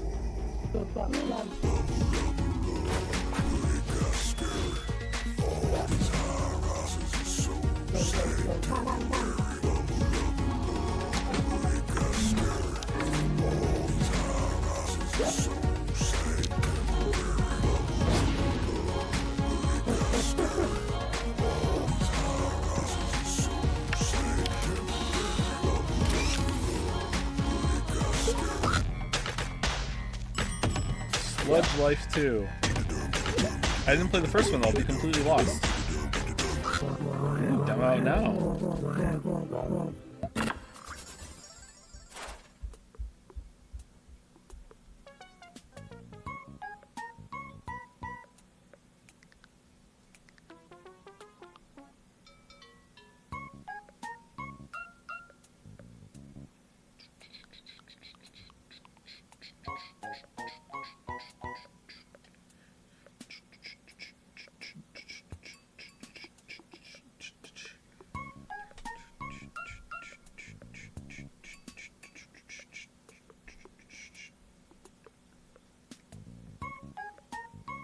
No more trailers? That's it? Okay.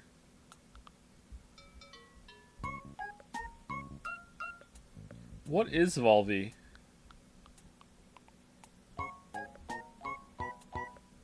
A mole? A vole. What's a vole? The hits keep coming. Let's drop another announcement.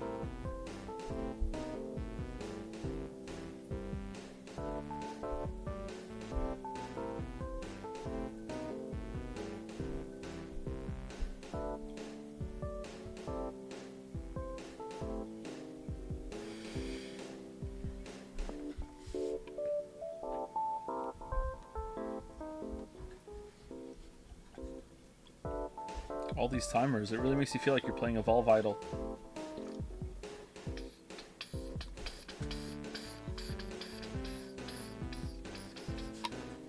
Evolve Idol! Nice!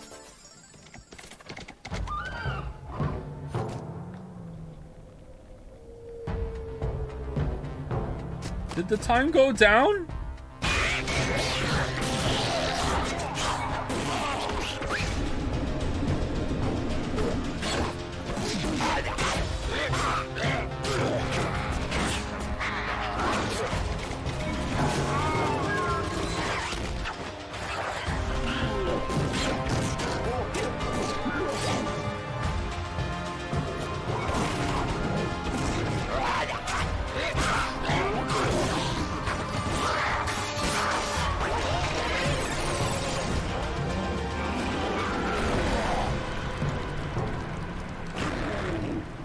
Okay, 8 minutes and 40 seconds. Bleak Sword, DX. Alright, 8 minutes, 35. 8:30. Yeah, oh, it's right this time. Alright, buy Devolver merch. Your current clothes are unattractive. No, I feel like I'm dressed pretty well right now, actually, Volvi. Sorry, you're wrong. NL game, many people are saying this, yep.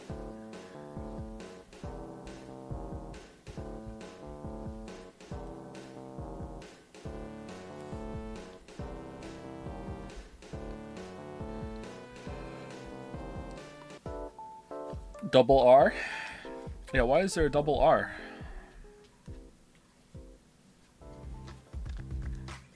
Devolver.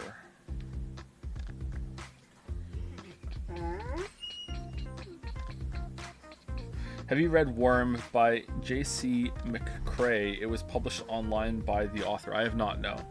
I feel like someone asked this already. You've heard about Karamazoo. We'll hear about it again. I have not heard of Karamazoo. Is it where bad animals go to get what they deserve?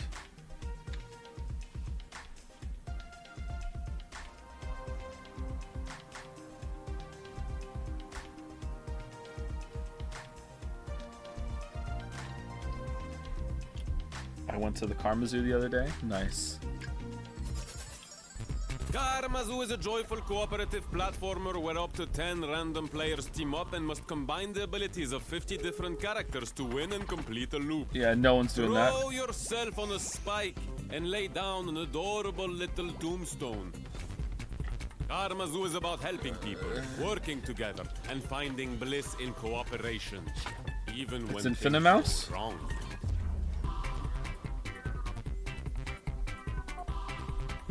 Yeah, that could be a fun clusterfuck. 627. Oh, yeah, that's right this time. Okay.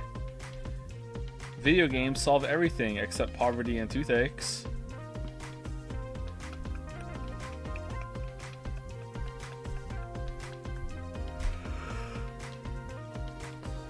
Ooh, excuse me. So that Yakuza game that was announced, was that like a new mainline Yakuza game or a side game or what? Thank you, Yilmaz Coker. Yilmaz Coker? Ian. I'm sorry if I'm saying your name wrong for the resub. Thank you very much.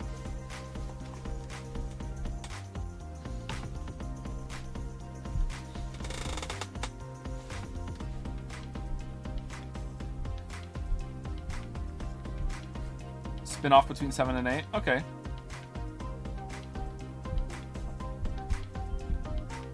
Was that already announced, or was that a surprise, like, holy shit, there's another one, or what? Got a hell of a trailer coming up next from Good Shepherd.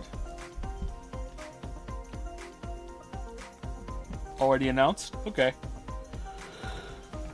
Oh, excuse me, have I played Breath of Fire? I've played Breath of Fire, I think 1, 2, 3, and 4. I don't think I finished any of them. They were games I never owned, but I rented when I was a kid. They were alright. Me? I'm mad.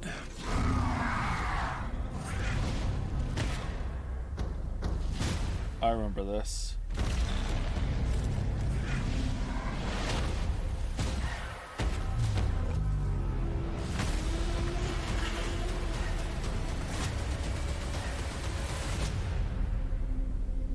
Web of Weird. Okay.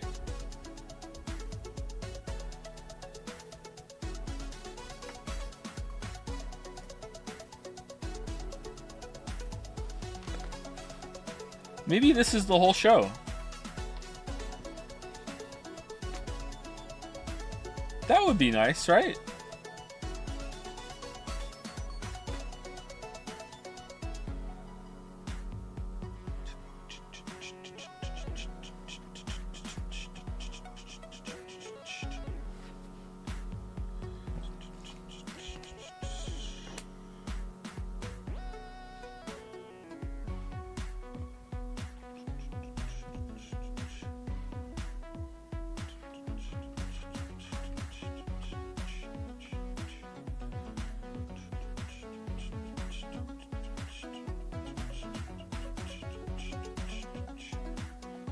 The following trailer has been paid for by Suda51. Enjoy. Who's Suda51 again?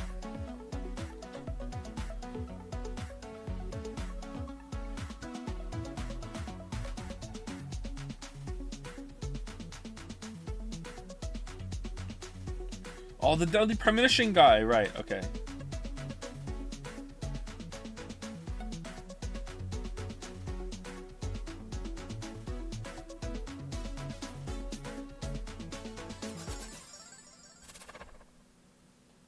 Likely mature. What? Hey everybody, this is James Mountain, Community Manager here at Grasshopper Manufacturer, and today for our 20th anniversary... So when do I get to light up some demons? Hey, what the hell, man? Hey, what the fuck? Bullet train is here, hell monkey. And maybe I will blow your head off nicely. No. Hey, every demon has the right to pick the music for his own funeral. I do love a party. Demon Hunter, your bullets have no fight, no levitation.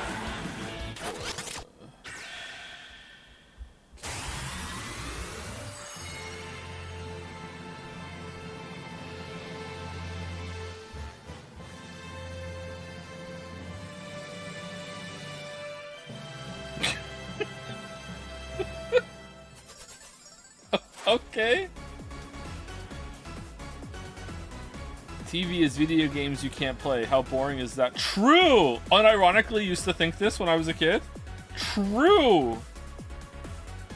Now I think video games are TV that you have to play. How exhausting is that? Like, oh, god damn it, I just can't sit and watch.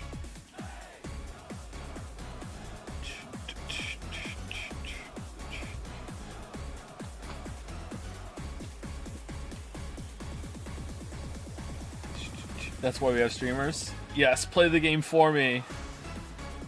Think of the time savings. Volvi says it's almost time. I think if you played a Yakuza game a month, including this month and early November, you could play the new Yakuza game at release. Aw, damn. And that's all we would do every month, right? Because they take a month each. It's a Yakuza year. What is this Mortal Kombat music?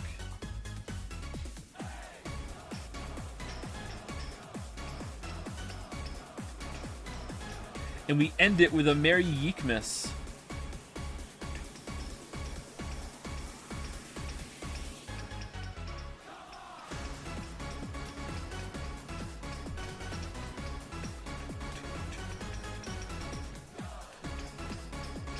Hey kids, it's me, your old pal Volvi, your favorite video game character.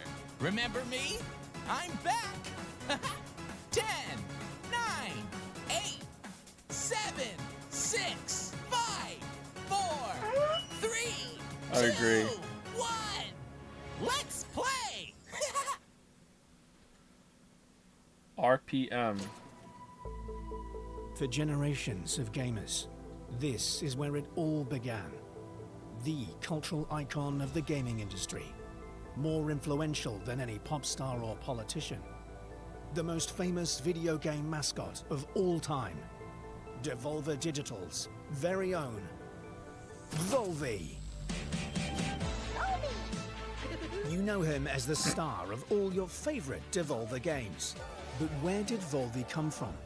Many years ago, Devolver Digital hired little-known designer Ronathan Trotfield and tasked him with creating a character that could rival the big names of the day.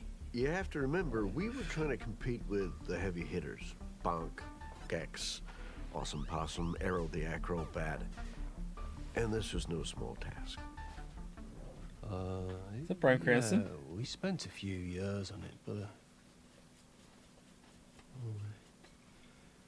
to be honest, I don't really remember drawing it. I remember Ronathan showing us that final design. It was a beautiful moment. That face, those smart brown shoes, and of course, the master stroke. His one big hand. For gaming? I'd just never seen a character with a hand that big.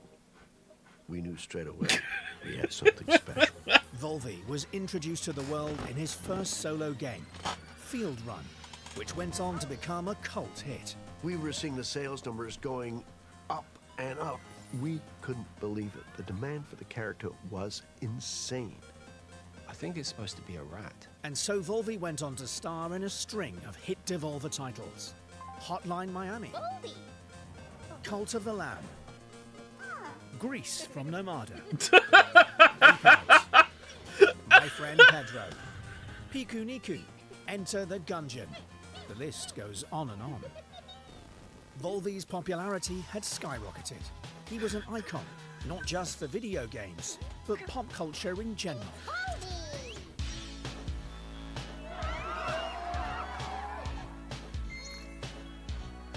Convol. Merchandise was flying off the shelves. I'm talking clothing, toys, and even a range of what we called legally edible snack foods. Volvy's Mystery Bites. Can you solve the riddle? Join Volvy and try to figure out what's in your mouth. Ugh. They're confusing to taste. The tastes and trends are fickle. And as the years went by, kids began to want different things from their video game mascots. We saw the way the market was changing, and we made the difficult decision to part ways with Ronathan. We had no choice. We needed to keep Volvy relevant. It's Volvy 2.0. That looks familiar. In the new game from Devolver Digital, Cigarette Heist. We lost the big cheeky smile, I don't need your permission to eat a meat burger. even the big hand for gaming. Is he collecting cigarettes? With more Oh, dude! Dude! And I don't care. It's graffiti time. Looking back on it, maybe we went too far. Volvy 2.0 performed poorly, and the character began a slow but steady decline.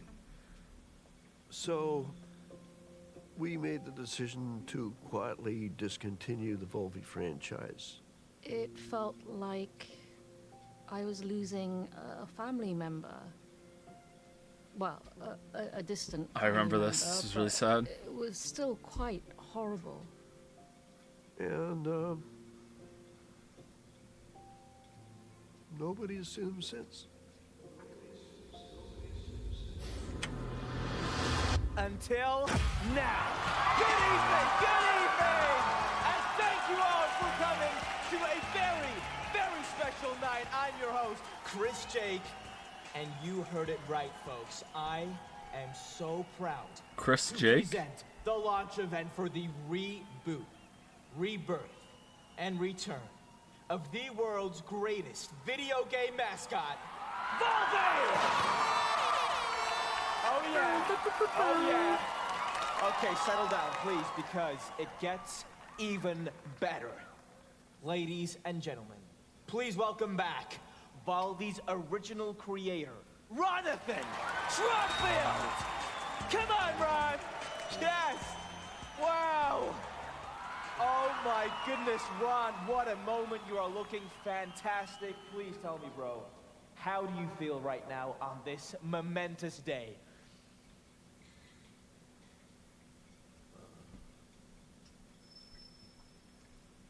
Very nice. Wow, that is beautiful. That is amazing.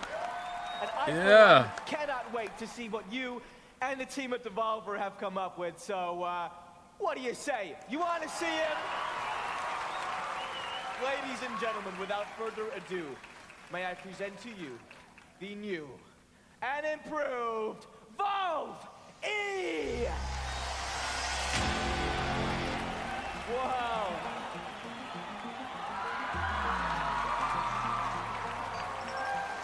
Oh my God, he is back. Incredible. But how does he work? I'm glad you asked, Chris. Well, we've taken the heart and soul of what Winnie made Calcium? Ronathan's character so lovable, but we've given him a very important new update.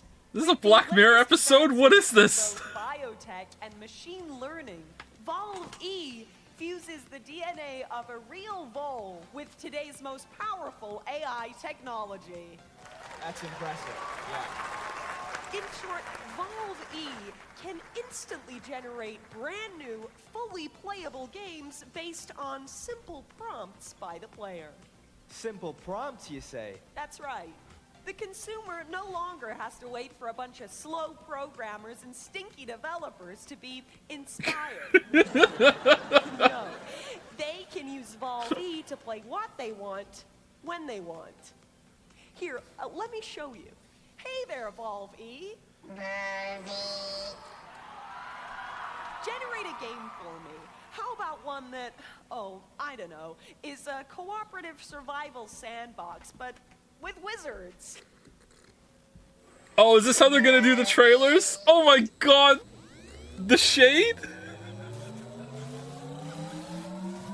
No!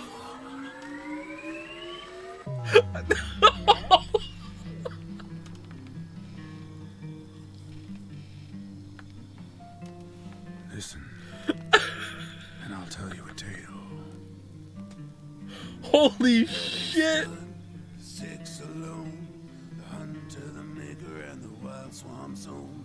A young chief rising and a weaver of bone. Remember, the gate was thrown wide, the horror inside. The riders drew iron, there was nowhere to hide. Before it was done, our heroes, yes, everyone. Damn, Volvy's so good. Fell and Oh, the music.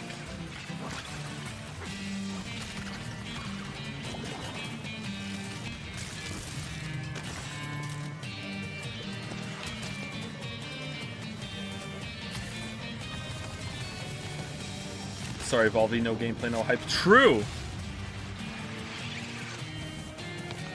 But chatter, this is gameplay.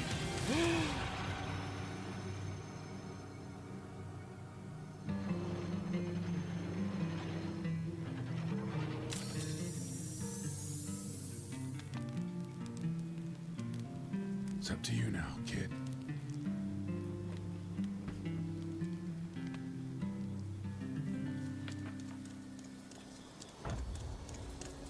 Oh, it's like Don't Starve. Okay, I remember this. This could be fun. I will try this. I don't think I'm going to stream it, but I'll try it.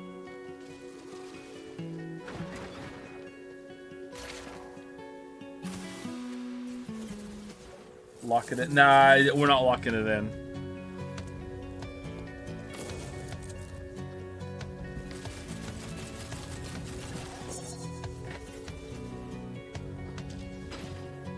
More like Bastion? Do you think so? This looks way more like Don't Starve in terms of art style to me. In terms of gameplay, it might be more like Bastion.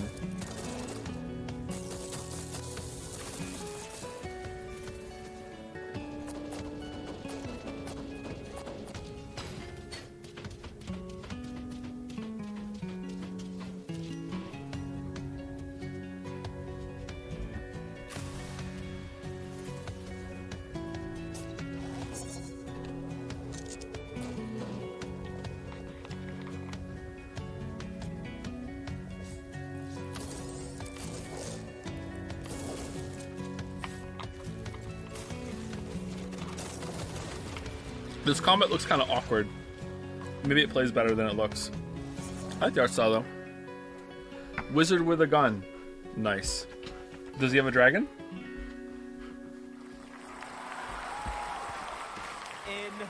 Incredible. So wait a minute. Are you saying that game was entirely generated by Valve E? No one had to spend any time or effort making it? Correct. There was no real creative process at all. Just Valve E and his wonderful machine learning. Oh. Oh, no, well, that's a good question, actually. Well, each prompt and game idea has to be digested by Valve E's powerful system. And so, inevitably, there are some waste byproducts. It shits it out. So back to the games. Do you mean to say that anyone can give Valve a prompt? Even, I don't know. Me? Me? Sure, Chris. See for yourself. Oh, okay. I'm nervous now. Hi, Balby. Chris J. I'm a huge fan of the Talos principle, so I'd like to see something like that, but with new puzzles, a grander story, and big, beautiful worlds to roam around. Oh, and I'd like to see that game BJ. play right about now. I feel bad for Volvi.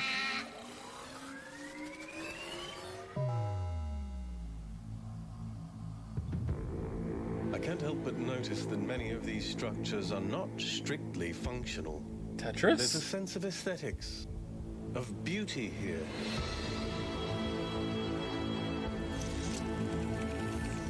This place might be meant to test us, but perhaps there's more to it than that.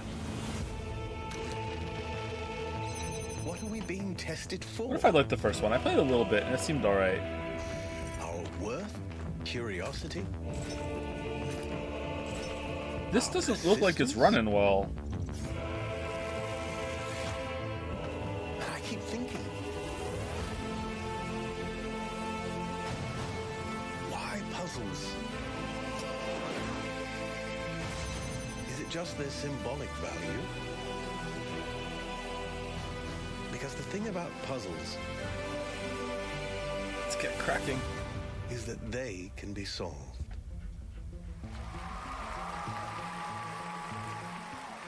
Yeah. Oh, yeah. Wow. Now that looks like the kind of game I could really spend my disposable income on. Thanks, Volvi. Yes. What happened to his big hand? And the best part is that to create a game with Valve E, you don't need any game experience or any of that tech stuff.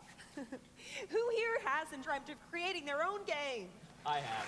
Right? I have. You there? Yes! You have a game idea? Yeah, come on up here. Come on. All right. Okay. All right. Well, ow. And okay. Oh, no, be careful. Be careful. No, please, please, be careful. Sorry, it's just, I'm such a big fan. I've been playing with Valve ever since I was a kid. All right. So, do you have a game idea you'd like Valve E to generate? Okay, how about a super weird walking simulator where you control the character's legs independently from his body? Maybe there's some guys in horses' heads and possibly there's even a mountain? Right. But let's see, Volvi, what could you rustle us up? Don't touch me.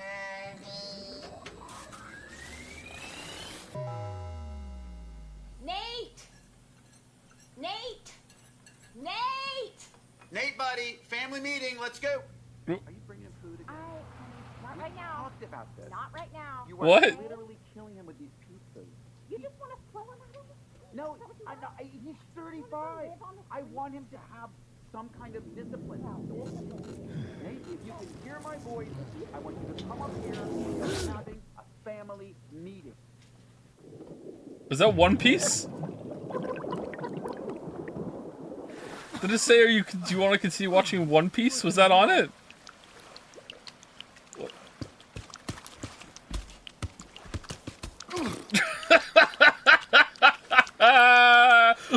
Lock it in! Lock it in! Lock it in! Oh, it's the hardest lock in my life. Lock it in. Here we go.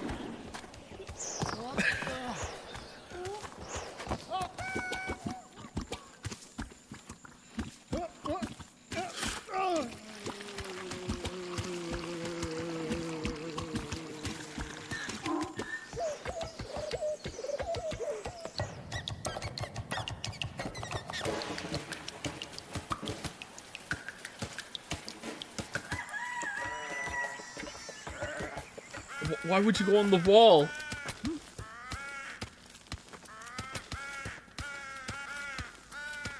Oh man. Oh, can you not? I didn't. Yeah, let's go back in time to when you didn't. No, I was just trying to catch it with my, sorry. With your was foot, using my, yeah, you tried to catch it. I saw it was starting to go and I just tried to. You just kicked, you thought, I'll give it a good kick to counteract the fall. Yeah, I was just trying to steady it. I might be over. Yeah, you might have. You might have oversteadied it. No, it was just a little oversteadied. Well, it's not steady now. No, well. See you later. Wanker.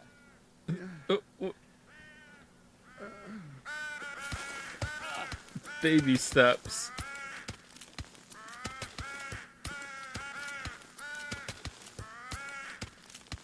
Locked in. Locked in.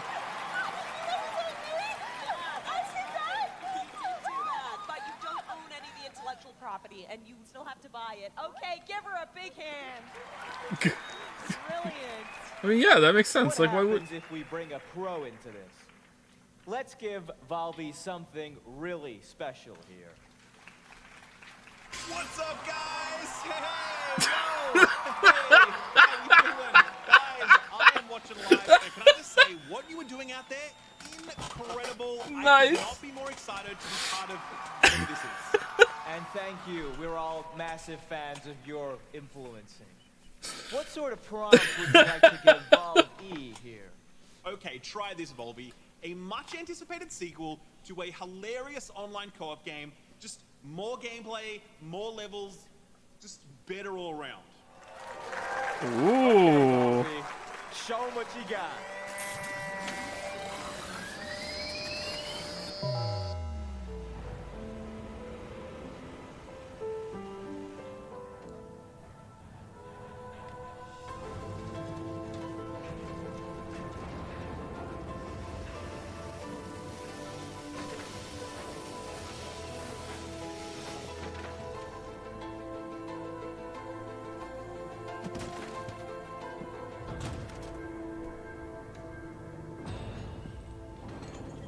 I haven't played the first one. I'm gonna be completely lost.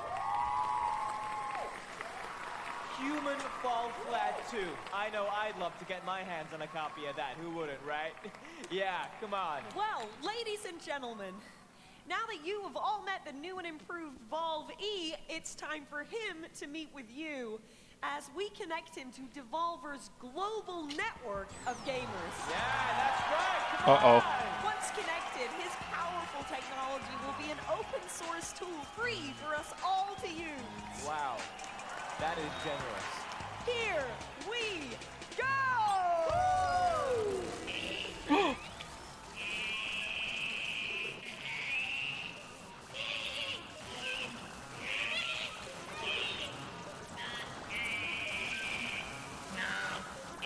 Slight technical hit. Oh no! Terrifying.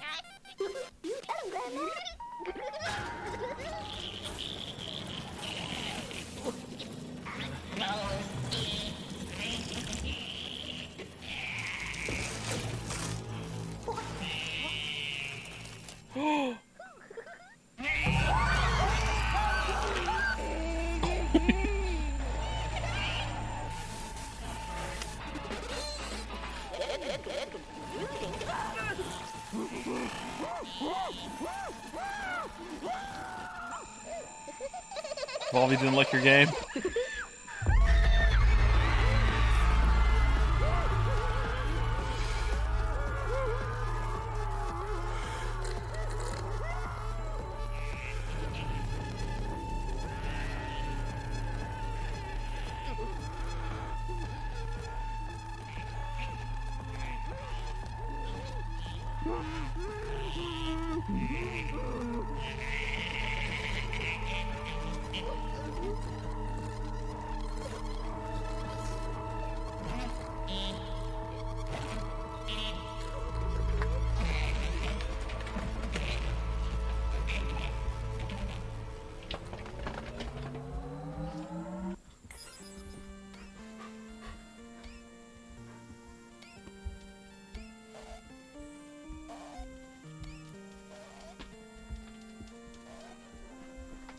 Save him.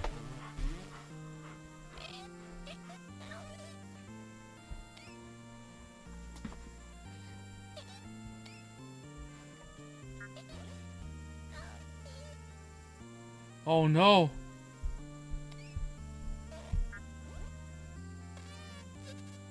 Oh no. Oh no.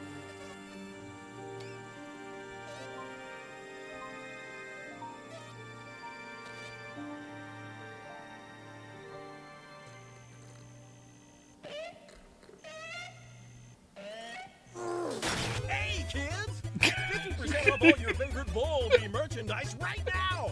Buy it now! A Division Devolver! Devolver! Buy it now!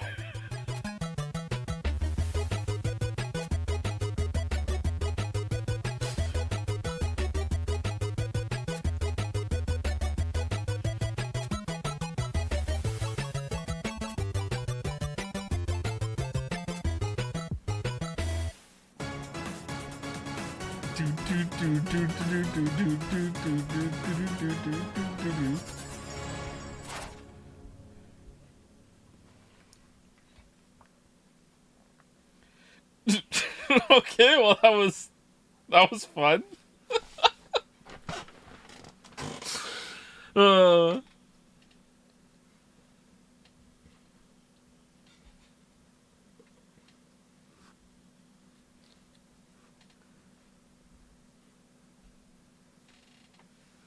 Any more? No, I think that's all the shows today. Yeah. Thank you, Horrentus, for the resub. Thank you very much, Horrentus. Thank you.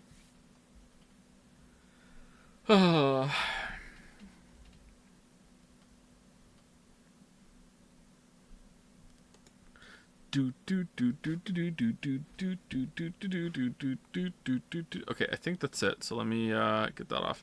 Do you want to check out Lies of P real quick or no?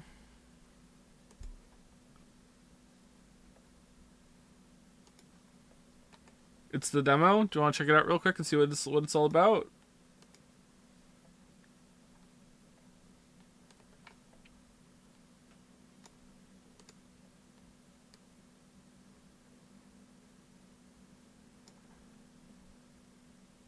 The demo's pretty. Well, we're not gonna finish the demo. We'll just play a little bit and see what the gameplay's like.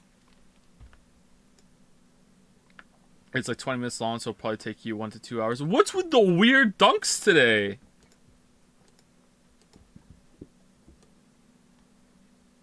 Or the weird attempted dunks?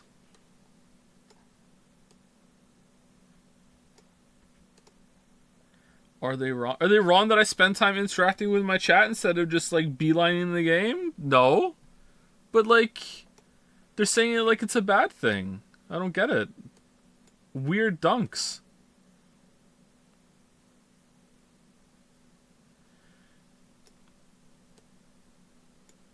Alright, let's move it up.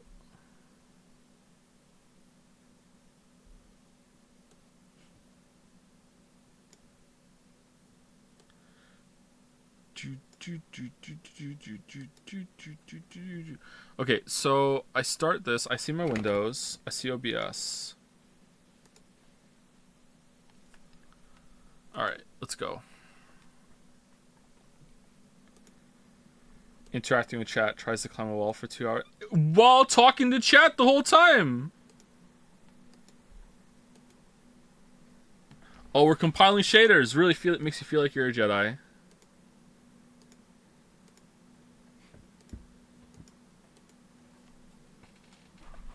Alright, can you see it?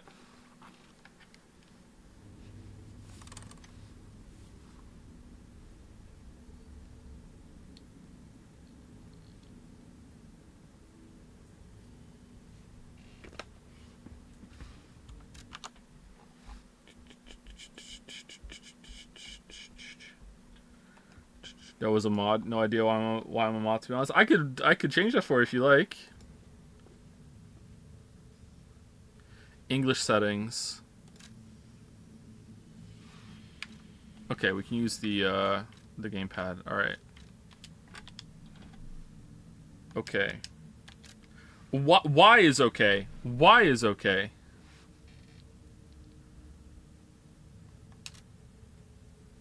Functions and text in demo version lies. Okay, thank you so much. Press any button. Okay. I agree. Yep, I agree. Yep. Settings. Okay, graphics.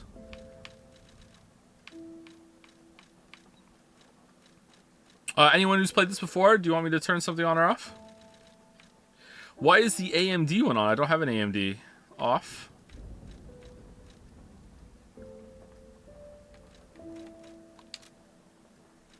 Alright, let's see what this is all about.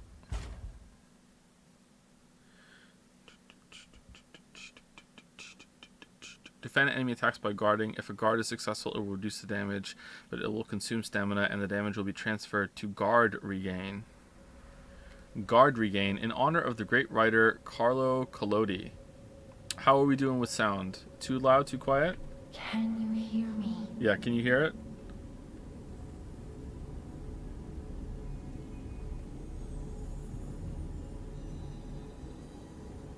Geppetto Pinocchio's puppet. We need your help. Oh, is it Lies of Pinocchio? Is that what the P stands for? Okay.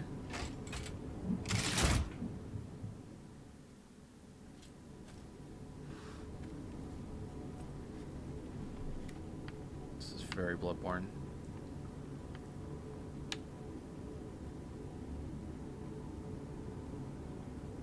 Okay.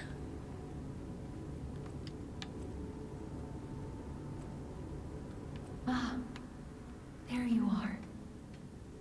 I've been looking all over for you.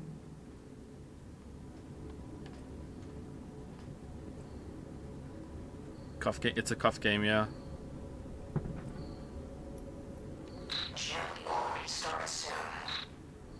I see they got Jiminy too. Jiminy? We have to hurry. My name is Sophia. Please come to Hotel Krot, and I'll explain what's happening. Okay, I wasn't expecting Pinocchio. Jiminy, please escort him to the hotel. Alright, let's go, Cricket. Monad's lamp. Do not be afraid, even if you get lost in the fog. The cricket will be with you. Alright.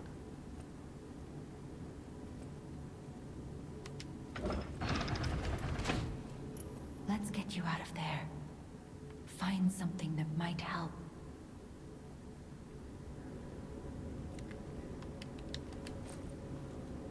It really is a Souls-like. But the streets are not safe. Arm yourself with one of the weapons over there. It'll be helpful on your way to the hotel. What did you think the P stood for? I didn't know. I thought we'd find out when we played, and then we did. Path of Cricket, balance. Path of the Bastard, dexterity. Path of the Sweeper, strength. Let's go strength. Destination Hotel Krot. Recommend escaping from this location.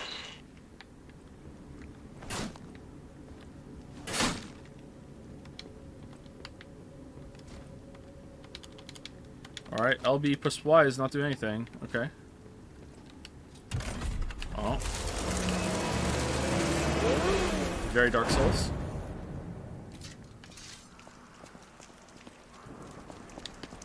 Oh man, it really feels like Dark Souls. What the fuck?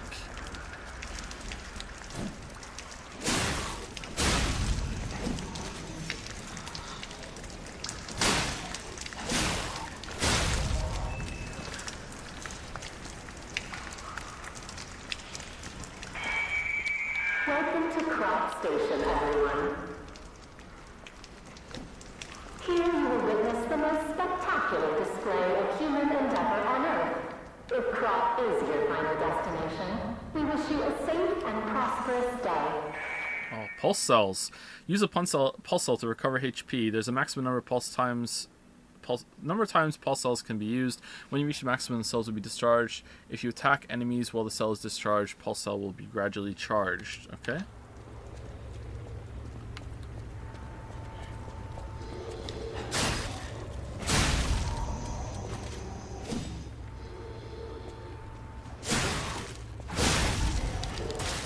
Uh-oh. Ooh.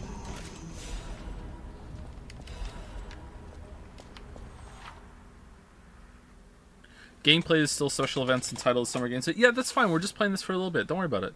Activate the upper belt slot. Activate the lower belt slot. Use the selected belt item. Equip items and gestures on the belt to use item. Or something like that. Hold down. Okay.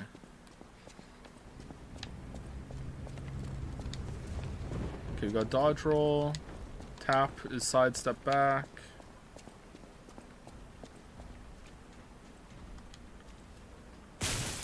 Oh no.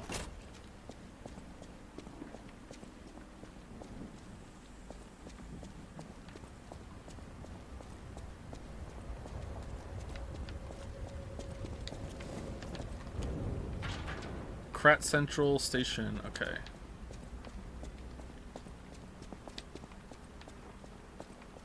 I want to see like a big monster and then we'll stop. Monad's lamp. Light up the character's surroundings. Okay.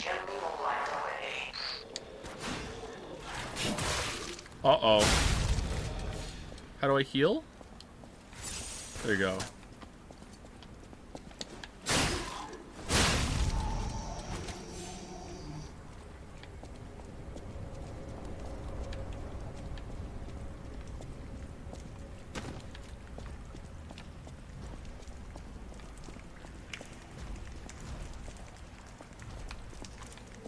Let me recount the last 10 minutes of chat.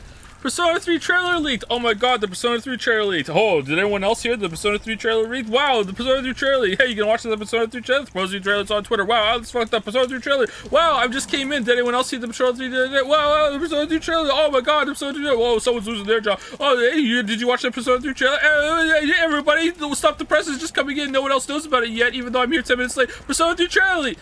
Yeah, we know.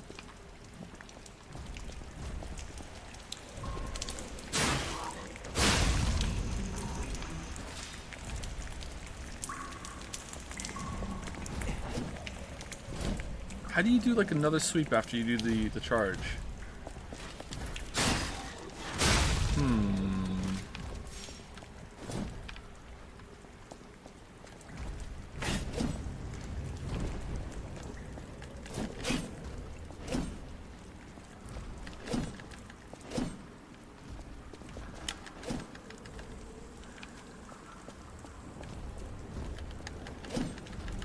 Chat's excited. Yeah, I shouldn't be a stick in the mud.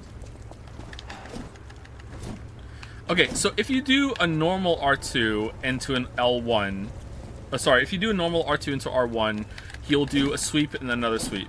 But if you do a running R2 into an L1, he does a sweep into a stab. Okay, I want to do 2 sweeps.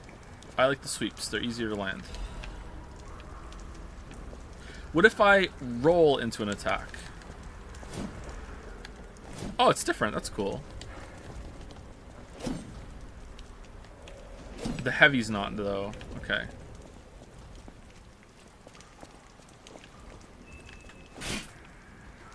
Is there a backstep? Yeah, there's a backstep. Yeah. Anything else anyone would like me to try? I'm curious what the LBY is down there. Oh! Okay, so we charge that up and then we use it. Okay. LT is punch. Alright, is blocking like full damage reduction?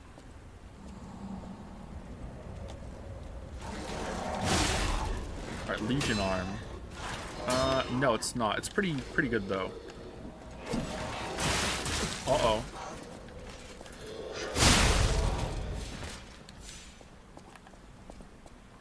Can we backstab? Yes.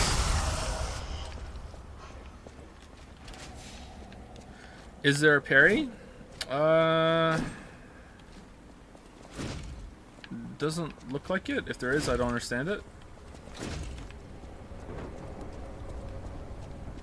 Are there rolling attacks? Yes, there are. There's a rolling light attack. That is it. This is a normal attack, and rolling does this one, which looks kind of weird. Perfect block to like for a counter, maybe? I don't know. Let's see. It should probably tell us that. Extra bag.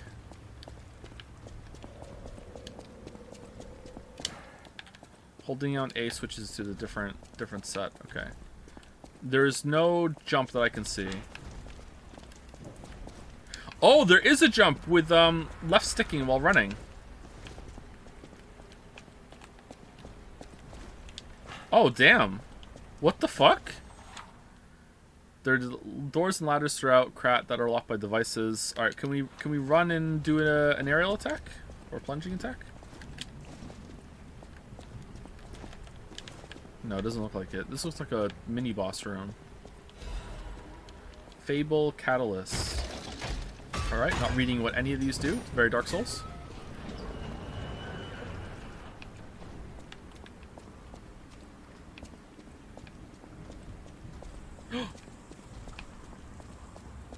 Beasts all over the shop. Do do do do do do do. Oh.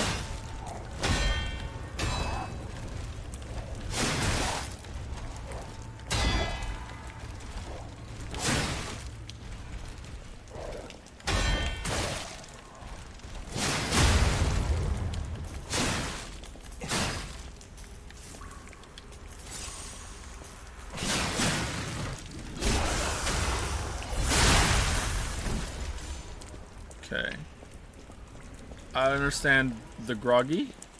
Okay, it seemed like if you time your blocks, it made the enemy weapon go red. I don't know if I was still taking damage when I did that or not, but it seemed like maybe doing that made him get stunned. I don't know.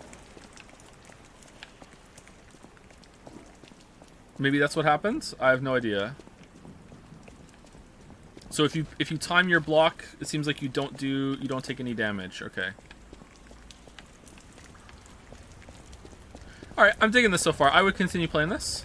I think I'm gonna stop and I'll play it fully when it comes out. This is pretty good. I like the art style. I like that it feels very familiar to me. Almost maybe too on the nose actually, but yeah, pretty good. I like it. I don't know if the enemy variety and how it feels is gonna hold up, but you know, it's pretty good. Locked in? Yeah, let's stream it. We'll stream it when it comes out. Locked in. Locked in. Locked in. Block damage can be healed like in Bloodborne. Oh, is there a regain system? It looked like I was getting life back.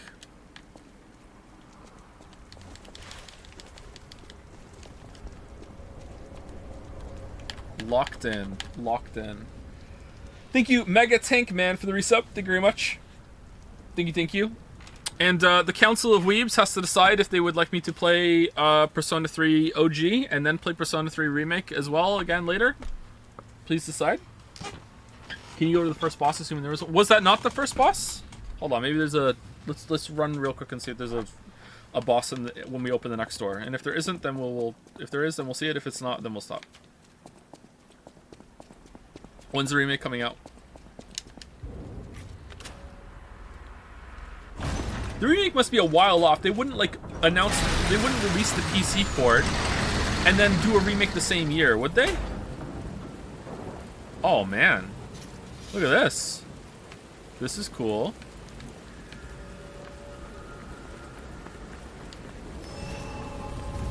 It's a bonfire. Stargazer activated.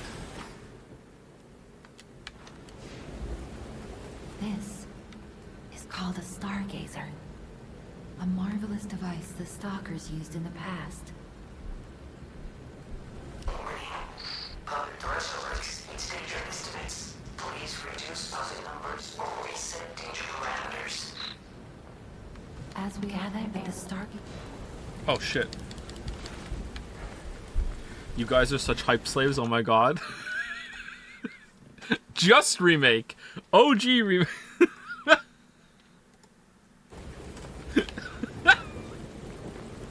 I love you, Merrick.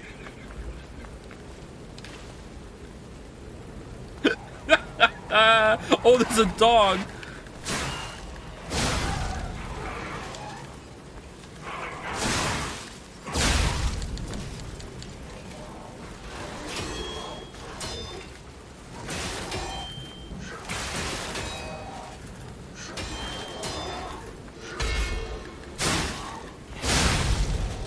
Okay, couldn't get the parry off there.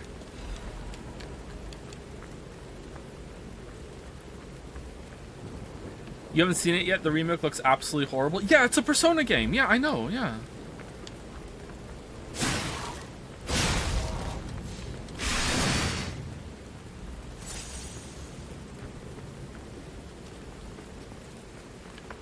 Alright, I don't see a boss anywhere.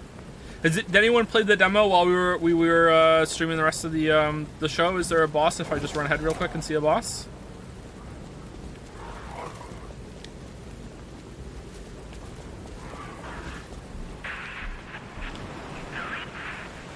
Bro, it looks amazing. What? What, the remake?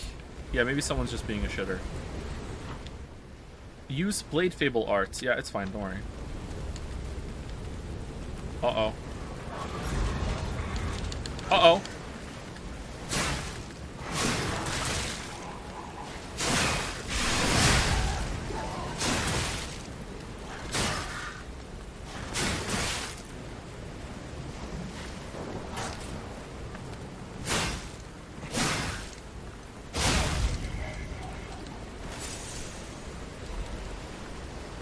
It's like crushing a life gem, huh?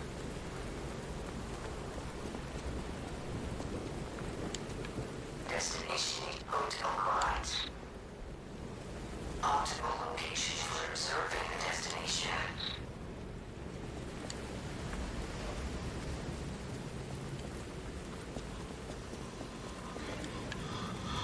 game is this, right? It's special events. Can't you see the category?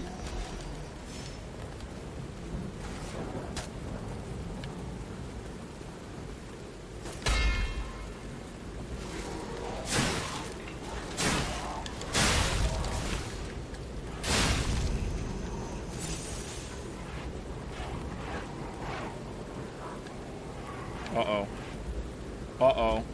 What's the red in the bottom right? What does that mean?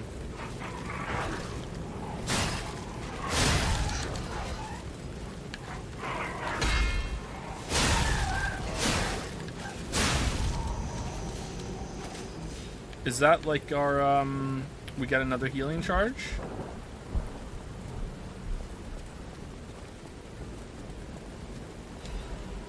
Is there plunging? Oh, there is.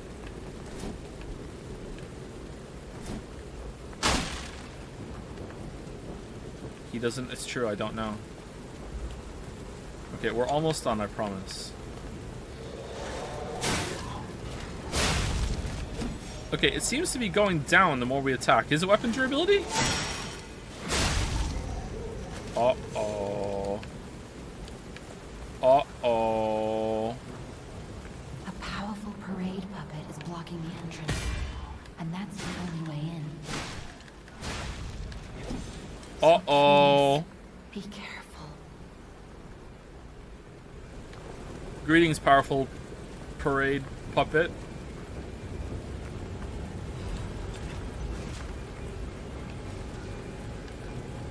Hello there. Welcome to Krot, visitor. You didn't hear? You are out here alone? Okay, so you can change your weapon if you want to try a different weapon.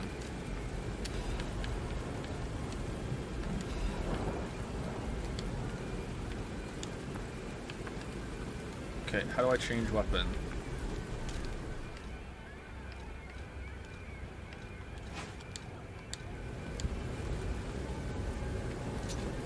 Alright, so... Ooh, it's I don't know what these are called. A rapier?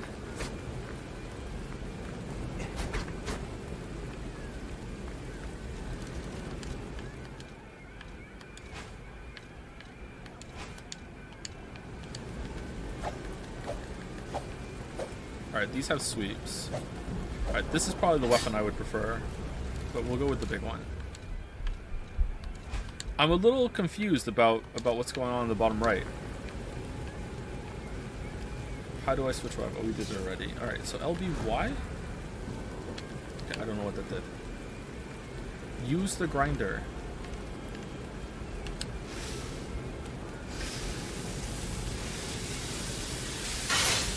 Oh, we sharpened the blade. Why? What's that for?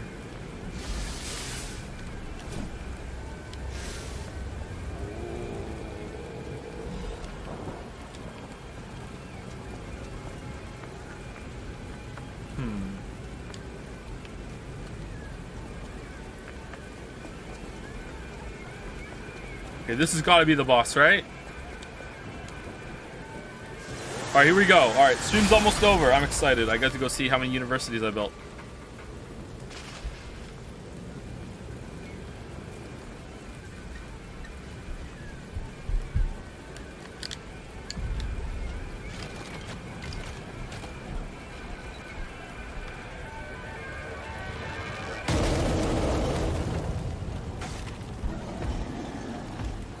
This is going to be a regular enemy later, so don't die. Parade Master. What is the music?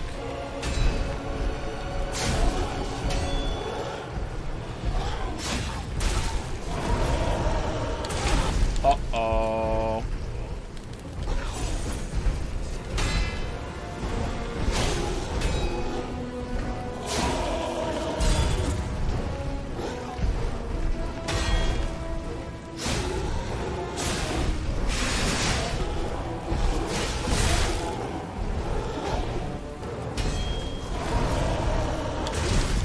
Gotta dodge back for that one.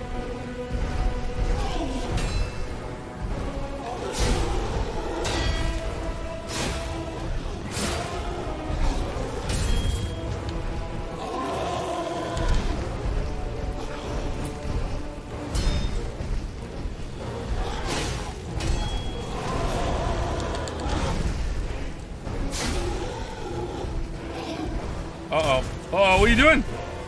What's he doing? Oh no! Oh, we're dead. Lie or die. Oh, because when you lie, your nose grows and your power gets stronger. Oh, I lie as a Pinocchio. I get it. I get it now. Oh, damn. Okay. Upon dying in the boss area, if you die in the boss area, Death Ergo is created at the entrance to the boss area. Okay, thank you. Thank you. Okay, this is pretty neat. I'd play this. I don't know if it's gonna be good or not long term, but it feels good enough to play. It feels a bit slow, actually, which might be refreshing after playing something like Sekiro or Elden Ring. Maybe it gets a lot faster as it goes on. It's pretty good. I like it. I dig it.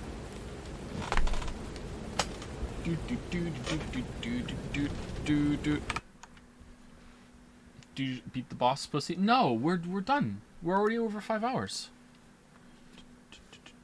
Unfortunately, it's Soulsborne, so it's a Resident Sleeper. Whoa.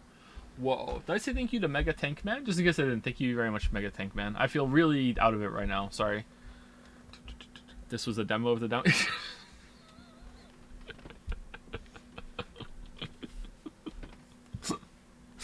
Alright. Tomorrow, we're back to Gollum, right? Because we're supposed to switch Gollum, something else Gollum, right? So it's more Gollum tomorrow. Come back and watch me play Gollum. We're gonna finish it. Yeah, it's Gollum. Gollum Wednesdays on a Friday. No, it's Gravity Rush 2 tomorrow, and then we'll finish Gollum on Saturday, maybe. We'll see. Oh. Anyway, thank you very much for watching. Hope you had fun. Good award show. Or a good time. You can play something completely new. So every stream... Yeah, let's play something new every single day forever.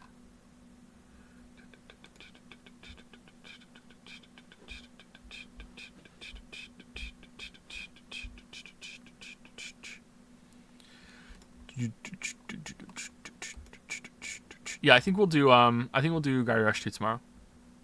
See you later. Unless